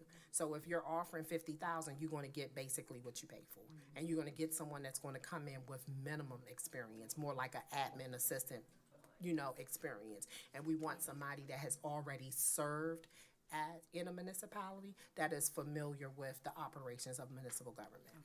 Okay? Thank you. Will you be able to give us a copy of their duties? Yes, ma'am. So if the position is Talk too much about it until it's improved. right, so if the position is considered, then a position description will be provided, because the council has to approve position descriptions. We draft them, so whatever is proposed here, if you all agree to it, the next step would be, you know, to present the position description, because we can't advertise it without. With that being said, there's no capital outlay. That person would need devices as well. What happened to there was capital outlays, and there were actually increases in all the capital outlays and across the budget, and now they're all gone. I'm confused. Right, so I guess there were some items that may have been missed when the budget was transitioned from the city manager to CFO, to make a lot of the changes. So some things may have been missed, not intentionally, but, you know, it's a matter of us being able to put it back if the council agreed, because right now it's up to the council. So I did have, it should have said capital outlay in my budget. The initial budget that you all had, I believe it had it in there at 19,000, but I just need to make certain that we have a capital outlay in this budget. So I would say not even 19,000. I would basically say about 5,000 is what I would need. So we gotta find $5,000. Right, and you want to put a line item to that if you're going to add that in, a cost center? Are you going to put it somewhere else? You going to put a cost center that? Yeah, it will be the same. So I think what we're doing consistently across the board, we're keeping capital outlay as the same. So it would be cost center 6,100. So if we could find, and I'm not certain if the council say yay or nay to the recommendation of the salary, So it's cost center 6,100? it'd be 6,100. Okay, and then, that's capital outlay? Yes, and that would be 5,000. Well, that's 5,000 right there, the salary increase. I mean, it ain't a full 5,000, it's a little less, but. I think we had discussed like some padding in other line items in other departments that we might be able to look at. I think the training line item overall for like the whole city was like super padded to make sure that there was money allotted for everybody. So I feel like we might be able to like squeeze a little bit out of that. And No, but I think that had actually, I'm sorry. We decreased that significantly. Was it decreased? We decreased it significantly to like 100,000, What was the initial? What was the initial number? some $1,000. What happened? Can you speak into the mic? I didn't hear. Yeah, I I'm didn't sorry, hear that. I was saying that the initial budget that you received, it was almost like $400,000 in that line. We significantly Yeah. decreased that to about 100,000. And so where did that money go? We allocated, when Throughout. changes were made in the various, increases Gotcha. were made in EJG with adding additional employees. So we pulled money from that line and put it in their salary. And that's all 300,000 that was gone? Or we got a little more left? Well, in various other places too. Okay. I just want to make sure, and I think Mrs. Ball mentioned it well. We pay for what we get, right? And I think even our city manager has made mention of competency, right? And that being an issue that we don't want to continue to run into. And so when we're paying for what we get, if we pay for, a certain level of salary, that's what we're gonna get, right? And that's also the work ethic that we're going to get. So I think that we should consider that as well when it comes to pay.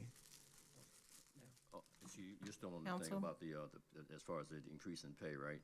I'm sorry, The what was that? increase in pay, and Okay. the other just for the deputy clerk, right? Yes. Okay, and And just also, any to position. go further with that, we utilize a lobbyist, okay?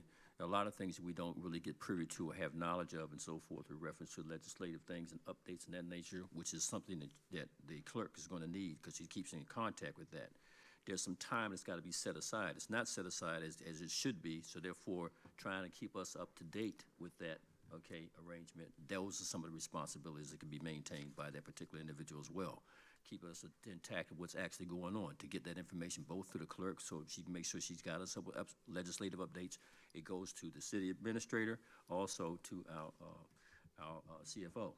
Because those things are necessary, what's actually taking place in Annapolis. We need to actually have somebody there. Yeah, I can go down there, maybe you all can go down there, but we're part-time, okay? Right. This person's got a position and so forth, they're there, gives them the opportunity, and they can come back with that information, so there's a wealth, and we stay in the forefront of that. That means when it comes down to knowing what to do legislatively, know about grants and everything else that actually come down, or any kind of infringements, or whatever the case may be from a legislative standpoint, so we don't get ourselves in any hot water. That's So key. would you guys be willing, may I speak, Council President? Yes. So would you guys be willing to take money from where the lobbyist comes in to Yeah, pay for this? We probably, To pay for this position? we probably could, we'd probably be in a better line item is position to do that. Not saying that we don't need a lobbyist, but we'd probably be in a better position, okay, to do that. We still need a lobbyist. What line item is that? That's not under this budget. Council President, may I address before you all move forward with that discussion with regards to salaries? Yes. So as an organization, we look at all of the salaries in totality. And so there are quasi-classifications that we have for high administrative staff. And so it's been based primarily on the staff assistant position, which we consider to be a high administrative staff. So my recommendation would be, if you all are to move forward with this position, is the 58,763 that we have for the, 58,723. That would be commensurate to the recommended executive assistant for city administration, and also the staff assistant position for the deputy clerk. Yeah, but we're saying we want more than that. We Yeah. don't want just a glorified assistant. We want a deputy clerk, somebody who's going to do legislative duties. Right. We Okay. don't want somebody just gonna shovel papers. Okay, so want we may somebody wanna that's actually change- gonna, Right. we did change it to deputy clerk. It's Okay, changed in then, so here. then we'll have to do a classification study to see what the average pay Okay, is. but- Because that position going into it, we'll have to make a determination. We can just throw it out there as a particular position, but we also have to take in consideration the other positions that we have in the organization as well. So if you want to elevate that, it will probably be a little bit higher, but we'd have to look to see what the average pay is for a deputy clerk, so that we can move in that direction. So, yeah. Again, If you're looking at a deputy clerk position. Okay, thank you. yeah, I think that it is definitely something that we want to look at as far as that pay is concerned. And I know that we tend to use the words like commensurate or average, right? And if we continue to get average people, we're not gonna go nowhere, right? And the council isn't, like Mayor Porter said, we're part-time, right? Like we're up here, we do our job, then we go home, but we're not 9 to 5 here. And I want to facilitate, and I would like for the council to, you know, come together to facilitate growing our people and making sure that the people we bring in are highly qualified and are able to do the jobs that we are asking them to do, because we have already found that we have burnt out employees, right? Like our turnover rate is high. Let's be honest here. And they're not, a lot of them are not satisfied with their salary. A lot of them are not. I mean, Mr. Barber just mentioned that we have employees who can't even pay rent with their current salary. That's not something that we. Apples and oranges. It's apples and oranges. I totally agree about Mr. Barber's department. I'm in 100%. I wish you'd ask for more money. I think they deserve even more. But now we're talking about the executive staff now. This is an executive position. No, the deputy clerk is not a executive. The deputy clerk is. That's what he just said. That these positions will be more in an exec. It's not like his. They're not laborers in the way of manual labor, but they're doing a job that we're asking them to do on a 9 to 5 basis. What I'm saying is just let's be considerate of the people that we're bringing in and the work that we might be asking them to do. In this year of our Lord 2024, right? Like, let's be considerate of what they are getting paid. And I mean, like, let's really be real here. We're probably not gonna get somebody, if we want people to stay in the city, they have to be able to, that's what I'm saying, like, but to retain means that you have to really make it worth their while. In the deputy clerk, that's a new position, though, isn't it? Yeah. Is it a new position? Yes. I think we could give a number here today that is a little more increased than what's in here, but also not a astronomical number, so that they have room to grow. Right. Like, I don't think we need to start them out $70,000-$80,000. No, I don't think we need to do that. No, that's crazy. But I do think that 50 is a tad low for the work that we're trying to get them to do. It needs to be increased. 60 to 65,000. No less than With 60, the though. experience that Ms. Ball has, I totally agree. But we won't give the, but we don't even, somebody from the street. but we're not even putting starting from room. scratch, then 50 would be good. But all of the budgets are like that, right? You give them a cap. Just because it's a cap for the salary doesn't mean that the employee is being paid that much. So it's a cap, but we're capping ourselves at 50. So it's in here at 50. Tomorrow they can say we're gonna bring somebody in for 40,000. Cool. You gonna get 40,000 worth of work, but Exactly. but the cap is 50. We're trying to raise the cap. I'm not saying that person, somebody comes in with 1 year experience, no, don't pay them what you're at the cap. Yeah. Right. But if somebody is coming in with that experience, and I almost feel like we're going to get that type of person for this position, we need to be prepared to pay them. Yeah. We will. You got your hand up. There's retired people out there that will come in and work their staff for a period of time to do what we're doing. That will take that because that's just a supplement to their salary, and they have the experience. So let's just keep. We're gonna make them his secretary. Councilman Hicks got her hand up. Microphone isn't working. It's Let me- blinking red. Push your Push your mic mic down. down. Put your microphone down there, and try it again. Yeah, there you go. No, Go ahead. take. What's the name is kind of falling. It's okay. Councilwoman Scott and I sitting here, we just Googled 2 separate things of the way we typed it. And average annual pay for a deputy clerk in Maryland, mine's came up $41,751 a year. And Councilwoman Scott's came up 27 to 51 yearly. And we typed in 2 separate things.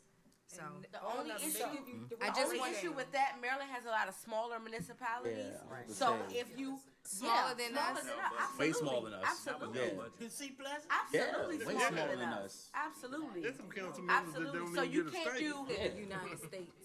Yours say United States. so you gotta look at a District 38 Heights, to you gotta look at a 49. Bowie, the stuff that we're This trying to one do, said right? Bigger than us. You can't look They're at, bigger than us. They're not, they they're not- are, but those are District the Heights things not we're that much trying to bigger than do. us. Our So budget you is bigger can't than look theirs. at a, We got the bigger budget. So can I, I'm just was trying to get us, so we can To a stop number. going, You're just right. give us a number. okay, so if I may, the International Institute of Municipal Clerk, of course, they have salary scales, and they do it by region and by state.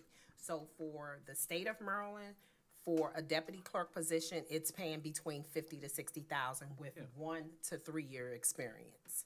So that is, That's why you I know, said 60 to 65. That's why I said 60 to 65. Why don't we go with 60 to $65,000? That's where it is right now. 60 to 65. said 55? 50 to 60. 60. 60. If we're not, We're gonna get But, that right, kinda but you experience. gotta budget for it. I hear what you're saying. You gotta budget for it. You gotta budget for it. So what are you gonna put? Exactly. I think we should cap it at 60, at least. They saying 60, what do y'all say? I said 57. 57? I agree. As a cap? Okay, I'm not mad at that.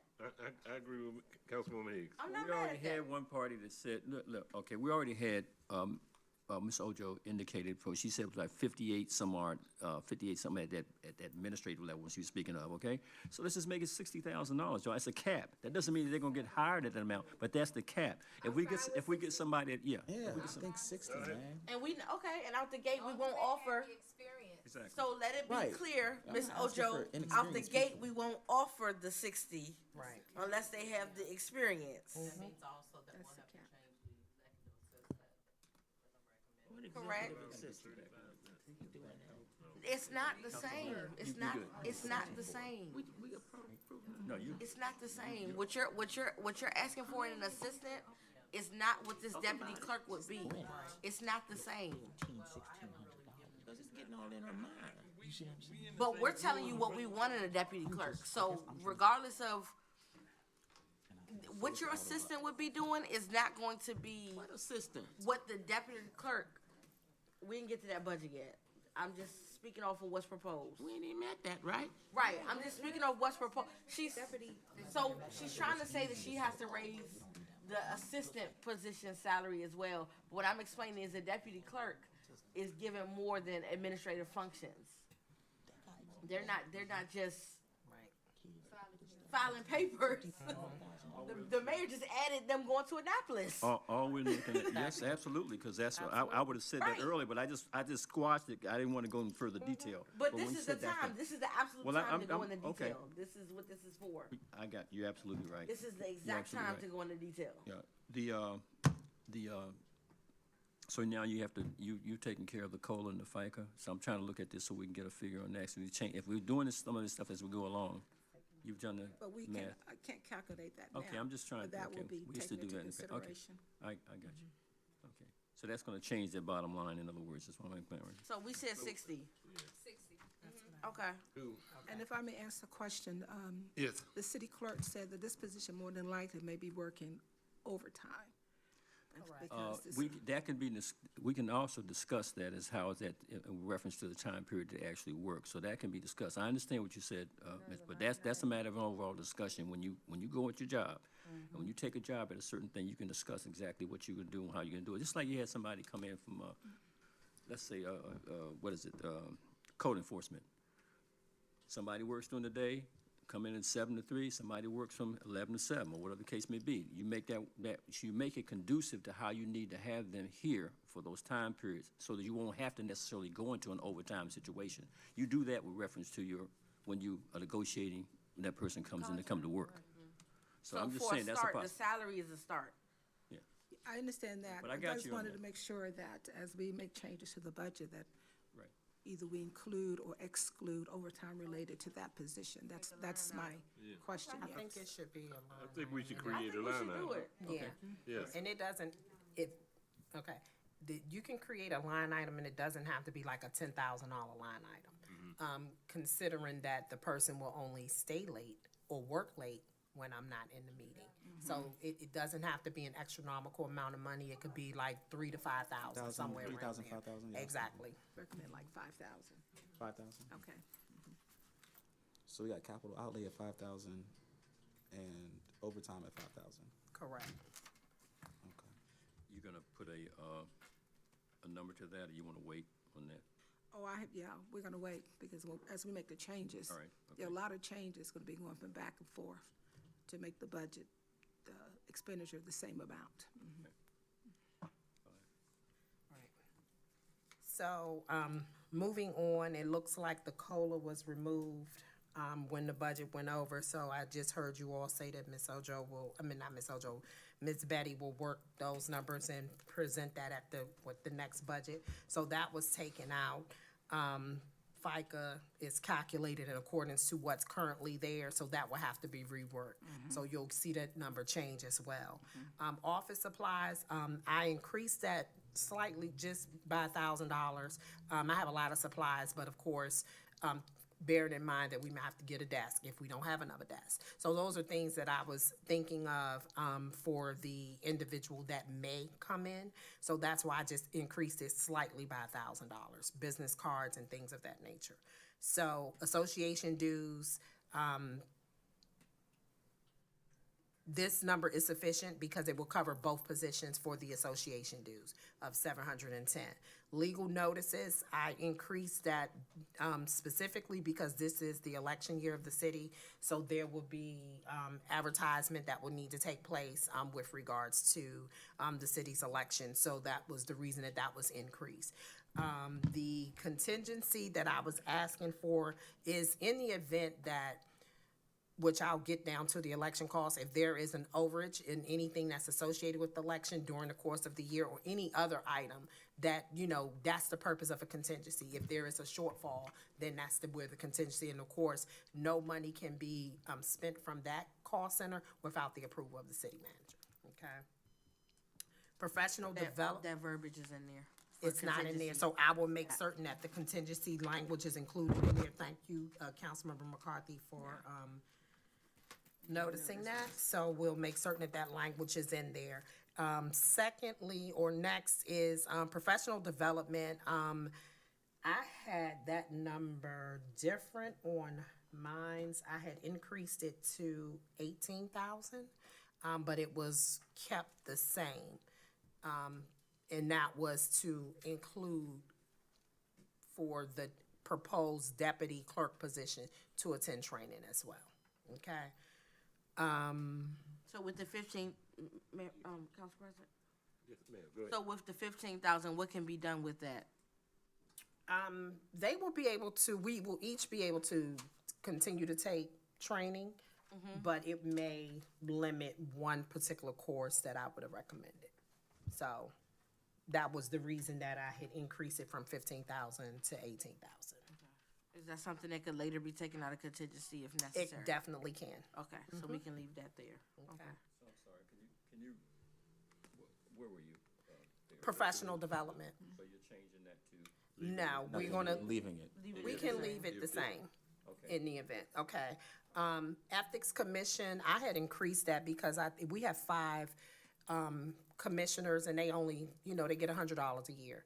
So, even though they're not required to have but one meeting per year, but I think, to make them know that the city appreciate their volunteering to serve, I feel that it should have been increased, so I just doubled it from 500 to 1,000. So that will make each person get about $200 a year. That serves on the Ethics Commission. Subscription services increase from 45,000 to 48,000. We have in that line item that covers board docs, just for your DocuSign, and I think I may be missing one. E-Code 360. Of course, when we do the city update of the code, I'm no longer using Civic Clerk now that we have the audiovisual equipment here, so I no longer need the Civic Clerk. But those are the items that covers subscription services. And meetings and refreshment, I kept that the same because that's really for the council meetings. So I keep things, try to keep things there for you all to have snacks in there. And it also covers like what we had today. So I think that's sufficient. And the election expense, it increased due to, this is election year. So the city does, before COVID, the city had approved early voting, but in 2020, we could not implement early voting, or we did not implement early voting due to COVID.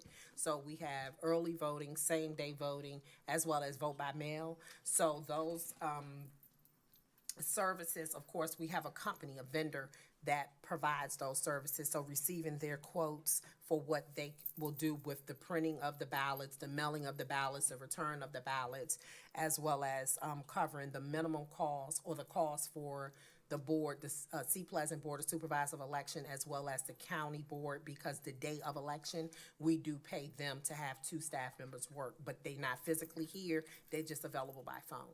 And we also have to pay the county for mailing the voter announcement cards. So that is everything that is covered on the election expenses. And I, believe that number should cover us sufficiently. Well, of course, after the pictures, it includes all of that. Are there any questions? Ms. Higgs? For the ethics board, 5390, you said that right now they're getting $100 a year. Mm-hmm. And you want to increase it to, $200, so that's doubling it. Mm-hmm. so they only have how many? It's 5. It's 5 people, and they meet once a month? No, they only are required to meet if there is, in accordance to Chapter 18, the Ethics Commission will meet when they are addressing ethical complaints. How many do we have currently? So we still have one pending that we cannot really get into because of the legal ramification Right. behind that Okay. one. So they're waiting for the end results of that. They also look at, so when you all complete the financial disclosure statements, it's the Ethics Commission that can give you all a fine for not turning in that financial disclosure statement on time. So they will come in and they will review to make certain, and then they will say, okay, send this notice to this individual. So right now, that's the only complaint that we have, so. That one for the year? Okay. Okay. And it's not from this year, it was from the prior year, but it's still pending, it's still an open complaint. So they haven't had anything currently? Nothing currently, nothing has been filed currently. So why are we gonna increase it? I don't know why why would, Well, it's, Incentive. just for the incentive? right, that's pretty much it. So if we didn't, because that commission sat vacant for a good 12 years. And I didn't want to, because at the end of this term, they could decide that they don't want to come back. Because, the mayor, it goes through the mayor. So at the beginning of the next term, that's when we will have to, advertise and see. We usually start to see if those people want to continue to serve. And if we get a new mayor, the mayor may say, no, I want a completely different ethics commission. So with that being said, just try to, as council president stated, it's the incentive. You want to, I guess, let's use the word attract. You want to make people, you want to pay them for the service that they're providing. They're sacrificing just like you all. It's not a lot because they're not really required to do a lot, but, yeah. I know, I just wanted a clarification, that's all. Thank you. You're welcome. Any other questions? I think you did good. Yep. Thank you. Thank you, Mrs. Ball. Thank you, Mrs. Ball. Thank you, Ms. Ball. Thank you. I know you went through them 3 quickly. Quickly. We got finance next? Did we do finance yet? Not yet. So we have finance and administration, and Ms. Ojo wants finance to go next. If Yeah, that, we'll if the Let's do council. finance. Yeah. All right, Ms. Logan. Go ahead. Where the money resides. Where the money resides. Where the money resides. Again, good afternoon, Good afternoon. Council Afternoon. President, council members, and Mayor. I like to, before I actually get into finance the budget, I really want to bring something to the council's attention, that when you look at the overall budget itself, it's been referencing that the COLA is in the budget. However, COLA is not in every department budget employee, because the file that we received did not have that. And so that's one thing that we're gonna have to go back and make sure that every employee in the department, the COLA is added. That was the problem that I noted in the FY '24 budget, that COLAs were not in every department. However, every employee got a COLA in FY '24. So your budget never actually agreed with the actual expenditures. So in FY '25, we want to make sure, we want to correct that. So when you're looking at the budget, it includes COLA as well as any potential raises that are being approved as well. With the Department of Finance, the Department of Finance budget did increase from FY '24, and I first want to, thank the City Council for increasing the Department of Finance budget in FY '24. The Department of Finance had been a department that had been neglected for years.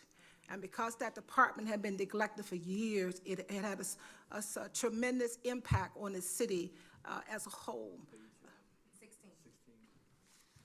And so when you look at our budget, the chief financial officer salary, the 2% increase there, the accounting manager, 1.2% increase in that salary. Senior accountants, our senior accountants positions are still open. We are consistently trying to recruit individuals, as the council members were talking about, qualified candidates. That is something that we're looking at because that's important. I receive a number of resumes where people may qualify, but I look beyond that. I look for professional development. What training, professional training have you received? Yes, because if you have not received training in the last year or two, then you're not keeping abreast of the changes in the accounting profession. And that has a significant impact on the operation of finance, because that will delay not only the audits that I'm going to talk about briefly, but it would delay the routine transactions that has to occur in the Department of Finance. The finance assistant, a slight increase there. That position has been filled. Cost of living increased, at 2.5% is there. The overtime for the non-exempt employees, that's the accounting manager, that's the senior accountants, and senior accountants is not included in this because we haven't hired them, but also for the finance assistant. The CFO is an exempt position, so I would be entitled to compensatory time if I'm working beyond the 40 hours or plus. The FICA, which is at the regular 7.65%. Dues and memberships. That's 50% increase represent membership in professional organizations. All members in the Department of Finance will be a member of the Government Finance Officer Association. They will be a member of that association. That association provides a lot of training for those in finance, as well as not only on improving how we operate, but also dealing specifically with issues when we're dealing with, capital leases, and when we're dealing with various types of, if the city were to move to getting a bond, bond disclosure. So their participation in that, as well as membership, is going to be very helpful. It's going to help to increase and have a more knowledge base as how a municipality actually operates and account for those transactions. Our postage, memberships and dues and memberships, I just talked about that. Office supplies, that increased significantly because finance uses a lot of paper as well as other supplies that are needed to operate.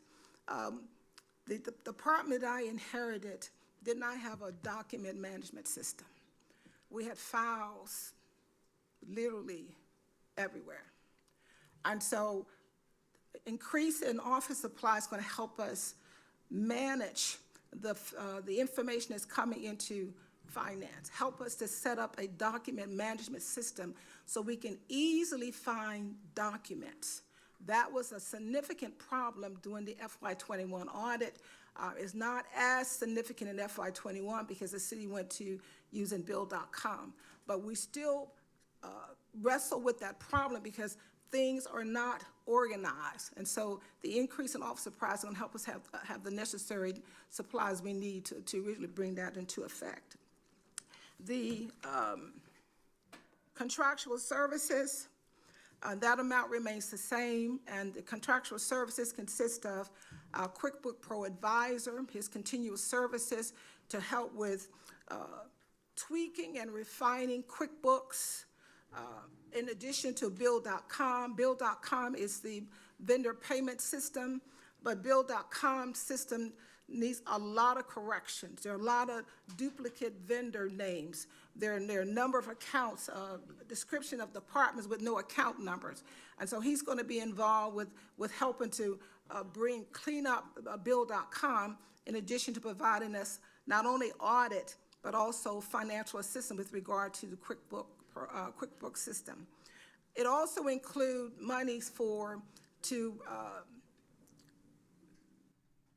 revise the accounting department policy and procedures, to bring in a consultant to do that. That has to be done. Because in order for us, the finance, to work, what I like to call work smart and not hard. You know, Department of Finance have been working hard, and we need to be able to work smart, to work more efficient and more effective. And I think some of the initiatives that we have taken with regard to changing from ADP payroll system to Paycheck, that was a decision to make us work smart. And we're glad to say Paycheck processed our first payroll on Friday, and everything went smoothly. So that process went well. And so we want to work smart. We don't want to work hard, because the finance department mission is to make sure that we provide efficient and effective services to the city council, to the mayor, as well as the citizen, that we account for how the city is spending its money, and then provide you financial statements, accurate, timely financial statements. That's where we're trying to go. So with the contractual services, that would help in that regard. The copier contract, the city pays, finance pays for the copier on the first floor as well as the second floor. The utilities, that includes electricity and water. The subscription services, that includes services, in this case, 5610, that subscription service is still for NetSuite. We haven't canceled NetSuite because with the performance audit occurring now, and they're looking back at fiscal year 2019 as going through fiscal year 2020, there's a lot of information that may be in NetSuite in the prior years that we may have to retrieve. So that includes the subscription there. The capital outlay, that's for furniture and IT equipment for the new staff that's coming in. Bank of America credit card. We need that. Well, this Bank of America credit card is to pay off the debt that we know the city owes them. We have not received any statements in the last few months, which seem to be an indication that they may have written off the amount that the city owes them, but we'll be following up on that, because that can have a significant impact on the city obtaining a credit card from any other financial institution. And that is one of the goals that I'm going to talk about very quickly. The goals and objectives for the finance department for FY25. One, as I said, we want to operate in a smart. We want to operate not hard. We want to make what we do and provide monthly and quarterly and annual financial statements to the various departments as well as to the city council, so you can account for the expenditures and as well as the revenues that are coming in. We want to make sure we will complete FY22 and FY23 and FY24 annual audit, in this fiscal year, so that the city can be in compliance with Maryland's annual audit and financial reporting requirements. I stated earlier that we want to refine QuickBooks. QuickBooks should be able to capture any electronic automatic transactions that go into the bank account. It should automatically be posted to QuickBooks. And so our QuickBooks Pro Advisor is going to make sure that any revenue that hits the bank account is automatically recorded in the accounting system. That eliminates finance having to go back and do what we call a journal entry to manually add in those revenues. We want to also make sure with refining QuickBooks that our payroll is going to be integrated with QuickBooks. And so as the payroll was processed on Friday, we've set it up that the payroll salaries and payroll taxes and any other deduction will be automatically posted to QuickBooks. So we won't have to go back and then try to manually make that journal entry. That will increase the efficiency in the Department of Finance significantly.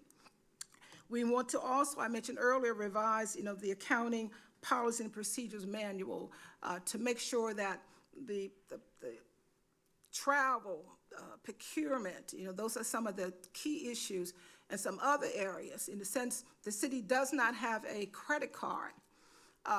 We are giving advances to individuals outside of travel.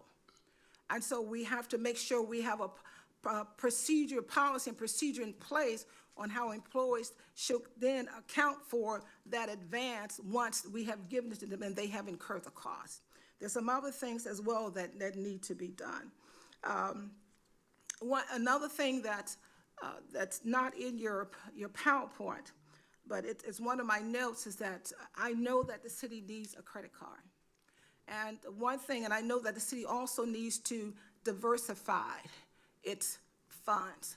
They're on an average $6 to $7 million a month sitting in one bank account, and which only that particular bank account can only cover it for only $250,000, where you have over $7 million.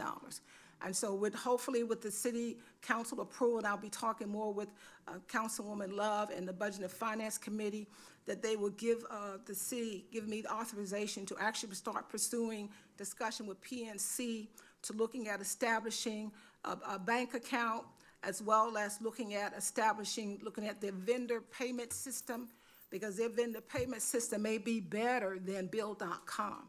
And so that's a goal for FY '25. And so I'll stop there and just open it up for any questions.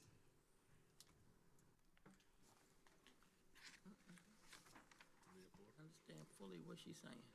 I don't have any questions per se, just that outside of PNC Bank, and I know we had banking discussions before, because the city council is well aware that I believe we only have a teller machine for Bank of America, probably for another perhaps 8 months, if that. We have another ATM in the city, but we don't have a banking institution fully in the city, and the city needs to have a banking institution. So we may have to go after an additional bank outside of PNC. I brought to your attention Capital One, and there might be others that we need to consider, okay, at this time. There's even a possibility we may need to go back to Bank of America, because it's a national bank, okay, but I know what our reasoning behind not doing that at this time. But we need to strongly emphasize the fact that we need to give you as you said, through the committee or the council, permission to really seek placing our money in banking institutions that will allow us the diversification that you're talking about. This needs to happen, okay? That's the only way we're going to be able to attract additional investments in this city as we grow, okay? And that's really key for us and our prosperity. We do have other people that really want to be a part of us. So our financial plans have to be in place, so that as others ask to be a part of us, we're ready for it, okay? No, I'm trying to make sure that we have a full emphasis on this, because we're making sure that staff is ready, because we're going to be going out to some other civic associations that have expressed an interest in being in the city. So we need to make sure everything is intact, and that we know that if you do this up front, she can actually say that we're we have this is gonna be a part of what's coming to the city, and you're being a part of the city, this is what you'll have, okay? And one thing, Mr. Mayor, we talked about that the city may consider looking at regional banks. For an example, Sandy Spring, for example, maybe not a PNC or Bank of America, they're national banks. They look at the demographics and see whether or not being present there is really going to benefit them. And so as we look at pursuing a financial institution in the city, we need to look at all sources, look at a smaller bank that And even the other aspect of a credit union, okay? Well, that too, but keep in mind, you know, credit unions are on more the national level. And so they look beyond whether or not the citizens themselves, but they look at the demographics, they look to see whether or not the size of the city. So a lot of things that go into place.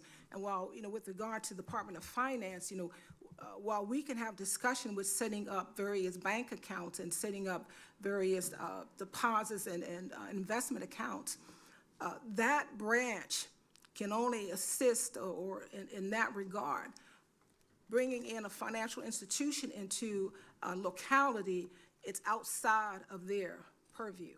And so that means that we have to be looking more at the national level, or whatever financial institution that you were considering, looking at the national level and dealing with them to see whether or not they would consider bringing in a financial institution in the city of Sea Pleasant. Thank you.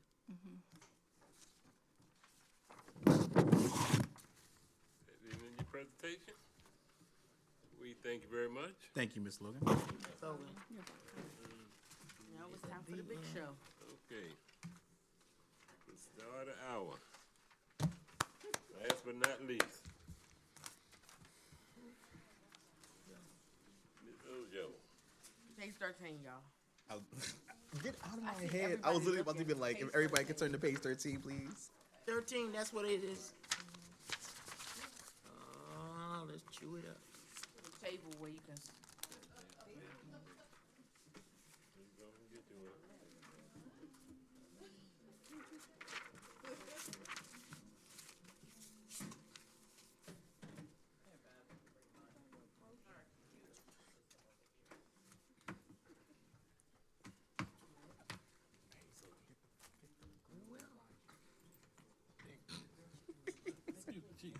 Did you eat all my fruit? Thank you. Can't have it. Hello, council, mayor, and president.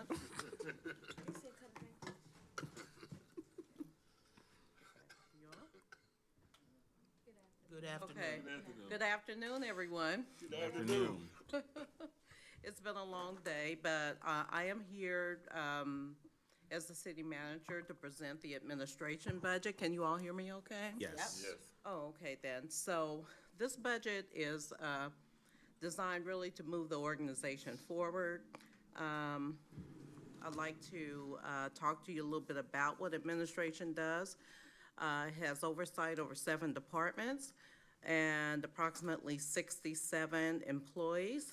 We oversee the city clerk's office, economic development, environmental justice, the finance department, human resources, public engagement, and public safety.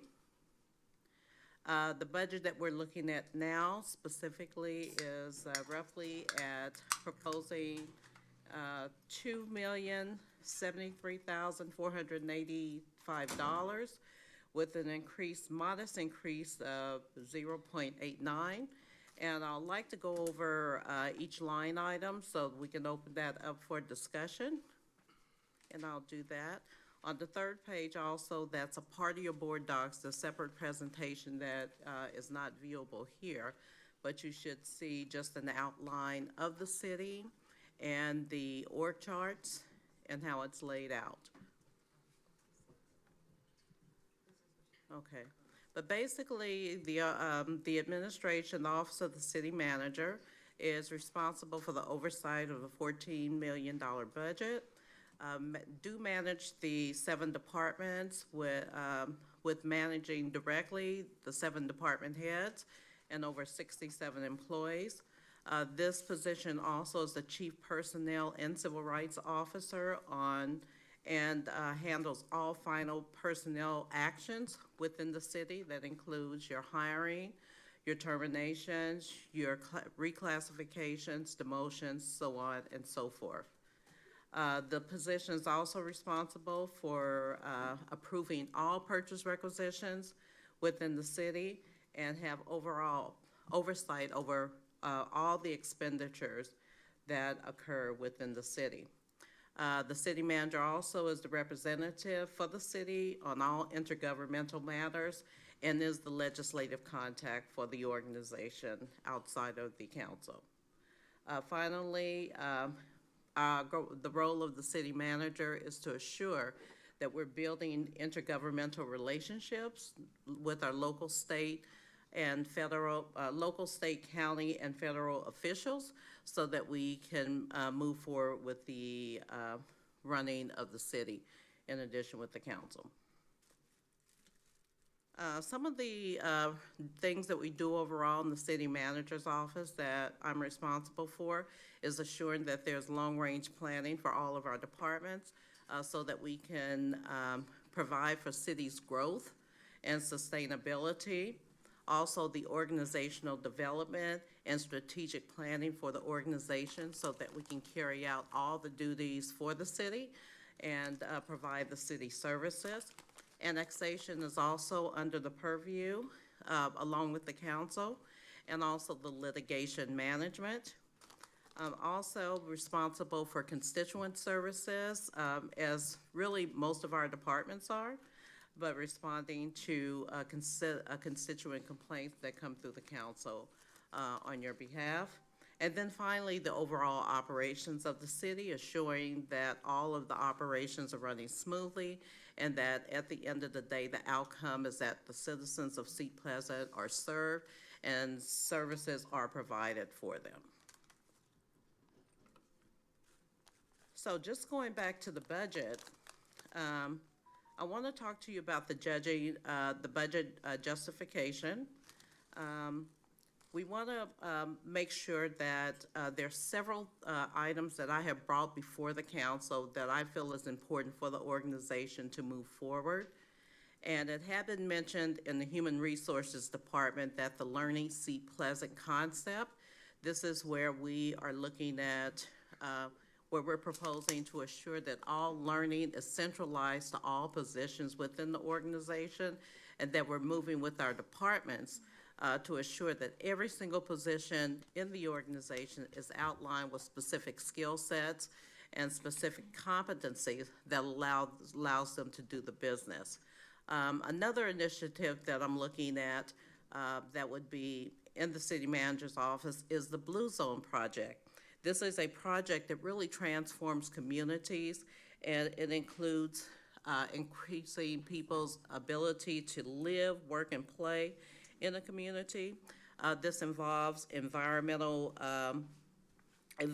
changes and optimizing our policies consistently to assure that primarily our youth and people in this community are able to live longer because there are services and commitments through the city, through our constituents that allow them to live longer. And a good example is what we're trying to do with the firehouse once we are able to acquire that, and that is to provide healthy food choices in our area.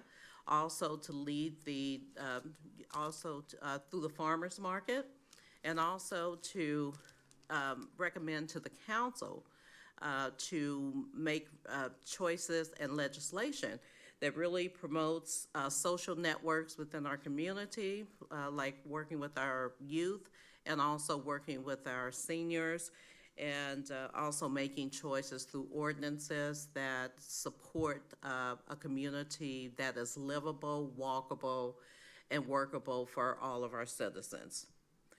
Also, the 5-year capital plan, there's been some talk about that, and our goal is to look at long-range planning in terms of our infrastructure. For example, we are looking to build, the police department is overran. We'd love to build a new police department. How do we get there? That is long-range planning. Of course, the first aspect of that, should it be approved, would be to come to council, make a recommendation for that. It goes onto a 3 to 5 year plan. We begin looking at engineering and construction, and then begin implementing ways in which we can gather funding to do that. But those long-range plans also include street repairs. It also includes resurfacing of roadways, enhancing them, curb appeal, and also looking to assure that any long-range plan, such as the IT, information technology infrastructure, is considered in the project and in this as well, as opposed to just getting individual items. We'd be looking at things such as security for the entire system. That would include maybe cameras, things that are promoting safety, but also working internally to make sure that we have all the devices that we have. And then finally, the budget justification goes with a part of Learning Seat Pleasant, which is only a manageable piece that we're able to do, and that is the mandatory training all employees onboarded to our organization should have within a few months. All the EEO training that they need, our harassment policy training, and dignity and respect training as well. And then finally, city transparency.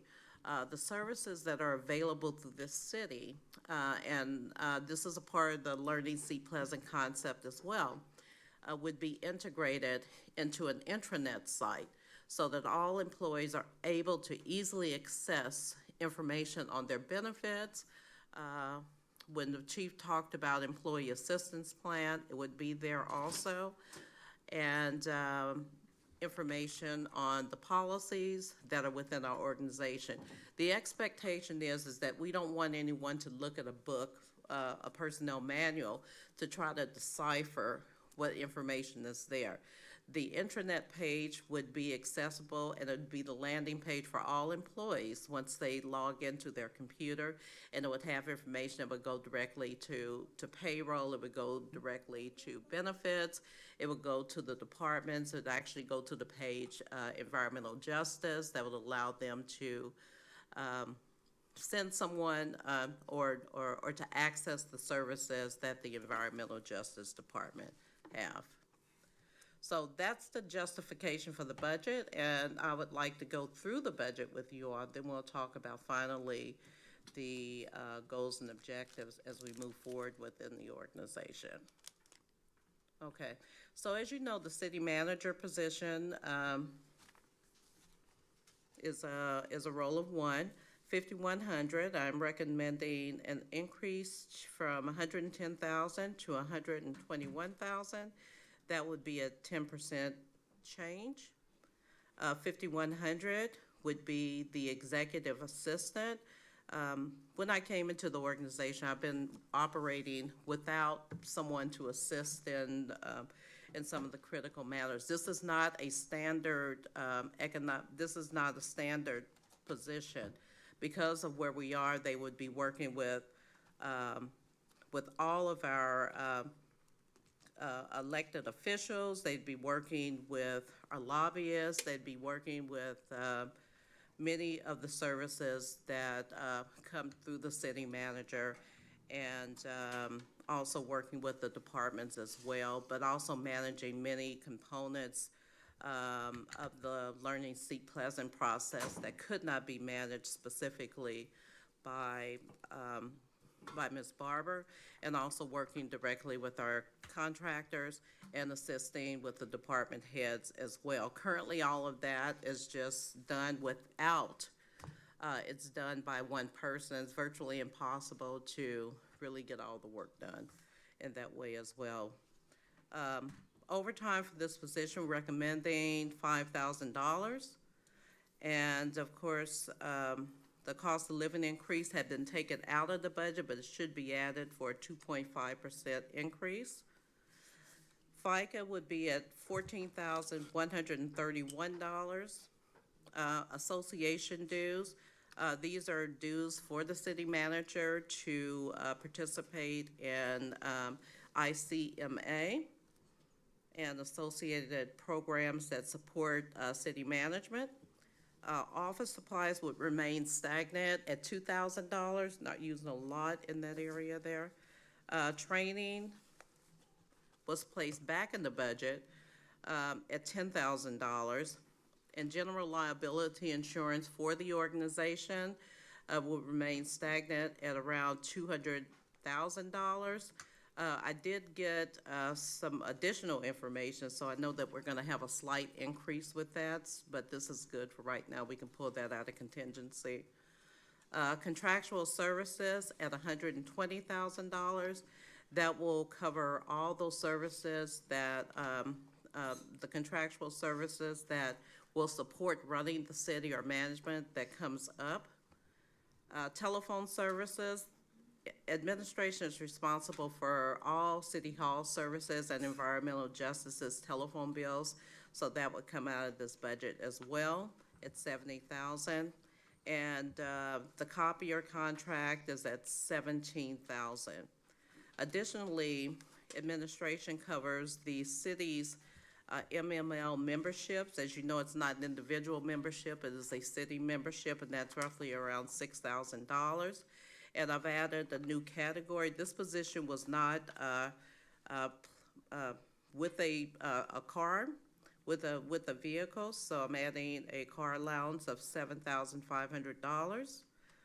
Special occasion, I'm asking that we move this from $1,000 per year to $2,500, because I know that we've had, you know, during the year, we've had special occasion to send flowers or to send special gifts when some of our elected officials or some of our colleagues in other cities have passed, or for any special congratulations, and our budget fell short on that.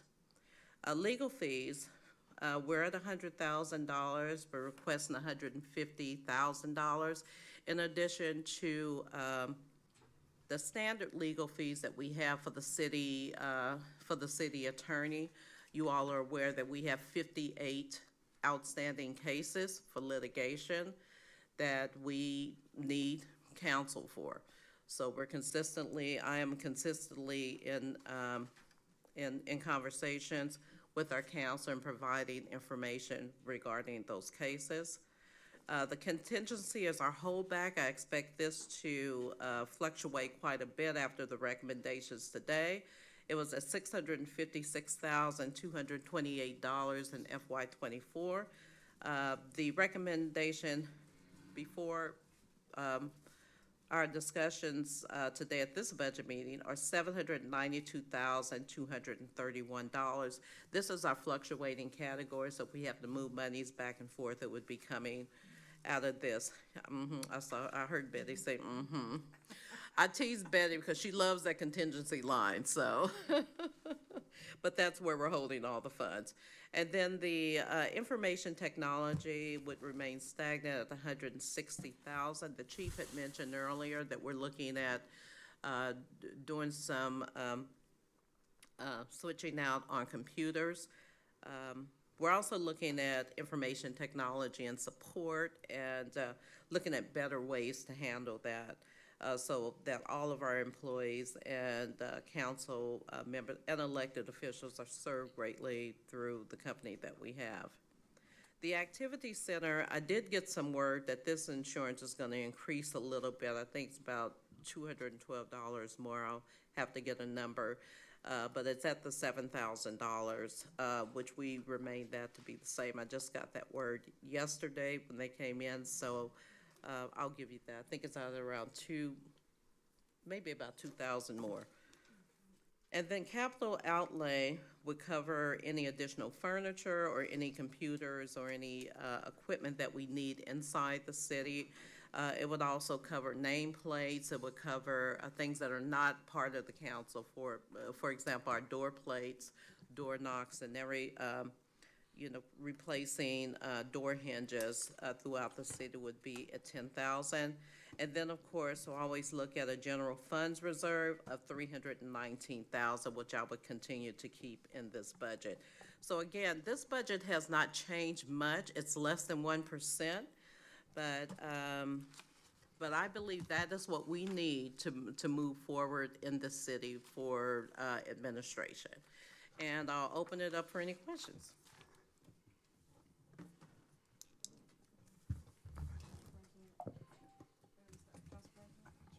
Go ahead. No, I've spoken enough. Go ahead. Rock, paper, scissors. Somebody go. Go ahead.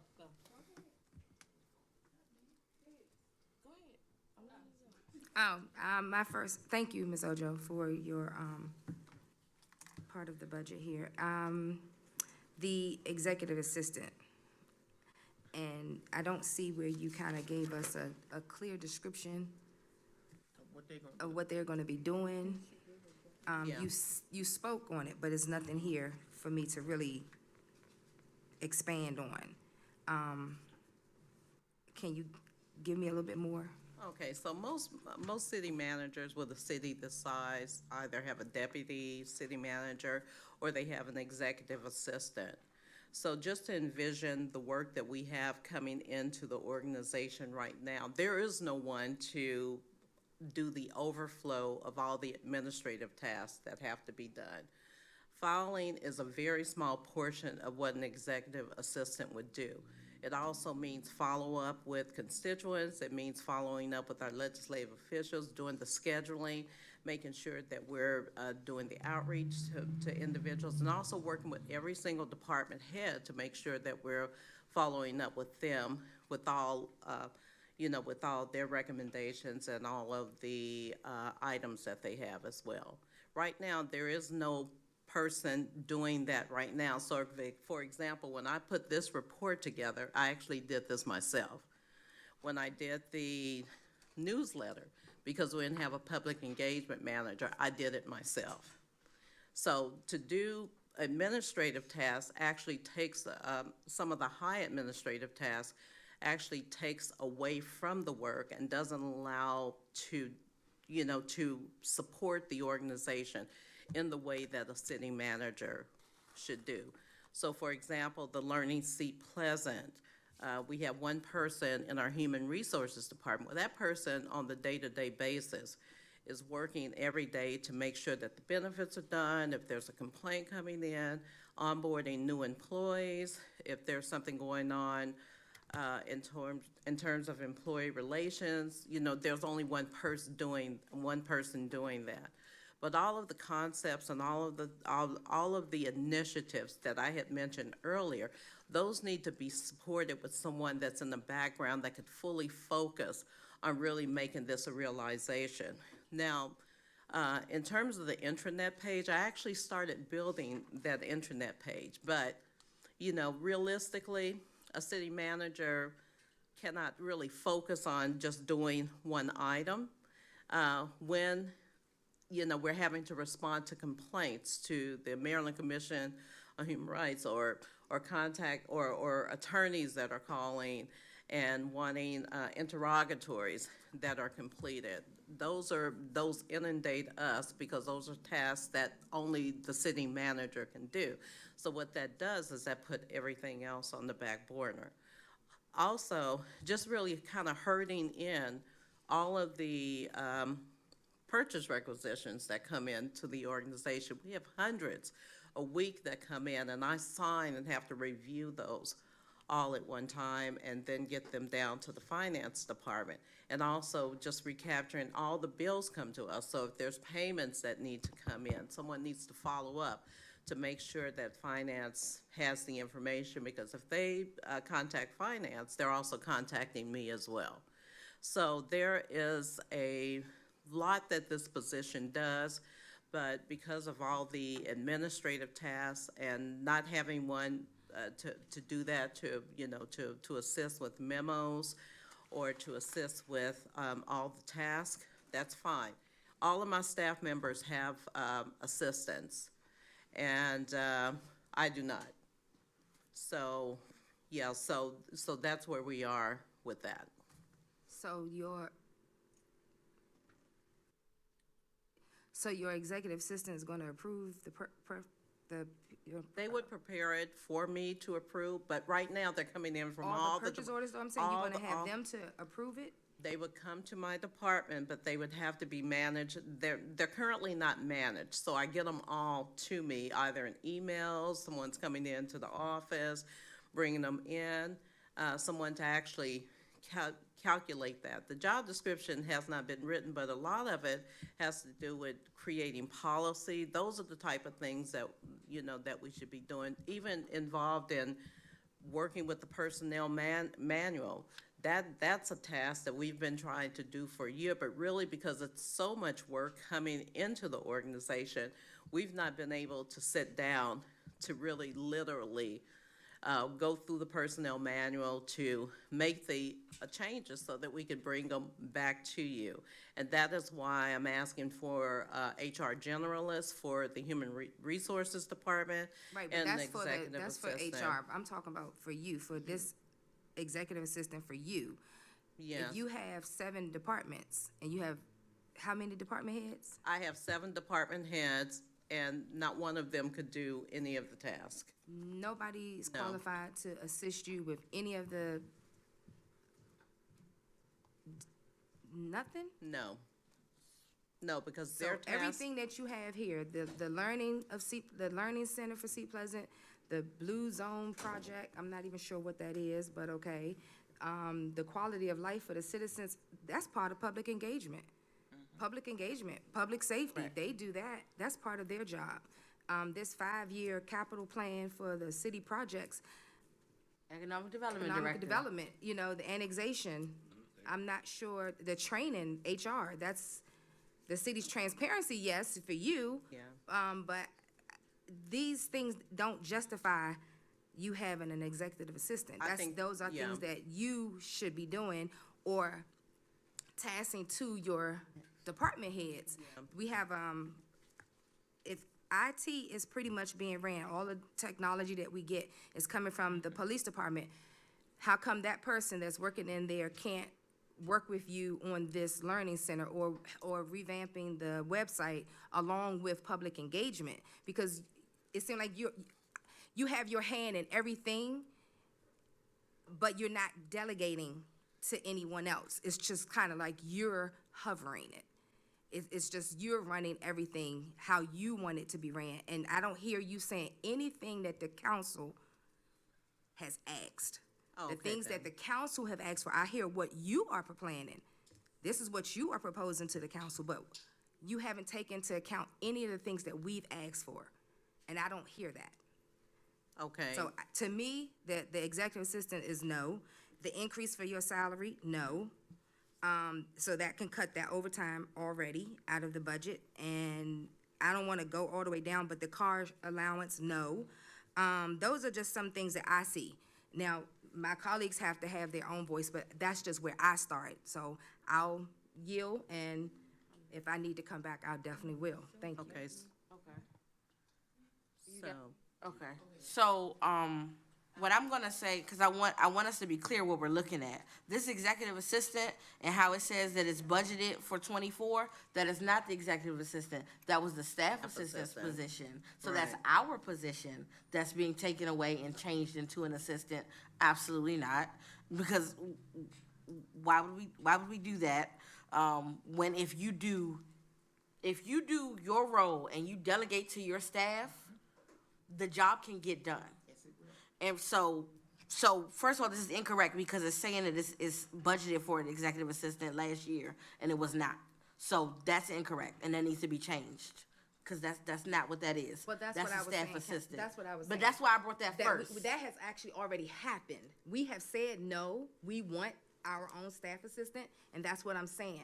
That has not been addressed, that we want our own staff assistant. Really, that answers to us. So that is kind of like whatever we're saying is being eliminated. It's not, it's falling on deaf ears. So I'm with you But But I'm again, saying, but to your point though, because you were saying strike overtime, strike this, you can't do that because that's the staff assistant position. we don't have a staff assistant. That staff assistant has already been put into economic development. But we already said earlier that I'm just we're saying, not, that, I'm just that, going that off wasn't of the what's on case. black. I'm just going off of what's on black and white right now. What's proposed to us? Right now. Right, What's but been it's also, but proposed. it's proposed incorrectly because it's saying that it was Absolutely. budgeted for already and it was never budgeted that way. Absolutely, So I that's agree. incorrect. I agree. But if we moved forward and that became the staff assistant like it's supposed to be, we can't get rid of the overtime and the other things because that would go for the staff assistant position. I got you, but Okay. we don't have one right now. We have Ms. Rhoda filling in partial economics development, and this is on the proposed budget. Right. We just talked about striking that, and Right, so in my mind, that's already striked because we've already went through that budget. okay, We've already went through that budget, so that's already striked. We talked about that earlier. we'll see the new proposed budget on the 22nd. So that's already striked. We said that earlier. So that's not even a question. Okay, But then. So- because it's a staff, I'm yeah. not done talking. Because it is a staff assistant position, we gotta keep the overtime. To move forward with some of the other things, most of this looks okay. The contingency is pretty high. But I will leave that alone because it's an election year and there may be some new things to come about. So I won't make a big fuss about that. The car allowance, there is a vehicle for the city manager. It's just not to go home. Exactly. So no, a car allowance Okay. wouldn't make sense because there's already a car available Okay, for work use. Yeah, so I make a recommendation, because I think you all are looking at this budget, but if you were to, I'm not done. yeah, I'm not done. So, our other staff members who have vehicles, they come to the city in their car, with the exception of the police department, but they also pay money out of their check to take the car home. So, they're separate. They're separate. okay, I'm not seeing where, okay. You've never heard, they don't pay They pay, anything to take, they don't pay anything? They pay when they use the vehicle for secondary employment. So, I'm sorry, Chief. Chief, we need We you. need you to Okay. come step up. So the vehicle policy for the police, they take the car, but they pay a fee. They pay something. Every paycheck. So with the exception of the police department, the other folks who have vehicles, they have vehicles in the city. When public engagement wants to get in the car, they have a city. They have a car, but they come to the city in their own vehicle. How you would get to work regularly, but anything we're requiring of you to do outside of you traveling to this building, we provide a car for you. That's right. If you Do gotta your go to job. Annapolis, you take the city car to Annapolis. City car and go. And go. But to come from home here, that's not even, Yeah, that's not fair. okay, If so. we're gonna do that, everybody should get one. Okay, I think you all need to look at the region, the National Capital Region that we refer to. No, we're telling you what we want here in Sea Pleasant. I hear what you're saying, Okay. and I know we do comparisons, but what, Yeah. and this is going back to what Councilmember Higgs is saying. Right. What we're saying, what we want for our city, we don't want that for our city. We have a plan in place, and the plan in place is, you come into the city with your vehicle, you drive the vehicle that we have here while you do city business, and then you go back home in your own vehicle. Unless you're gonna pay monthly out of your check like the police department is doing, then I wouldn't have a problem with you taking the car home. I can't speak for my colleagues, but I wouldn't have a problem with you taking the car home if you're gonna pay out of your salary like they do. Cause they make a lot less money than you do. Do you remember how we used to do Because it? now you're asking for an Yeah. increase in your salary, you're asking for an increase for allowance, you're asking for an assistant. It's not me, it's the position. It's the position, because you have to really look at the fact that this is the position. If you're looking to recruit for this position, this is every position. I think it's not the individual. So when I'm yeah. saying you, Yeah, you can replace you with city manager. It doesn't have to be you. right. I'm replace you with city manager. When I say you're asking for the city manager, I'll replace it. City manager is asking for an increase, asking for an assistant, and asking for a car allowance. That's a lot. And For I- work that we're not seeing being done. Council has asked for as far as a staff. And our prior city manager, or what did we call her? City administrator. City administrator. which is different. Did not have an assistant. Okay. She did not have an assistant. Can, And she did her job. So, So, I mean, and I don't wanna go too far into personnel, so I wanna be very clear on that. But I always say, and I said this earlier, show me your budget and I'll show you your priorities. Right now, we can't prioritize the staff so much over the residents. Where were these increases, it's steady increases throughout the budget, where were those in public engagement? There should have been steady increases in public engagement. I agree Like, 100%. I just, we have to look at what we're doing. So, one, I do apologize for saying you. I mean city manager. You can replace the not you with city personal. manager. It's not personal at all. If this was anybody else sitting here asking for the same thing, I would say the same exact thing. I would say the same exact thing. When I go on my job, if I need to use a vehicle, I drive to work, I check out the vehicle, drive to do what I need to do, take the vehicle back, and then drive my own vehicle home. But if it's something that you believe that is so dire that the city manager position needs to have a car with them at all times, then we need to look at the same setup that the police department has, where you're paying into being able to take. Leave the work vehicle here. That's what the work vehicle's for, the city. It's not to be roaming around doing your personal errands and all that. Cause I be seeing too much illegal things happening in these police vehicles. So that needs to be eliminated as well. Well, I can't Protect speak. the city. I can't speak to that. So that's something that's been in place well before me. I don't want to. We should unplace it and change it so, for the sake of the city. Back to the city administrator. okay. I'll yield because I don't see Okay. where we're. Councilmember Bill, bro. just for an idea, quick, something to chew on, we can even consider making one of the department heads the deputy city manager to eliminate any of that kind of issue, like make a department head a deputy city manager. What Just think about department it. would we do that from? That is something that we could talk about, but I'm saying consider the thought.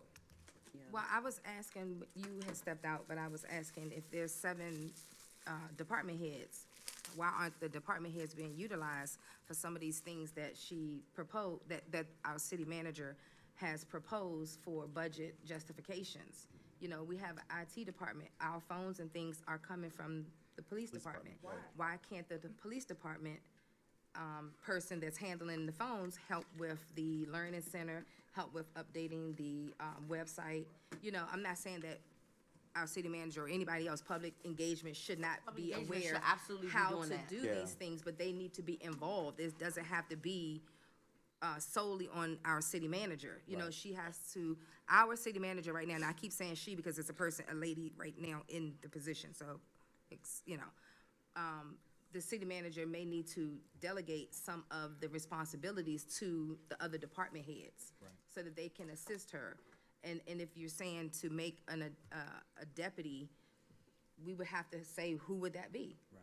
So I mean, I'm just throwing the idea out there, but it's definitely something we can chew on at a later date. we can definitely make that into a closed session. That's a close. That's Closed definitely session, can be a- yeah, but a just to deputy- think a about deputy that idea. assistant, Yeah. Okay.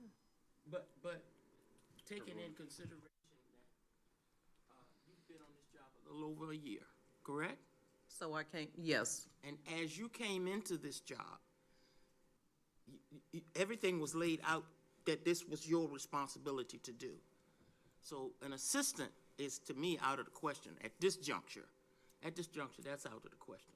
yeah, so. Not even be considered, because we've come to you with different things, and I'm walking a fine line here, because we can't go into certain subjects in this session. But I think if you, following up behind Ms. Higgs, if you would delegate some things or ask for suggestions from your department heads. Not always be the one to say, you do, you do, you do, you do. That's gonna overwhelm you. I think they will you know, be it the chief, be it Miss Barber, be it Miss Rhoda. Miss Rhoda has a lot of experience here in this city. You don't, but she does. So you could go to her and say, Miss Rhoda, how did you all do this such and such a time ago? What do you, give me some suggestions. I think if you started like that with your staff, you'll find that life would be a lot easier. So, we do delegate, but these are new initiatives that we're looking Well, at. I even heard you say, Yeah. I heard you say legislative, right? You shouldn't be doing anything legislative. That's the clerk's department. The clerk should be doing all of that. There should never be a time where you find yourself having to do any task related to legislation. Okay. Task. Now, you should be aware and abreast of it. Right. But actual task, there shouldn't be a time that you should be doing that. So a good example of the legislation was the Senate Bill 116 and the House Bill 37. I assisted the mayor and I, You shouldn't have been doing that. worked through that. You shouldn't have been doing Yeah. that. The clerk should have been doing that. The clerk should have absolutely been doing that. That is their function. Okay. So. I heard you say the don't personnel necessarily manual. agree with that because I was the one that, Well, you also mentioned the Contacted personnel and manual. That personnel initiated a manual lot has of that. been, I've heard about that since 2020, since I came in. And so that's not something new. That's not a new initiative of you going through. That's something I've been hearing our HR department talk about. We're trying to revamp. Y'all should be doing that. HR is doing that. Yeah. We have committees that if HR want to bring something to the committee, bring it to a committee. We have governmental affairs. Bring it to a committee. It's not something that you have to be responsible for. HR can work on it with you so that you always know what's happening in the city at all times, never to be blindsided by anything. But at the same time, it doesn't mean you have to take on all of the initiatives yourself. Again, that's, prioritizing. Oversee it. okay, thank you. So that we can come to you. I've heard Ms. Scott say that. We go to her to ask. So that means Tell him. you get that from other people. I'm looking at a lot of qualified folks sitting in this room that you could depend on a little bit more. All right, Ms. Scott. Turn Michael. Turn Michael. I just wanted some clarity. I had a quick question. IT, can you explain? I keep hearing IT. Is it an IT here in City Hall? What exactly is your IT? We don't have an IT department. We actually do have a third-party vendor, and that is through Peak Technologies. And so our employees call into them to get services on their particular devices. They also oversee the network for the city, and they also oversee like the copiers, adding and deleting the names on the copier so that you could scan to. It's a service provider for us that, just simply works to do that. They also work to to formulate the computers and all the devices that you have so you can get inside the city server. So when you say that the employees call if they have trouble, so any It's an employee employee call, or is hotline. a particular employee call, or? It's every employee that call in. So if I, say like if you have, Ms. Logan have trouble, so she calls herself, is Yes. it's not delegated to It's a not person delegated. to handle this? Right. So just Yeah. anybody just call and peek up and just, Well, basically, yes, they're just calling up with their complaints and everything. There's not a centralized location for it. I'm asking all this because I'm real, like, if I'm going to a normal business and I'm starting to work and I go and get my work equipment, who do I go to? Who's a normal person that you would go to? The police department is where where you get your computers and your Why would it be the desktop. police department that if I'm a new employee coming in, shouldn't it be your human resource department or? Yeah. So Why is it we're the police department? Yeah. So the human resources department is a department of one. So that I'm person talking was. about in reality. It Yeah. shouldn't be the police department. I shouldn't be going to pick up my equipment from the police department. That's where you pick it up at now. That's Yeah, their because hands that's on where- too many things. That could And change though. I mean, it That could Well, it could change. change because we Yes. asked for That's my HR point of talking generalist. about it. Yes. Boy, it can change, because it needs Yeah. to change. It shouldn't be like that. Yeah, but they can also do the setting of the codes and the computers. Why? Why are their hands on? I don't understand. Well, that's new then. That's new. Does that. That's new. I got mine from the police. When I came on council, I got all my stuff from Ms. Ball. That's who gave me my stuff. If That something sound was more not realistic working right. than So police it's department. changed. It has It changed. sound more realistic just than a changes. police department. I mean, I think it changes on staff. I was gonna say, I it think it changes on staff comes staff in. competencies. I think is how it changes. Ms. that Barber, mean that It, that's something but else that she also, needs Ms. to Love, get understand better. that you're a council person, so you would go to Mrs. Ball. Yeah. You so see what I'm she saying? does But like that. if it was another staff member, let's say we had 3 people that were in the public engagement team and we hired another person. They in the wouldn't go to Ms. They Ball. wouldn't go to Ms. Ball. They would go to the police department because that's where so for the council, we should be able to go to Ms. Ball? that's because Did you she's receive the her city computer? clerk. Okay. Yeah. All right, Ms. Logan, and then after Ms. Logan, the mayor. Ms. Barber had her hand up too. Yeah, I was sharing Mike. with Ms. Ojo that when I came on board, the only thing I got from the police department was my cell phone. Okay. My laptop came from Ms. Human Resource. And so to set up my laptop with the various applications, I called Peak, because they're responsible for setting up software and providing security for the system. The police department only handled the distribution of the cell phones. Well, I would like to add to it. Logically makes sense for the police department because it's probably the safest place to be for our technology. If we have a stack of MacBook, Sitting here in the town hall. you said what? If you have computers just sitting here, sometimes those doors aren't locked. Right, exactly. You have a Somebody have stack of access to the iPads, building and then they gone. iPhones, laptops. It's not the most secure place. So the police department logically makes the most sense when you talk about security. Right. And so distribution of what is your most valuable asset, if we had a truckload or a caseload of, if everybody that ever was employed here, got paid here, turned all their equipment in, you're looking at tens of thousands, if not even scratching $100,000 worth of technology that needs to be in the most secure place within your city, and it's not the city hall. We just take longer. We take Ms. longer. Ms. Barbara, you had something to say? Longer. We can't hear you. Come on. It's not on, just, We can barely hear you. Come on. He's about to fix the mic for her. Hello? Okay. Come on. I just want to remind you, we spoke about this about a week or so ago when I was asking the pre-budget hearing about the HR generalist.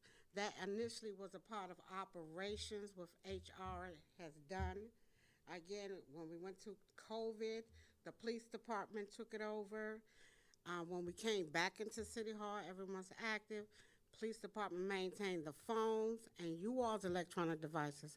However, when it came to staff, HR picked it back up. So that's why I was asking at that time for some clarity. And I agree with you, Councilmember Bilbro, that when it comes to securing the devices, and the police department has the best negotiations, that they receive them. When a new employee is coming, HR will notify the police department, hey, I got a new employee, so they need this, and this. They get the devices. When the employee comes in, they are given to HR.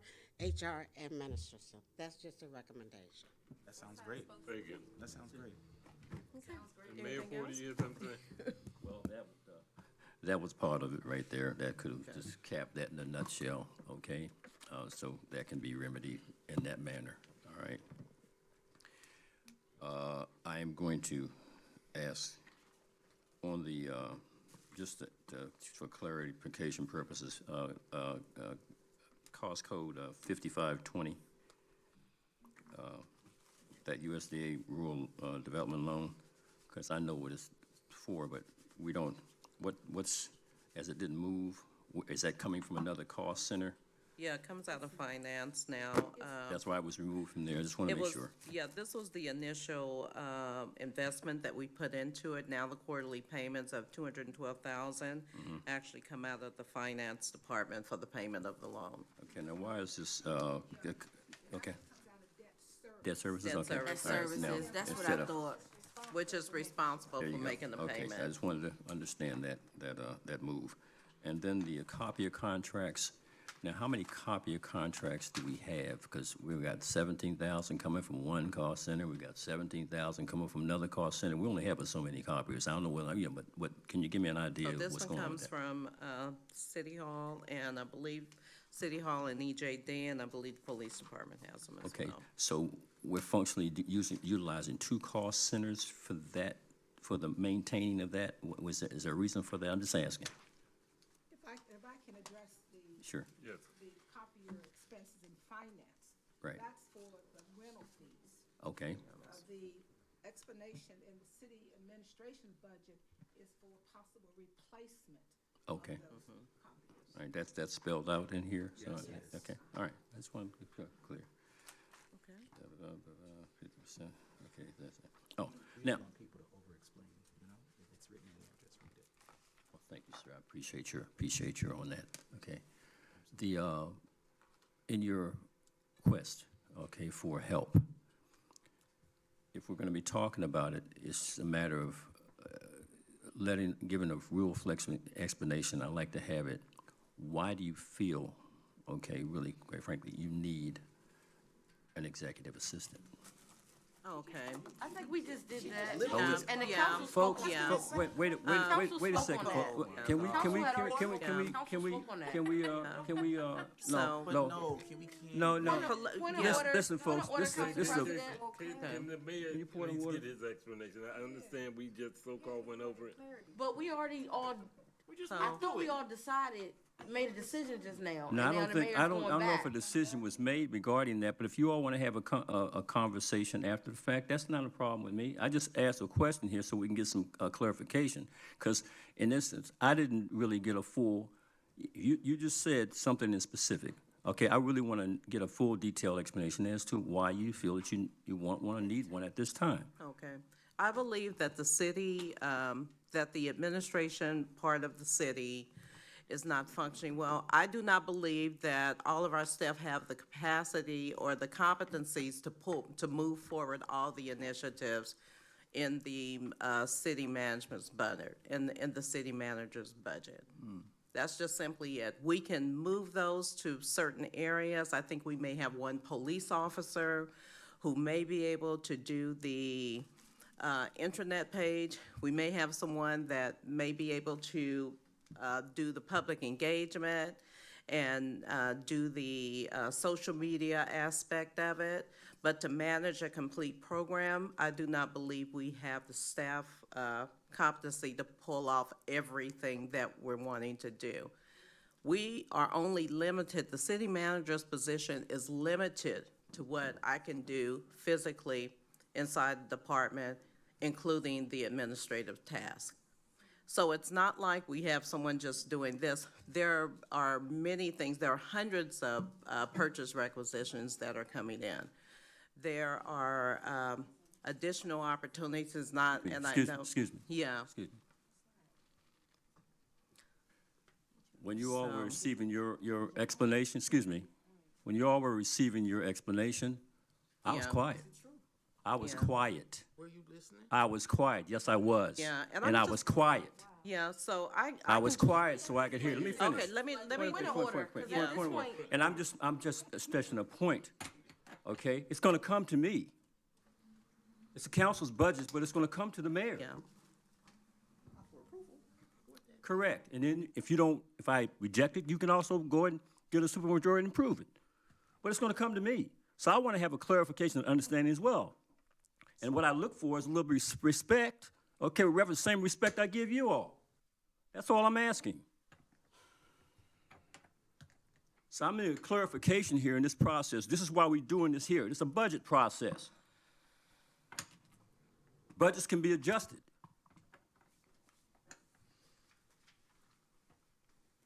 Did you finish your statement. Okay, the initiatives that I brought before you, first of all, I manage 7 departments. Yeah, I have oversight over 7 departments. The assumption is every single department is running exactly the way it should. And the fact is, it's not. When I came into this organization, our finance department wasn't running. We had and we had other departments that weren't running correctly.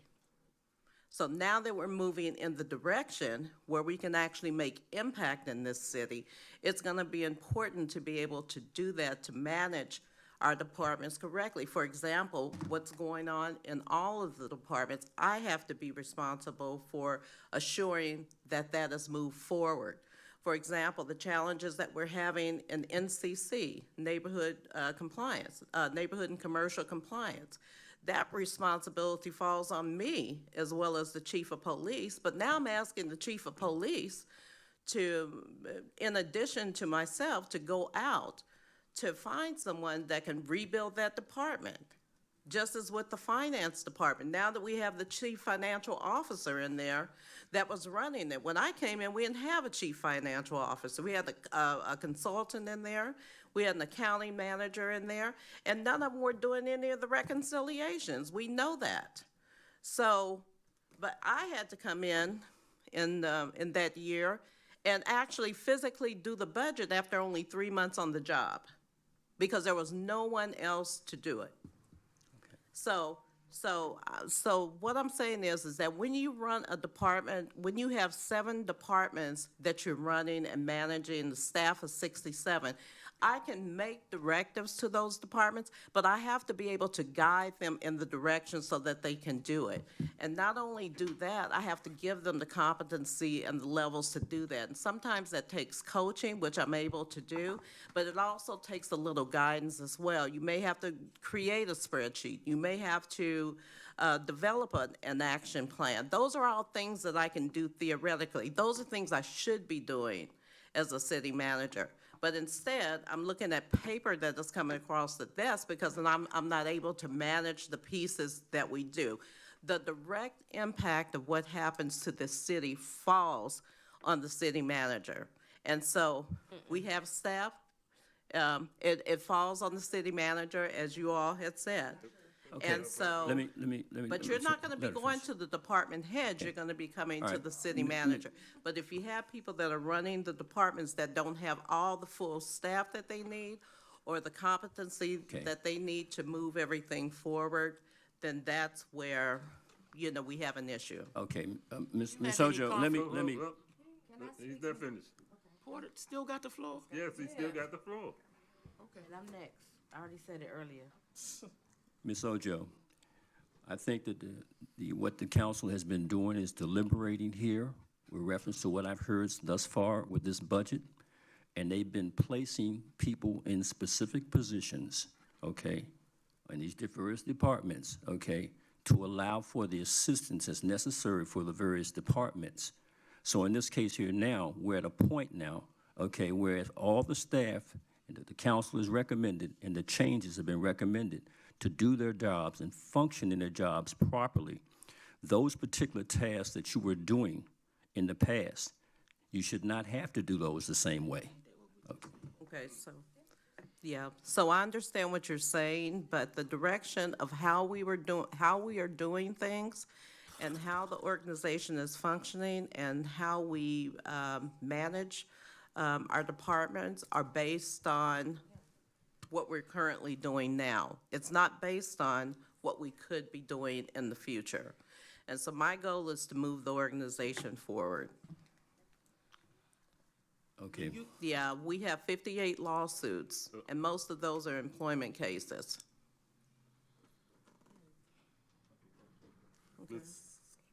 Ms. Carthy. So I have a question. So prior to the staff assistant position becoming vacant, the council had moved the staff assistant position under administration, and the roles and responsibilities were to assist the council with what we do, but to also be of an assistance to you. Are you telling me that that setup has not worked for you? That did not work because the council demands were higher, And so there were rare opportunities for the staff assistant at that time to assist. Okay. Yeah, remember, she is assisting 7 council member. He or she is assisting 7 council members and the mayor. So now So that just she's opened up another question 100% for busy. me, because if they're 100% busy, then how can the grants manager be a grants manager and a staff assistant as well? How does it work in that instance but not work in your instance?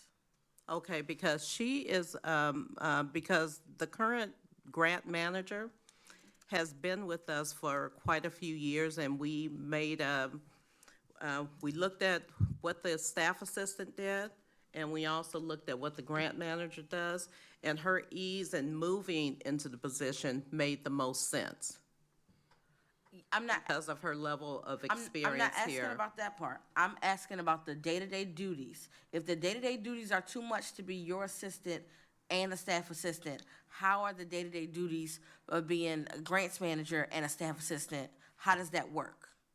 Okay, the staff assistant that we have is Ms. Rhoda, and just as you said, she has many years' experience here with the organization. She has worked with the mayor, she's worked with the council in the past.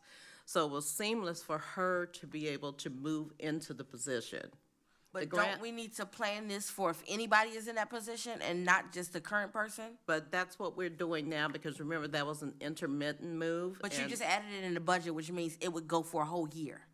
As I had mentioned in the budget prior to that, we felt that was a good move for the organization because we had someone that had the capabilities to do both functions because of their But my concern level of is, experience here. I hear what you're saying, but my concern is if a different person was in that position, from what you're saying right now, if a different person was in that position, it may not work out the same way. Okay. Is that a fair assessment? I'm only going by the council's recommendation to continue to use Ms. Rhoda. No. Our recommendation, Yeah. if it was to use her, was to make her full-time staff assistant. It wasn't to do a part-time. We made that clear, we didn't want those positions together. I can go back to my notes. I looked at that, Right. to separate it, because that would be making it for a year, part-time. Okay, But my we can do point that. to it is, She's not doing grants right now. Well, she's doing the management of the grant. Her position prior to that was to look for grants and to work with the departments to get grants and to see what the recommendation for the council, I think she had mentioned earlier, was with that. I just think if She's it's not doing- good enough for administration, it's not good enough for economic development either. We shouldn't be splitting the role in that way, if that's how you feel. Just from what you're saying, I'm just taking from what I'm hearing you say, the role shouldn't be split in that way. I'm not against you, but I'm also not against you getting help, but at this particular juncture, we have the infrastructure in place. The staff assistant is supposed to assist you when that position is filled. There was only a shortfall because the position was not filled. Okay, so the position right now that that Ms. Rhoda carries, she is not the economic development department. She is the grant manager for the department, and the staff assistant was also an opportunity to increase her salary. So if she goes directly to a staff assistant, it goes back to staff assistant salary, Okay. which was less than what she was making. Okay. So, Ms. Silver, you next to Ms. Hicks. To be honest with you, I don't think it's. I don't know. the I'll be class last. of I'll be service last. type thing. I'll leave, I just want a chance to speak, okay? I'll leave it alone. No, Okay, go now, ahead, Ms. go Hicks. ahead. Go ahead, Ms. Hicks. I keep hearing you saying your staff is not competent. Then this should be a whole nother budget, because we should be looking for people that are competent. And you keep saying that, and you keep saying that, and if they're not competent, this is a whole nother meeting. Now, we're not gonna discuss that, Okay. because that's personnel, we're here for the budget. Yeah. But you keep saying that, and when you say that to me, that means that you're saying that the people that are in the positions right now, then we shouldn't be paying any of these salaries. This is too much for everybody if they can't do the jobs that needed to be handled within the city. That's a concern for me.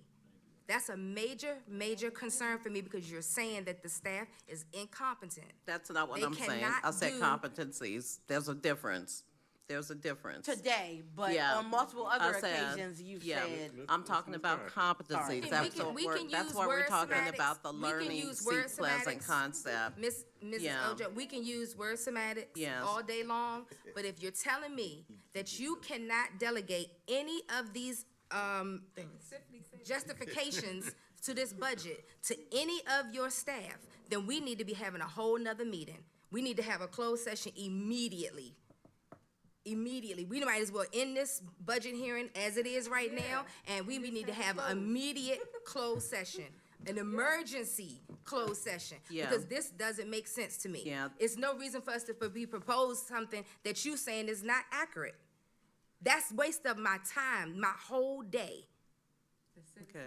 Our citizens' money is going up in smoke for nothing. It's a whole, it's just a whole nother animal. This is a whole new beast of what you're saying. Okay, thank you. So we need to definitely discuss that. But you never said that to us until right now. You've mentioned things, but that was it. Again, that's personnel, so I'm not gonna go that far. But So- why are we even having these discussions if this budget is nothing that you saying that nobody can do? Okay, so organizational development is something that I'm skilled at. I know the level of competency that it takes for each department and the Why number aren't you of coaching your people that team? are You've there. been here for over a It's your year. team. This your team. This is who you have here. And if they're incompetent or there's some lack anywhere, you have that right I to think you coach should them. ask the staff, I think you should ask the staff if they're being coached. All right, I'm a Yeah. yield because I this think you sounds should like this have. is a Let's personnel get- matter. But let's again, get- the words that was stated to me as a council, I want to make sure on record, is no reason for us to have a budget at hand and paying $100,000 or 105, 106, 110 if people cannot do their job. That's a big concern to me. Because our residents are at home thinking that these things are happening, and yet we thinking that these things are happening, and they're not. Okay. If they're not happening, then we Every- need to have a different discussion. Okay, so I'm gonna take offense to that, and the reason why I'm gonna take Oh, offense to that, no, I'm gonna whoa, I'm wait. gonna say right Hold on, now, hold on. because everything that's happening in this, Point of order, point of order. yeah, the city Point of is order. being handled under, Take offense to that, and all the staff what should I'm take offense doing. to that, too. You're saying everybody's incompetent. Point of order. I take offense to that. On Just Thank tell- you, just thank tell you. me. Duly On noted, the Miss, staff, duly of our noted, staff. Ms. Siegs, duly noted. Ms. Love, would you have a comment to make? What I want to say, it's similar to, I'm gonna be a little easier with it. I can't be easy when I'm But- passionate about something, pardon me. As Pardon me. she is our city manager, so you should know which department head, I don't care if they're sitting in this room now, are not up to par. And that's the one that you have to your side, and you say, look, you're not doing what needs to be done in this department. and And I, Discussing wait a minute. personnel. And also have a guideline for them so that they can, okay, we're gonna go over this in a This is month from no now. longer a We're gonna budget see this. conversation. Because we're going to hold you Okay. responsible. Okay, Ms. Love, we're touching personnel. Can we get back to the budget, please? This is no longer Okay. budget. Well, she took offense, and I was trying to ease her. Okay, yeah, because I did not say that. Yeah, so, Yeah, okay, Ms. Ojo, can you finish your presentation? okay, I think I'm finished, all right. yeah. All right. Let me ask a question. Is there any part of the additional presentation here with reference to the rest of these items that are on the budget itself that need to be discussed, like the other expenditure categories? Is there anything else? I needs think to we be went through discussed. all the expenditures on the, on the list. So there's nothing else that needs to be discussed? That's what you just said. Just need to double check that debt services is correct. You folks are, what I'm simply saying is that, and I'm gonna suggest you right now, Councilman Bilbro, I understand that you all, a rush to get out. It's a budget process, in reference to money that we're dealing with. And if a person has a question in something specific, allow them to have their question, just like you allow the levity to pose your questions when you want to, or make your explanations. It's all a matter of courtesy. It's all a matter of courtesy. Okay, respond, please make it. Okay, I'm gonna make my Mr. response. Bilbro. I'll make my response very brief. In any setting, professional, government, whatever, corporate, career, family, friends, if you have had a conversation and someone has given an explanation and you did not hear it, you missed it. Okay? We have been here since 10 a.m.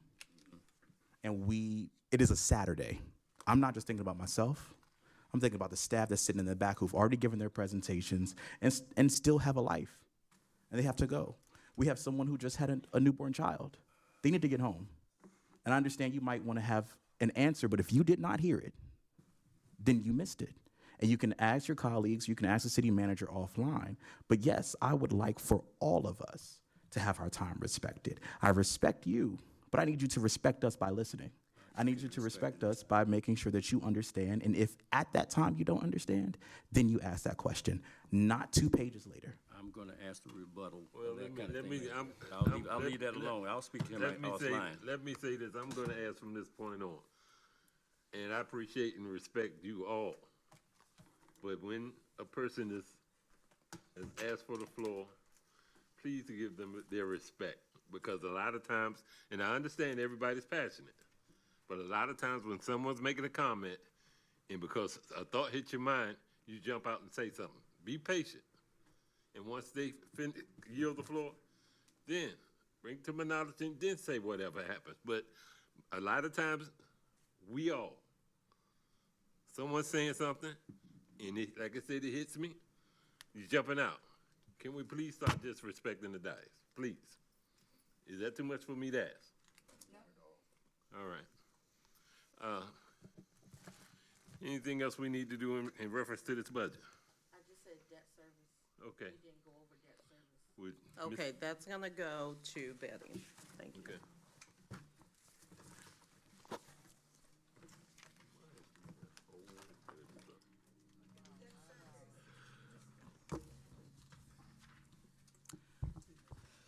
The debt service is on page 34. And the first item is the USDA. I'm sorry. Logan has the floor. Yes, We're not being, respectful. of her. Thank you. Thank you. I couldn't hear you, Ms. Logan. Okay, thank you. Come on now. Go. Okay, we're on page 34. Yes. The first item, the USDA loan repayment and slash interest, that's the total amount that's for the whole fiscal year. Currently, the city pays a little over $50,000 per quarter. And so that represents 4 quarters of payment. The second line item, and let me say something. I noticed in FY '24 budget, they had in the capital leases payment in the department's budget. That should not have been there. Those are debt payments, and so we removed any capital lease payment that may have been a department budget to this page. I noticed that in the FY '24 budget, so that was presented incorrectly. And so this, on page 34, presents all of the debt that the city is paying either on a quarterly basis. Some of the vehicle purchase lease are paid either annually, or they pay quarterly, or either pay monthly. And we've gone through and eliminate all those leases that have already been paid off. We did notice some incorrect numbers that were in the FY '24 budget. We didn't change that because the city had already approved the budget. So we only focus on the outstanding lease agreements for that going to be paid in FY '25. I mean, I can go through all of these if you like. Currently for FY '25, 1, 2, 3, 4, 5, 6, 7, there are like 7 capital leases that the city is going to be paying in FY '25. And some of these leases go into even the next fiscal year. Some of them will be paid off in FY '25. Any other questions? Any questions? Nope. Thank you, Ms. Logan. Thank you, Ms. Logan.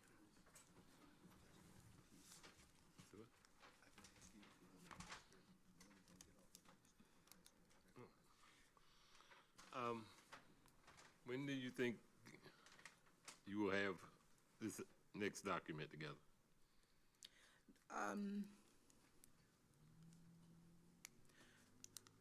I would say just give us, today is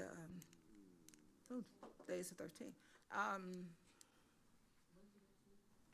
I'm going to be talking with Ms. Ball to make sure I have all the corrections. I was making corrections as you were talking, but I'm going to coordinate with her on Monday. So we'll start working on the document on Monday. Now that we have a good functional document, an Excel spreadsheet. That was one of the problems with finance preparing the document, because we didn't have a FY '24 working spreadsheet, Excel spreadsheet to make the numbers there to bring them over into the document. But we have that now, so that should make the process a whole lot easier. So I want to say on, I want to give myself enough time. I want to say at least by Thursday. I think we can do it a whole lot quicker than that. But I want to make sure that we picked up all the changes that the council have been recommending today, and that we have a budget that can factor in all of the COLAs, because that's not in every position. That's factoring in, as well as the other changes that the council has made recommendation. So, Mrs. Ball, if you have some time on Monday, we'll be spending time going and marking up the document, and then we can go in and make the changes. Yeah. The only ask I have, Madam CFO, okay, and I have a question for you too, Ms. Ball, with reference to the timeline that we're getting, so we make sure that it gets to the council, they finish their thing, and how much time we had to pass it, so we won't have to go any kind of extension or anything like that. So that's definitive, and we know that. Oftentimes, it's helpful. It may not have happened this time, and if the council doesn't need it, okay. But sometimes we had like so many lines, let us know what we spent in the past as opposed to what it was, that kind of previous kind of arrangement, so we can see exactly what went up, went down. Whether or not that's, the council needs that or anything like that, I'm just looking at that as a possibility. It was like 3 lines. Is that possible? I know you're not allowed to talk. Not regard to the whole fiscal year. Okay. Yeah, that's not going to be possible. Okay, because I was thinking that could help them when they're doing it, saying this should, seems like it was spent, okay. Yeah, not with that length of time, no. It's Okay. much more involved, because we still, FY '24 financial data, with the exception of revenues, are in QuickBooks. Salary expenses have not been posted to QuickBooks for FY '24. And so consequently, we do have some projections, but I think something more accurate would be better. So I want to say we really won't be able to provide that information. Okay, okay, very good. Thank you. I apologize to the council for my outburst. Okay. All right. Thank you. Don't